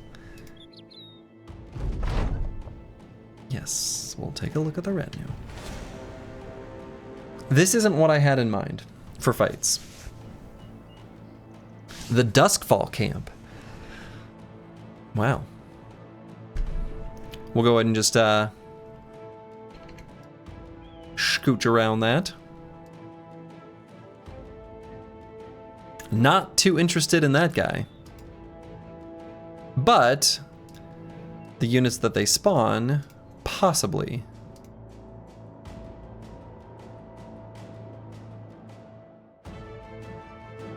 So where do we think these footprints went? I said, oh, let me scooch right on past you. Oh yeah, you betcha. Here at the Pizza Ranch. Dip my pizza crust in a ranch dressing.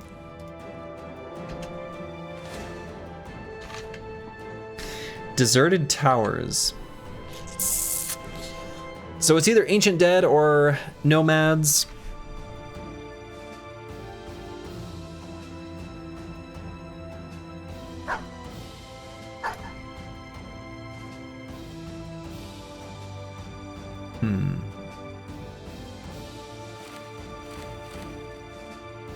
Desert Tower? Hope it's got donuts. Hope so too.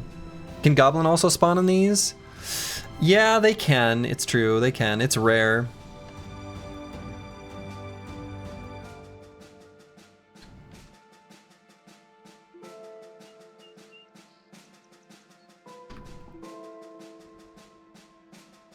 We're probably not going to do this fight. Like, even if it is one of those two factions, it's probably going to be too strong for us.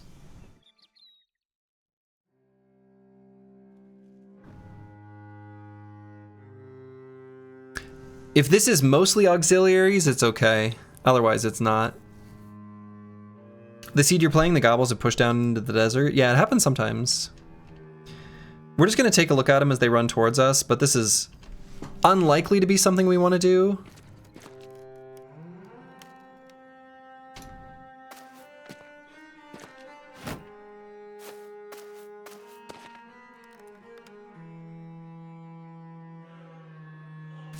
Yeah, we probably just get out of here. It's not that bad. Like, the auxiliaries spawned without shields, and we're able to get... It's mostly this guy. Right, like, I'm not actually that worried about the Legionnaires because we're going to be able to surround them and then, like, completely negate their attack skill by crowding them. The auxiliaries are... like, largely unshielded, so they're not going to get their phalanx bonus. It's mostly this guy. And I don't feel like we have a good way to deal with him that doesn't make a bunch of bros go splat. We're not able to put out enough damage. Right, so this is the specific reason why I'm not going to do the fight. Even the polearms, it's like manageable. But, anyway, then Sir Robin bravely ran away. Perma-stun him? Yeah, until you don't stun him. Like, we've got maces. It's tempting. But we don't have mace mastery. So what happens when you don't stun? Well, guess I'll die kind of situation. I think we're just not quite... I don't feel safe doing it. It's not that ridiculous, but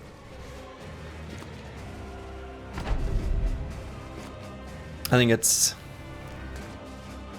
optimistic that we would even check this camp out.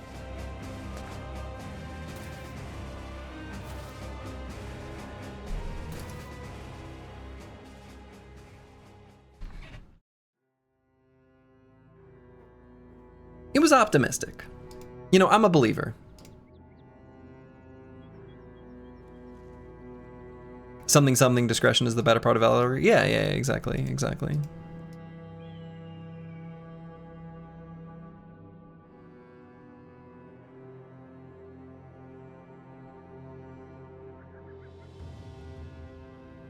Okay, so we're looking for like cute little nomad camps.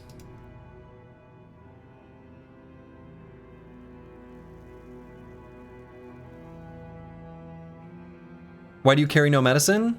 Oh, because I'm a sadist and I want all my bros to do some naturopathy, natural whatever. We'll let nature take its course. No, the real answer is that in this mod,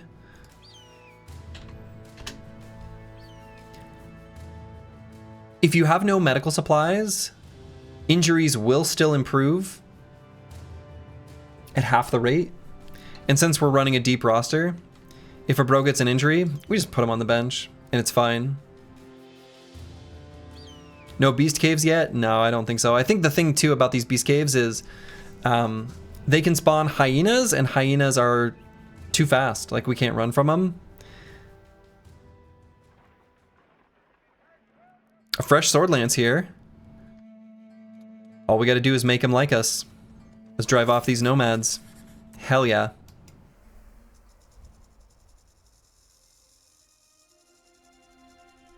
The last two Dregs campaigns ended with, this fight doesn't look too bad. Most campaigns do, to be fair, but yeah. That's right. Yeah.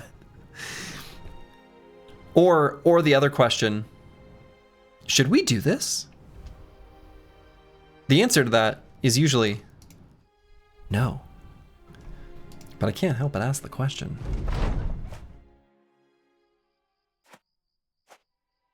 Or the other variant, is this unreasonable? That one crops up as well. I don't think I've ever seen a snake cave. Well, I'm sure someone will show you.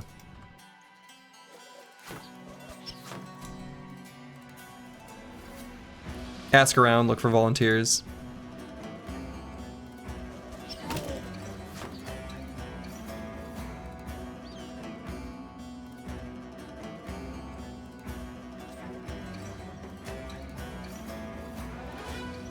Okay, let's see how far these guys go forward.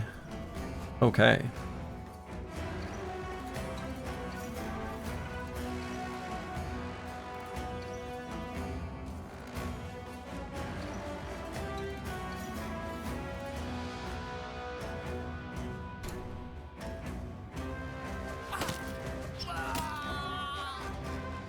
Easy.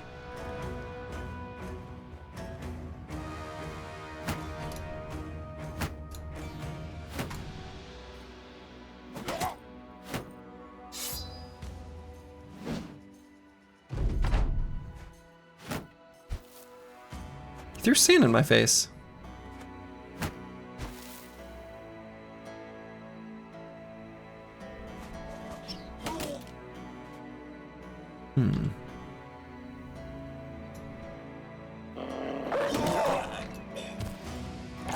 Got him.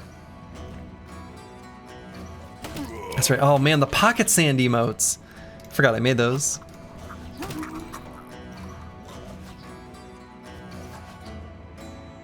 Those are fun.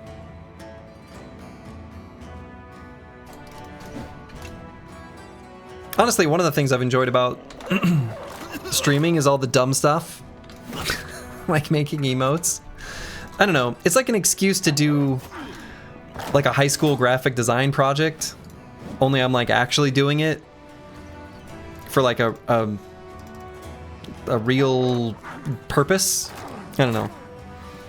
Making the emotes, it's been fun. You're reminded of the meme pic of some professor showing a graph. Vertical lane is FK around while the horizontal is finding out. Okay, that's good. And yeah, caw. This is Rooster. It's like hitting a tin can on a fence. Yeah, making emotes has been fun.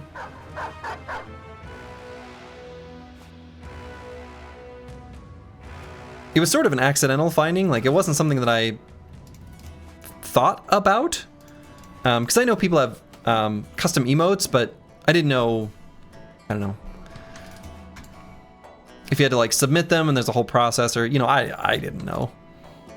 So then I was like, oh, I can just like open the GIMP or, you know, whatever graphics editor I subject myself to and just like futz around with tiny pixels. Okay, I can do that. That sounds fun. Yeah, actually being creative, kind of fun. Okay, sprained ankle here. That's unacceptable.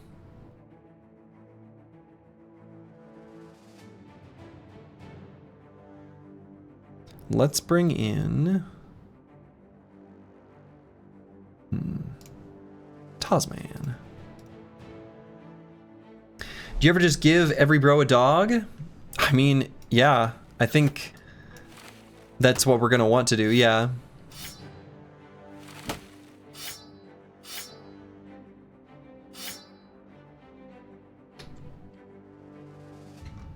They do fall off a little bit later, but they're so good for now. I've pretty much been buying every dog I see.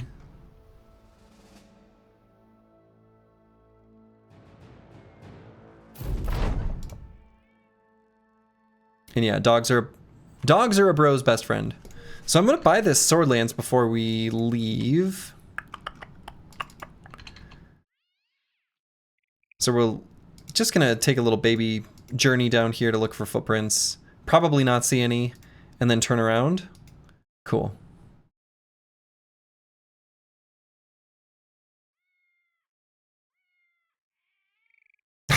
Slightly too early. I was wondering if it would time perfectly. We can also... Nah, I'm not gonna sell those.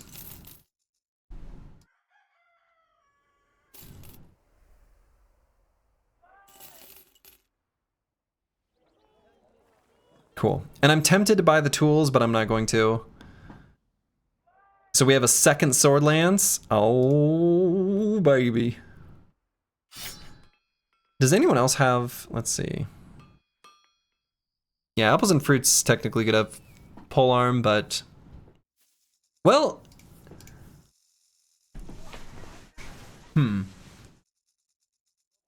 Has Weapon Master. And hammers are good... Mostly later. I wonder if... On apples and fruits... We just do... 2N Weapon Master, start with a Sword Lance. While Dark Paladin's nursing his injury. Seems good. Polehammer's pretty strong. The Polehammer's super strong. Yeah. We like the Polehammer quite a bit for single target attacks, definitely. It is excellent.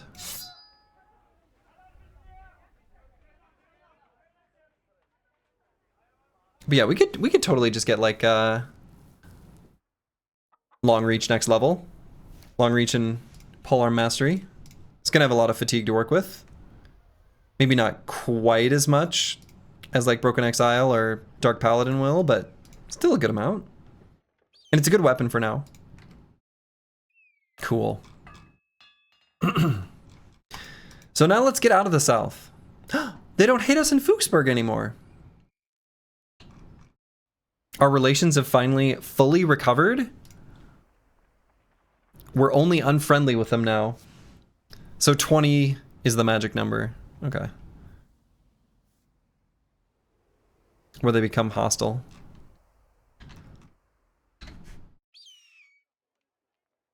Alright, I think we got what we need from the south. So let's head up this way. I guess on the right side. We'll just travel towards El Hadet. Al Hadet? El Hadet. Oh yeah. All the other ones are Al, and this one's El.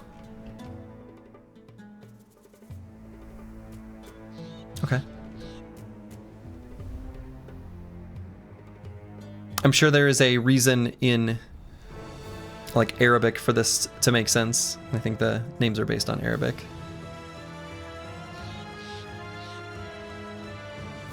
The L stands for loser. Hey.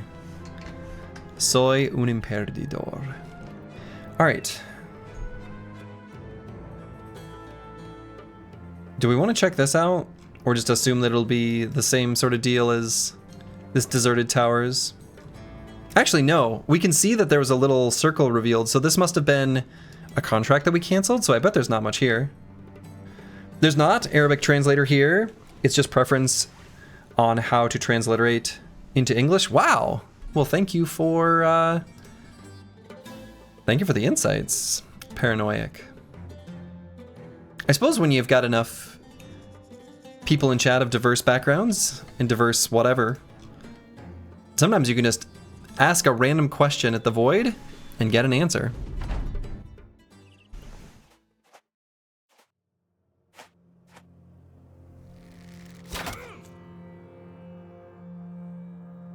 I wonder if this could be a reasonable fight.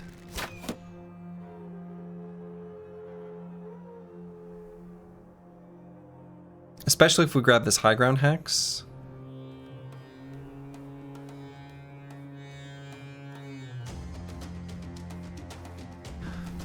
There's 2 archers, but all the other enemies we saw were cutthroats. I'm gonna run back just to here. And we might not do this fight. To be clear. Like, we might not. But maybe.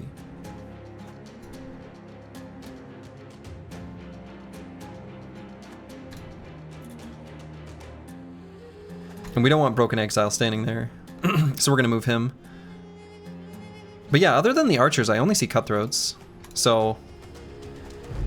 oh, I guess a slinger.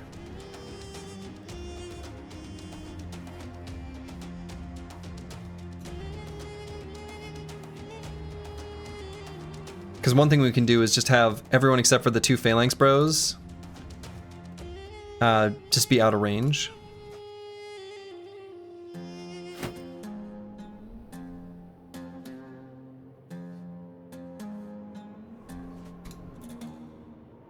Where's our re when we need it? That's a good question.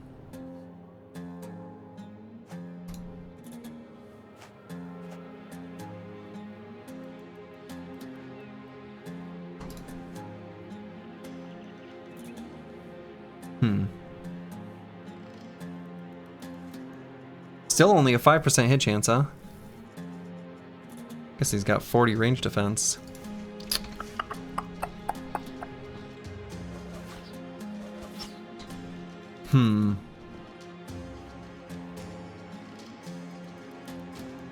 You know, it's possible we just won't want to do this. We'll see. We'll see.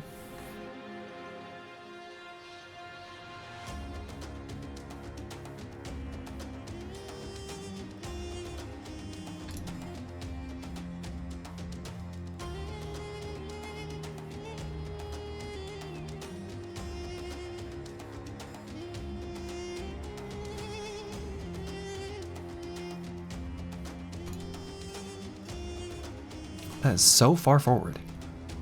Why would you go there, Slinger? What?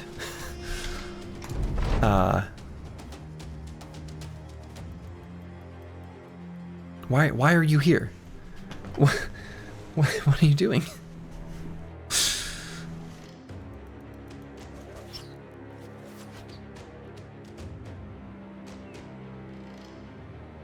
Like, I kind of want to release a dog because I know it'll just engage him. Does Sir Kells have one? No. Does Apple and Fruits have one? Does.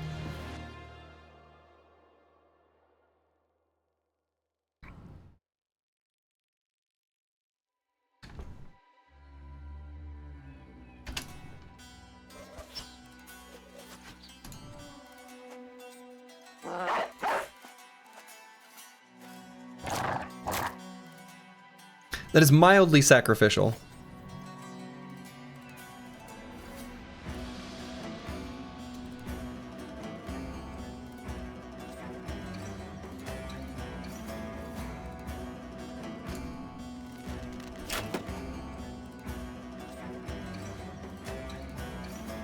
Oh, wow, they gave more information in the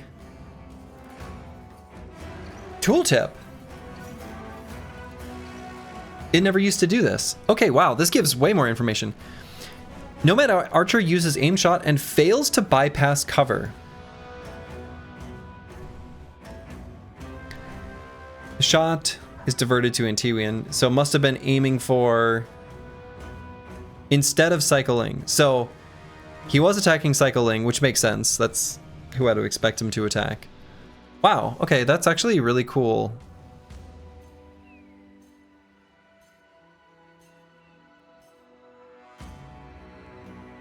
And then at a 3, okay.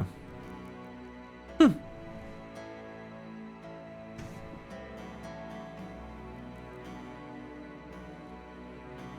yeah, we could totally release dogs and then...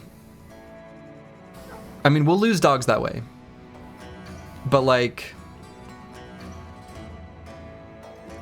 we can get more.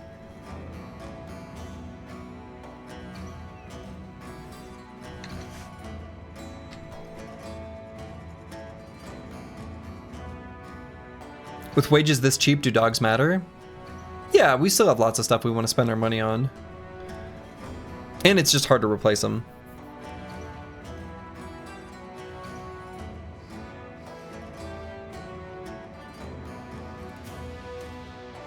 We can't get another Spike? Nah, Spike... I'm not going to release Spike on a suicide mission.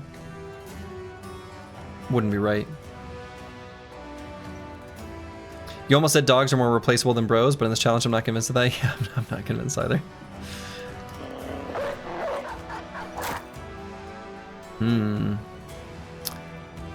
Outlaw up there.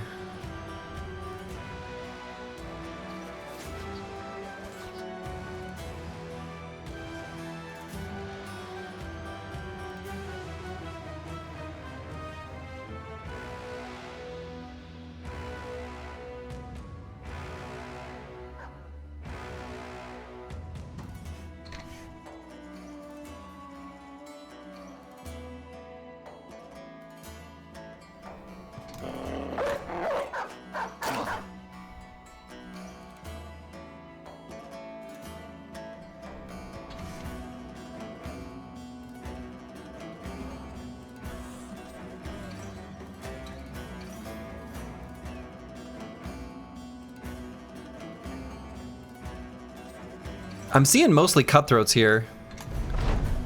There's just the one outlaw.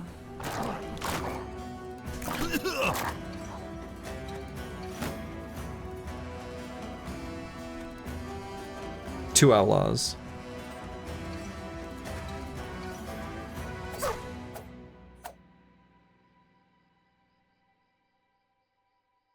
What a rotation.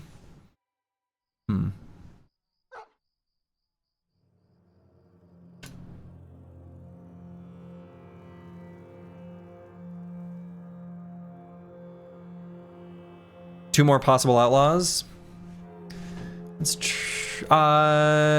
No. One more. We have just one enemy we aren't seeing at the moment. Okay, so there's 5 here, and 2 here. This is spooky, but I think we're okay. Like I think we're doing this. I think it's all right.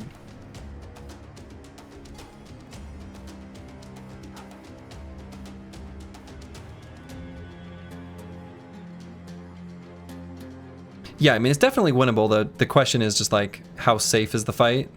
And it's like...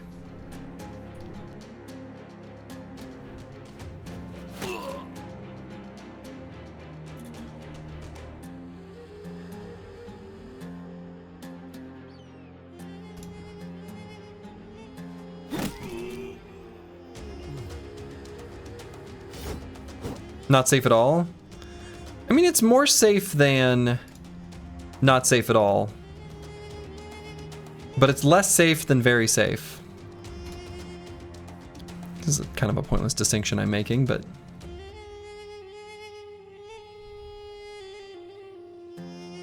So let's get our 2 Phalanx Bros up next to each other, up further forward.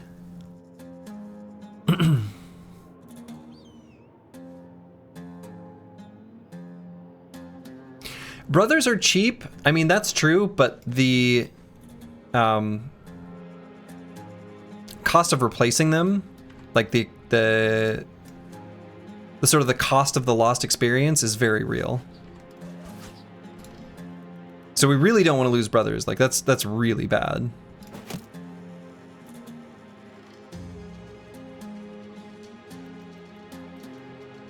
Yeah, exactly. The value of experience is hard to overstate.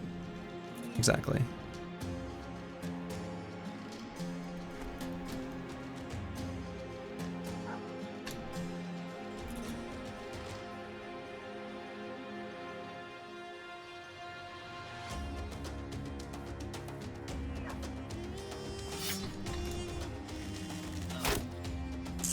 Dang.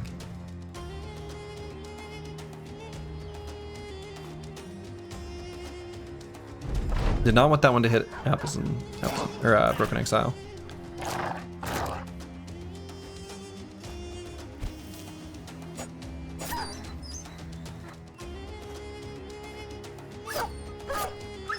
Ooh.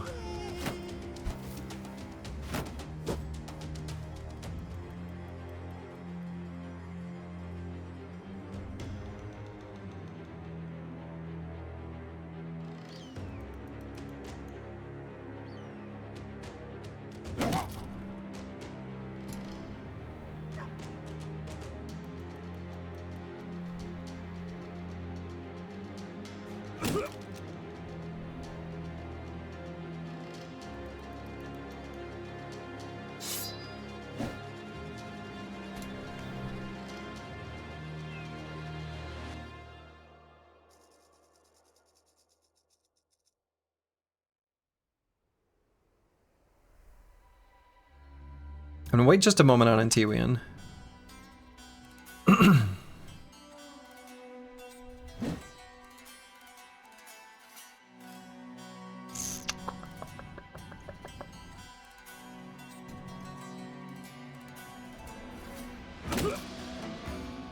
Okay. Got that daze, and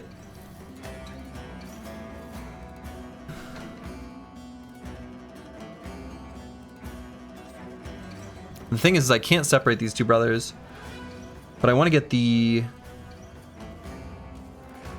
I mean, I don't want to go here on J-Tran. I mean, maybe it's not so bad, because we can go for 2 stuns here, we get the Reap. And T-Win should drop dog back and left, yeah. I was thinking about doing that too. That is Spike, by the way. That is Antiwian's dog. Yeah, I kind of feel like I have to put J-Chan here. I really don't want to. I mean, he's got really good defenses, like... But... we need to engage the archer. Like, that feels necessary. And I really want to put Broken Exile in a position for a good Reap.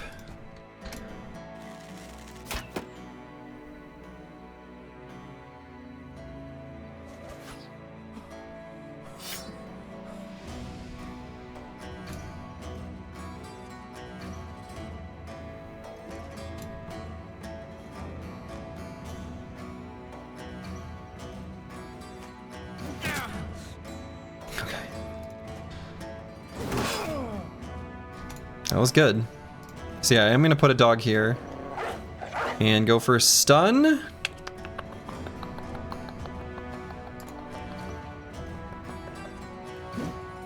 Yeah.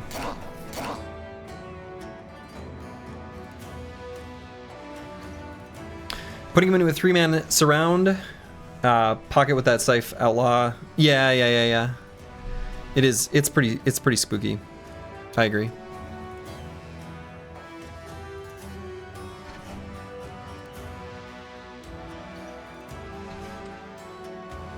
Apples and Fruits is very defensive. He's gonna have reach advantage. It's only 1 enemy that's gonna be able to attack him. I actually think putting him here is fine.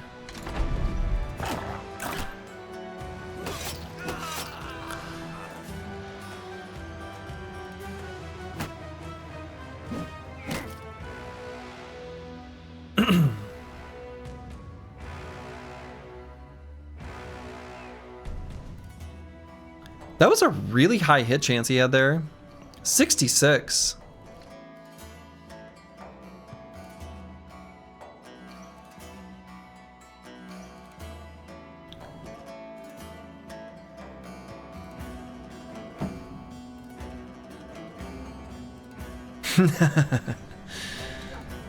I really thought with the...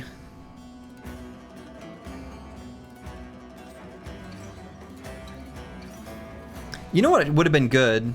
Actually would have been... If I had been able to get... Sir Kel's Exum. I didn't think he'd two-shot him either. Now when T-Win's gonna lose his shield wall. It's kind of bad.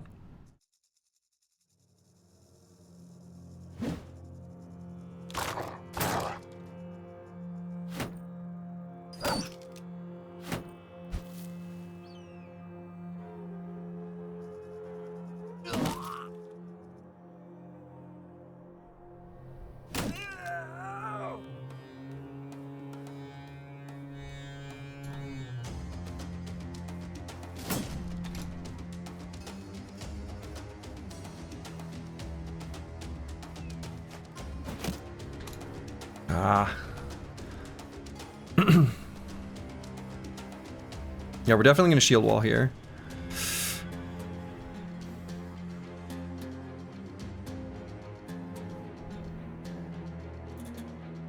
I think I'm gonna do a regular attack, not a reap.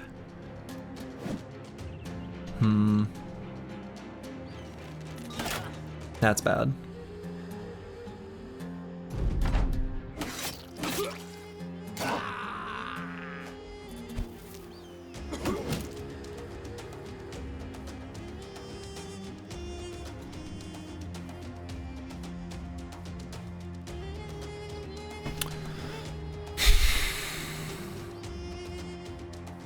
God, this guy's way spookier than I would have thought. I don't think we have any way of pushing him.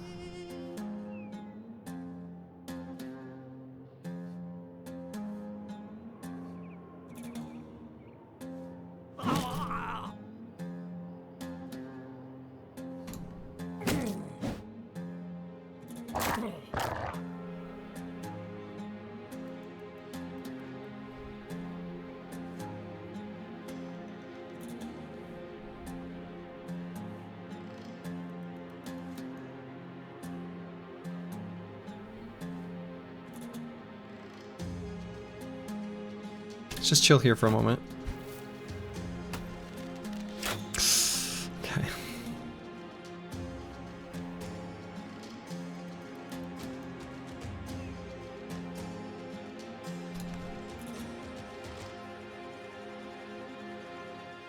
Boy, all we have is just the single attack, huh? And we're relying on Squigs to hit here.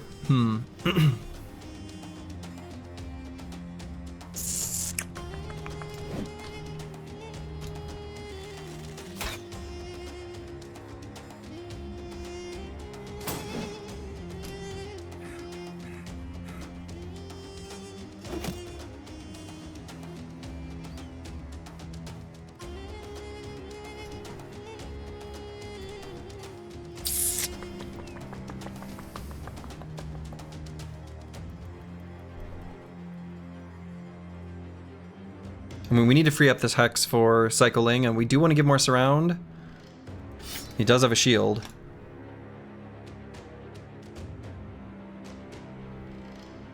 He's way faster than Intiwian, so I guess Intiwian just doesn't attack. And he's got one with the shield, so he's at least going to protect his hit points. Yeah, he's going to get one shot anyway.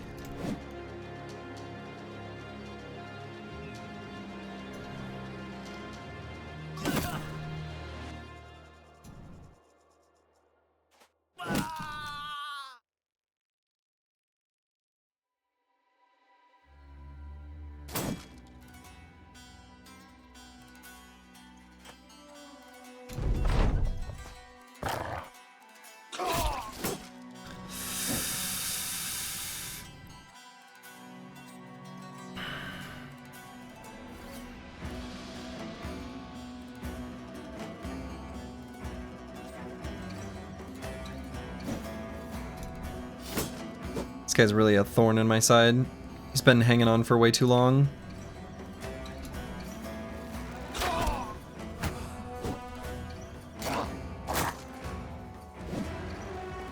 Yeah, we shouldn't have done this fight. You know, if we had a Kaka, and I'd have known about this outlaw, things would be different. Yeah.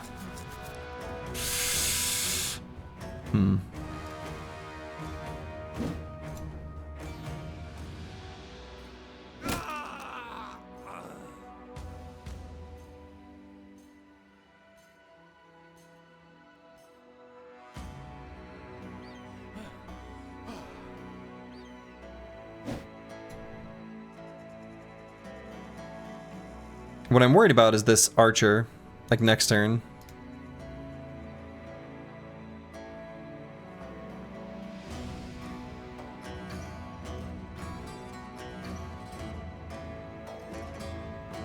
I guess technically Sir Kells will be fast enough to get into melee with him. No, this outlaw. Oh no, the outlaw is stamped out. Yeah, we're okay. Yeah, we've got a good bench. Like, we're fine.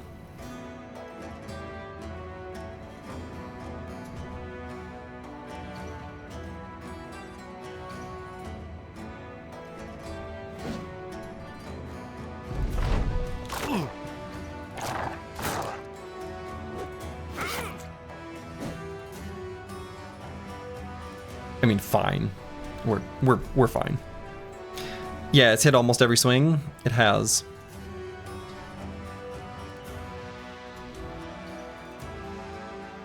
I could try to go for a stun on it, on Master Maticus. I don't think that's a terrible idea.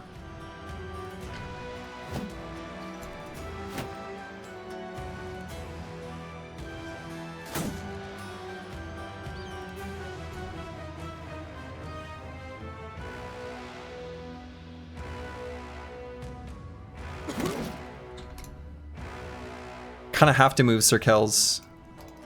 He can't get there? Oh my god. Oh no. You can only move one hex?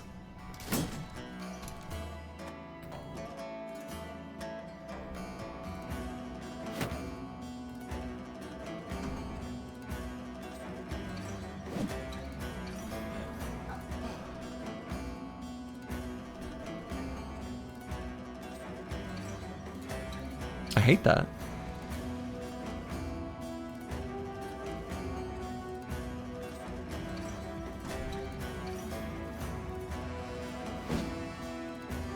Okay, we'll still be in cover. I at least want to take a step away from this archer on Broken Exile.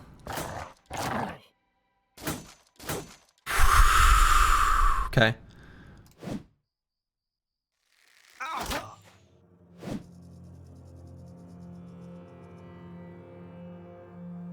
I just let the smoke out.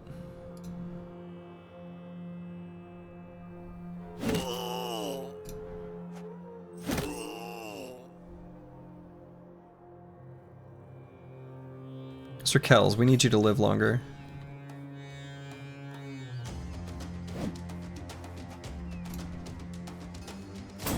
This cutthroat in the back has been an absolute massive pain.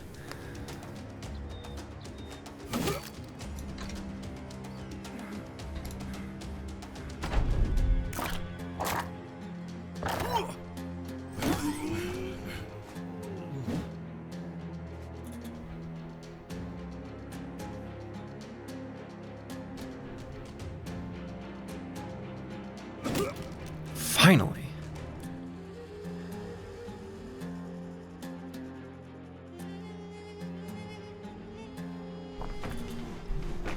We need to stun this guy. I'm gonna get him. Oh shit.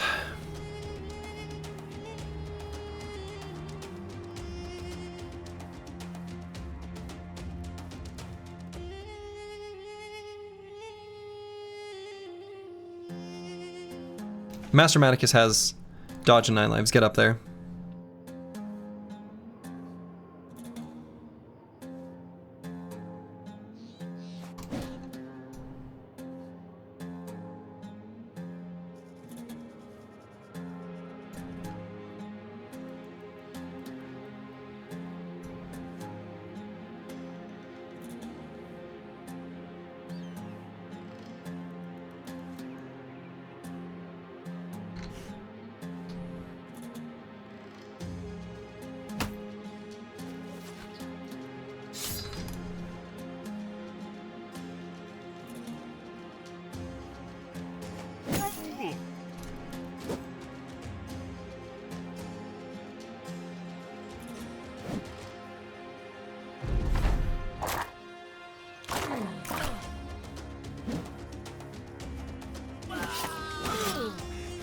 Oh, God.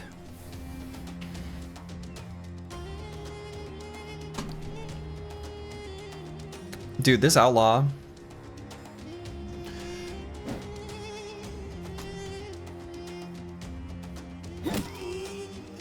Got that guy.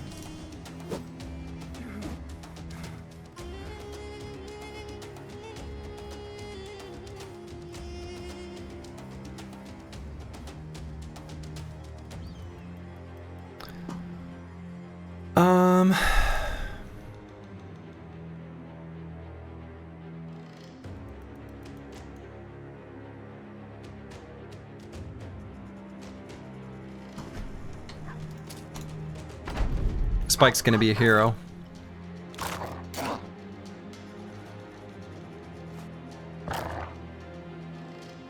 Oh, they're running away now.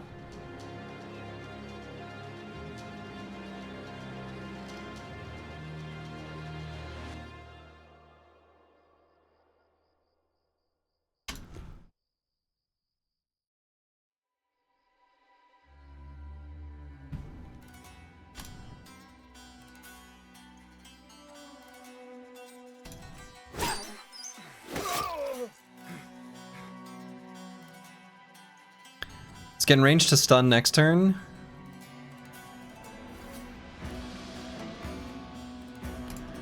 Yeah, we're definitely gonna let him run.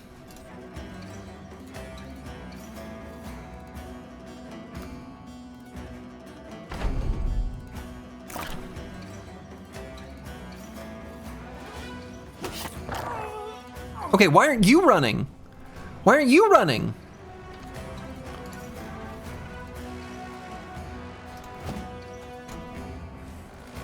Are we gonna get soloed by this guy?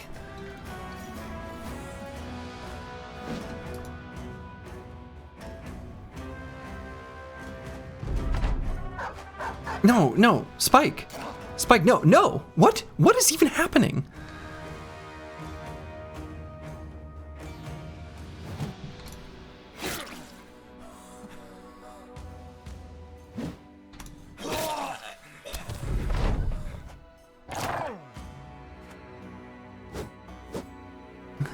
He's coming back? Oh, because they they no longer. Oh my God, they outnumber us now.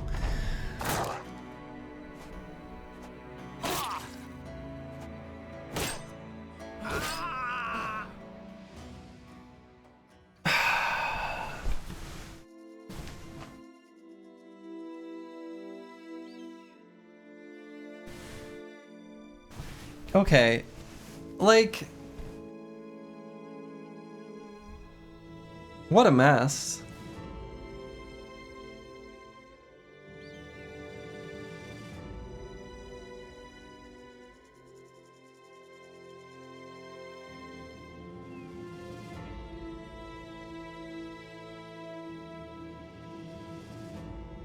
What a mess.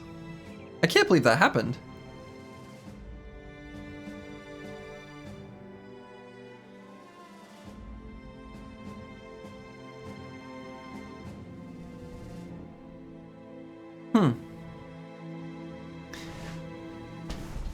You know, the interesting thing is, like,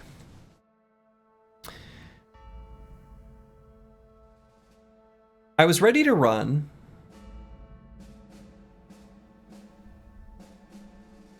And then there was that little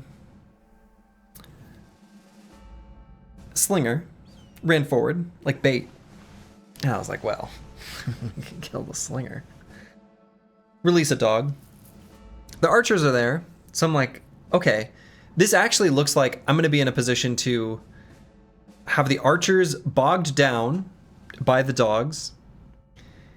And the only other nomads that we had seen,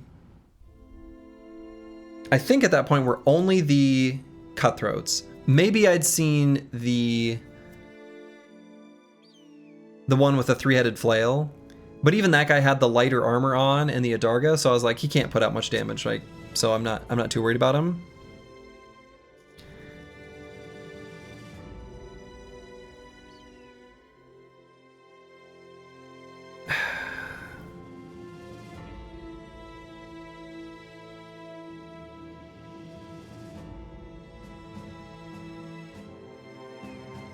You were expertly baited into committing to that fight? Sure felt like it. I don't know.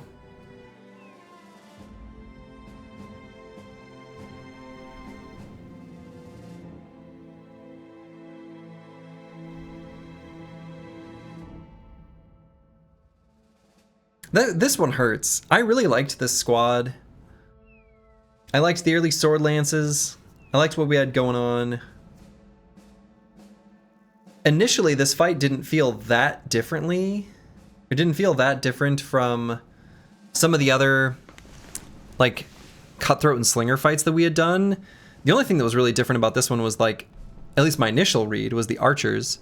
I was like, but if I get them locked in melee, this is a good way for us to get bows.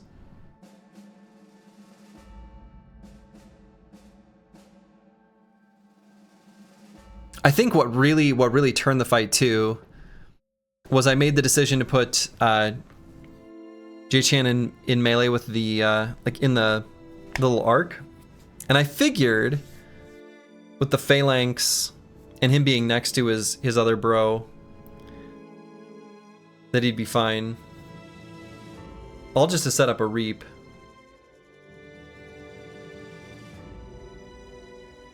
And maybe I could have moved him down. Maybe that would have been better.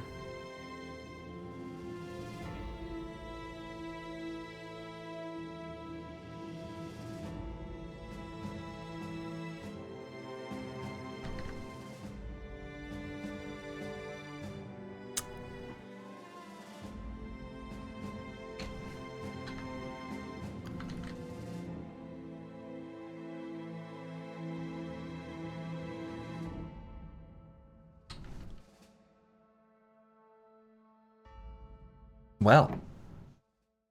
Shit.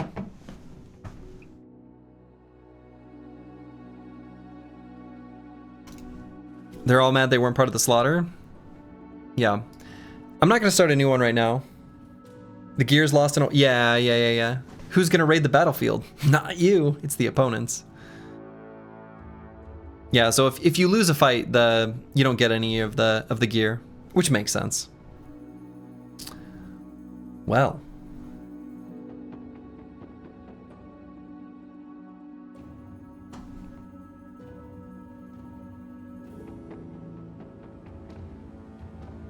It was fun and entertaining. Yeah.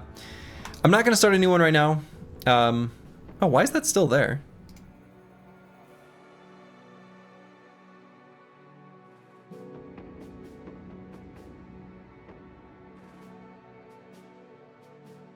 Why is that still there? Okay.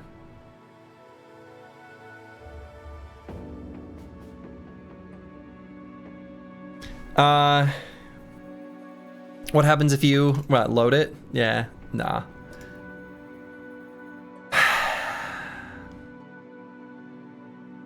Still a good stream? Yeah, it was a good stream. Wow. What a result. Didn't expect that. All right, so here's the plan. And I'll put it in the Discord. I'm not gonna stream tomorrow. I've got lots of random stuff I need to do. But I am gonna stream on Sunday at a EU friendly time. And we'll kick off the 4th and final attempt. It really shouldn't, it's like, the thing is, this isn't even really a challenge run. I just need to pump the brakes. I just shouldn't have done that last fight. It still feels weird to me that I shouldn't have done it. Because again, I don't know. It was a sequence of things, kind of all in conjunction.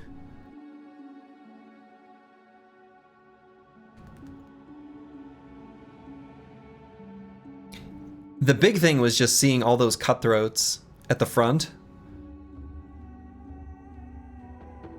And then being like, oh, okay. It's just like cutthroats and a couple archers. And then the slinger. Yeah, I don't know. That nomad with the two-handed cleaver, though. Holy. When he took out a brother in one turn.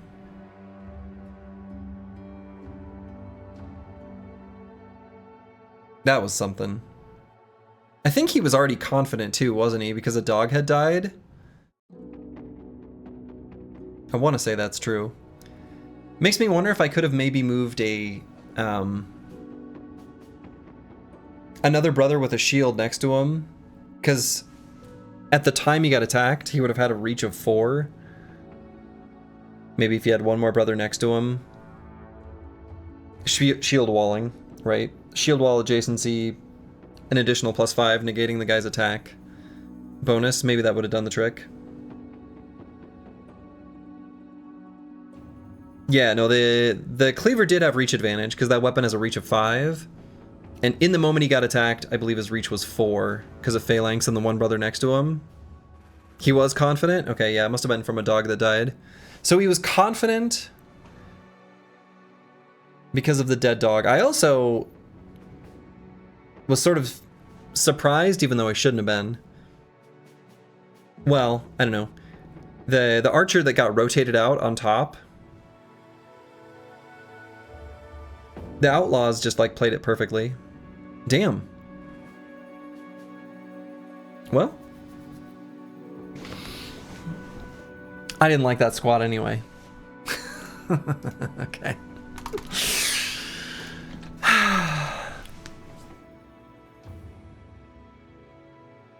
Yeah. Oh. He needed to be... Yeah, that was the thing is like, so... Because he's got dodge and he was confident, we needed to surround him, but damn, I didn't want to surround him. I don't know. Me neither. It was all over after day 1. Yeah, that's right. That's right. Yikes. Yikes. So. Whew. Rough stuff. Rough stuff. All right.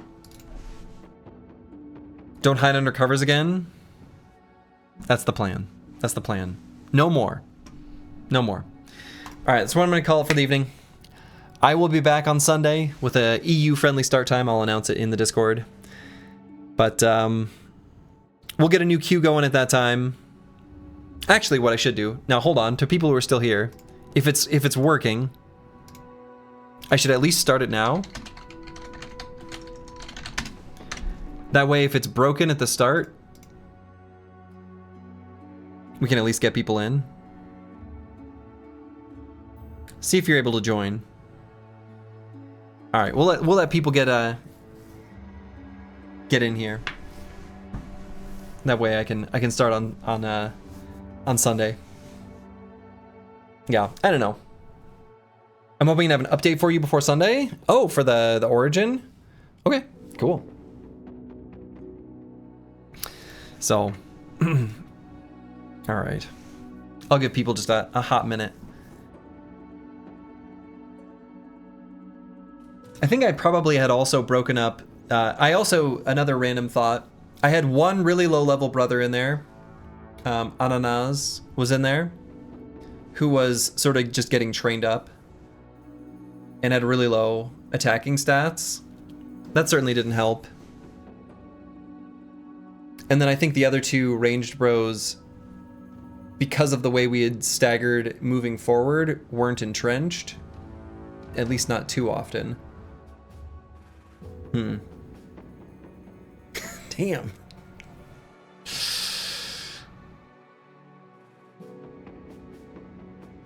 Yeah, lots of little things all cascading together. And then just a little tiny sprinkle of bad luck, but I don't even think it was that much. I think like... Yeah. Okay.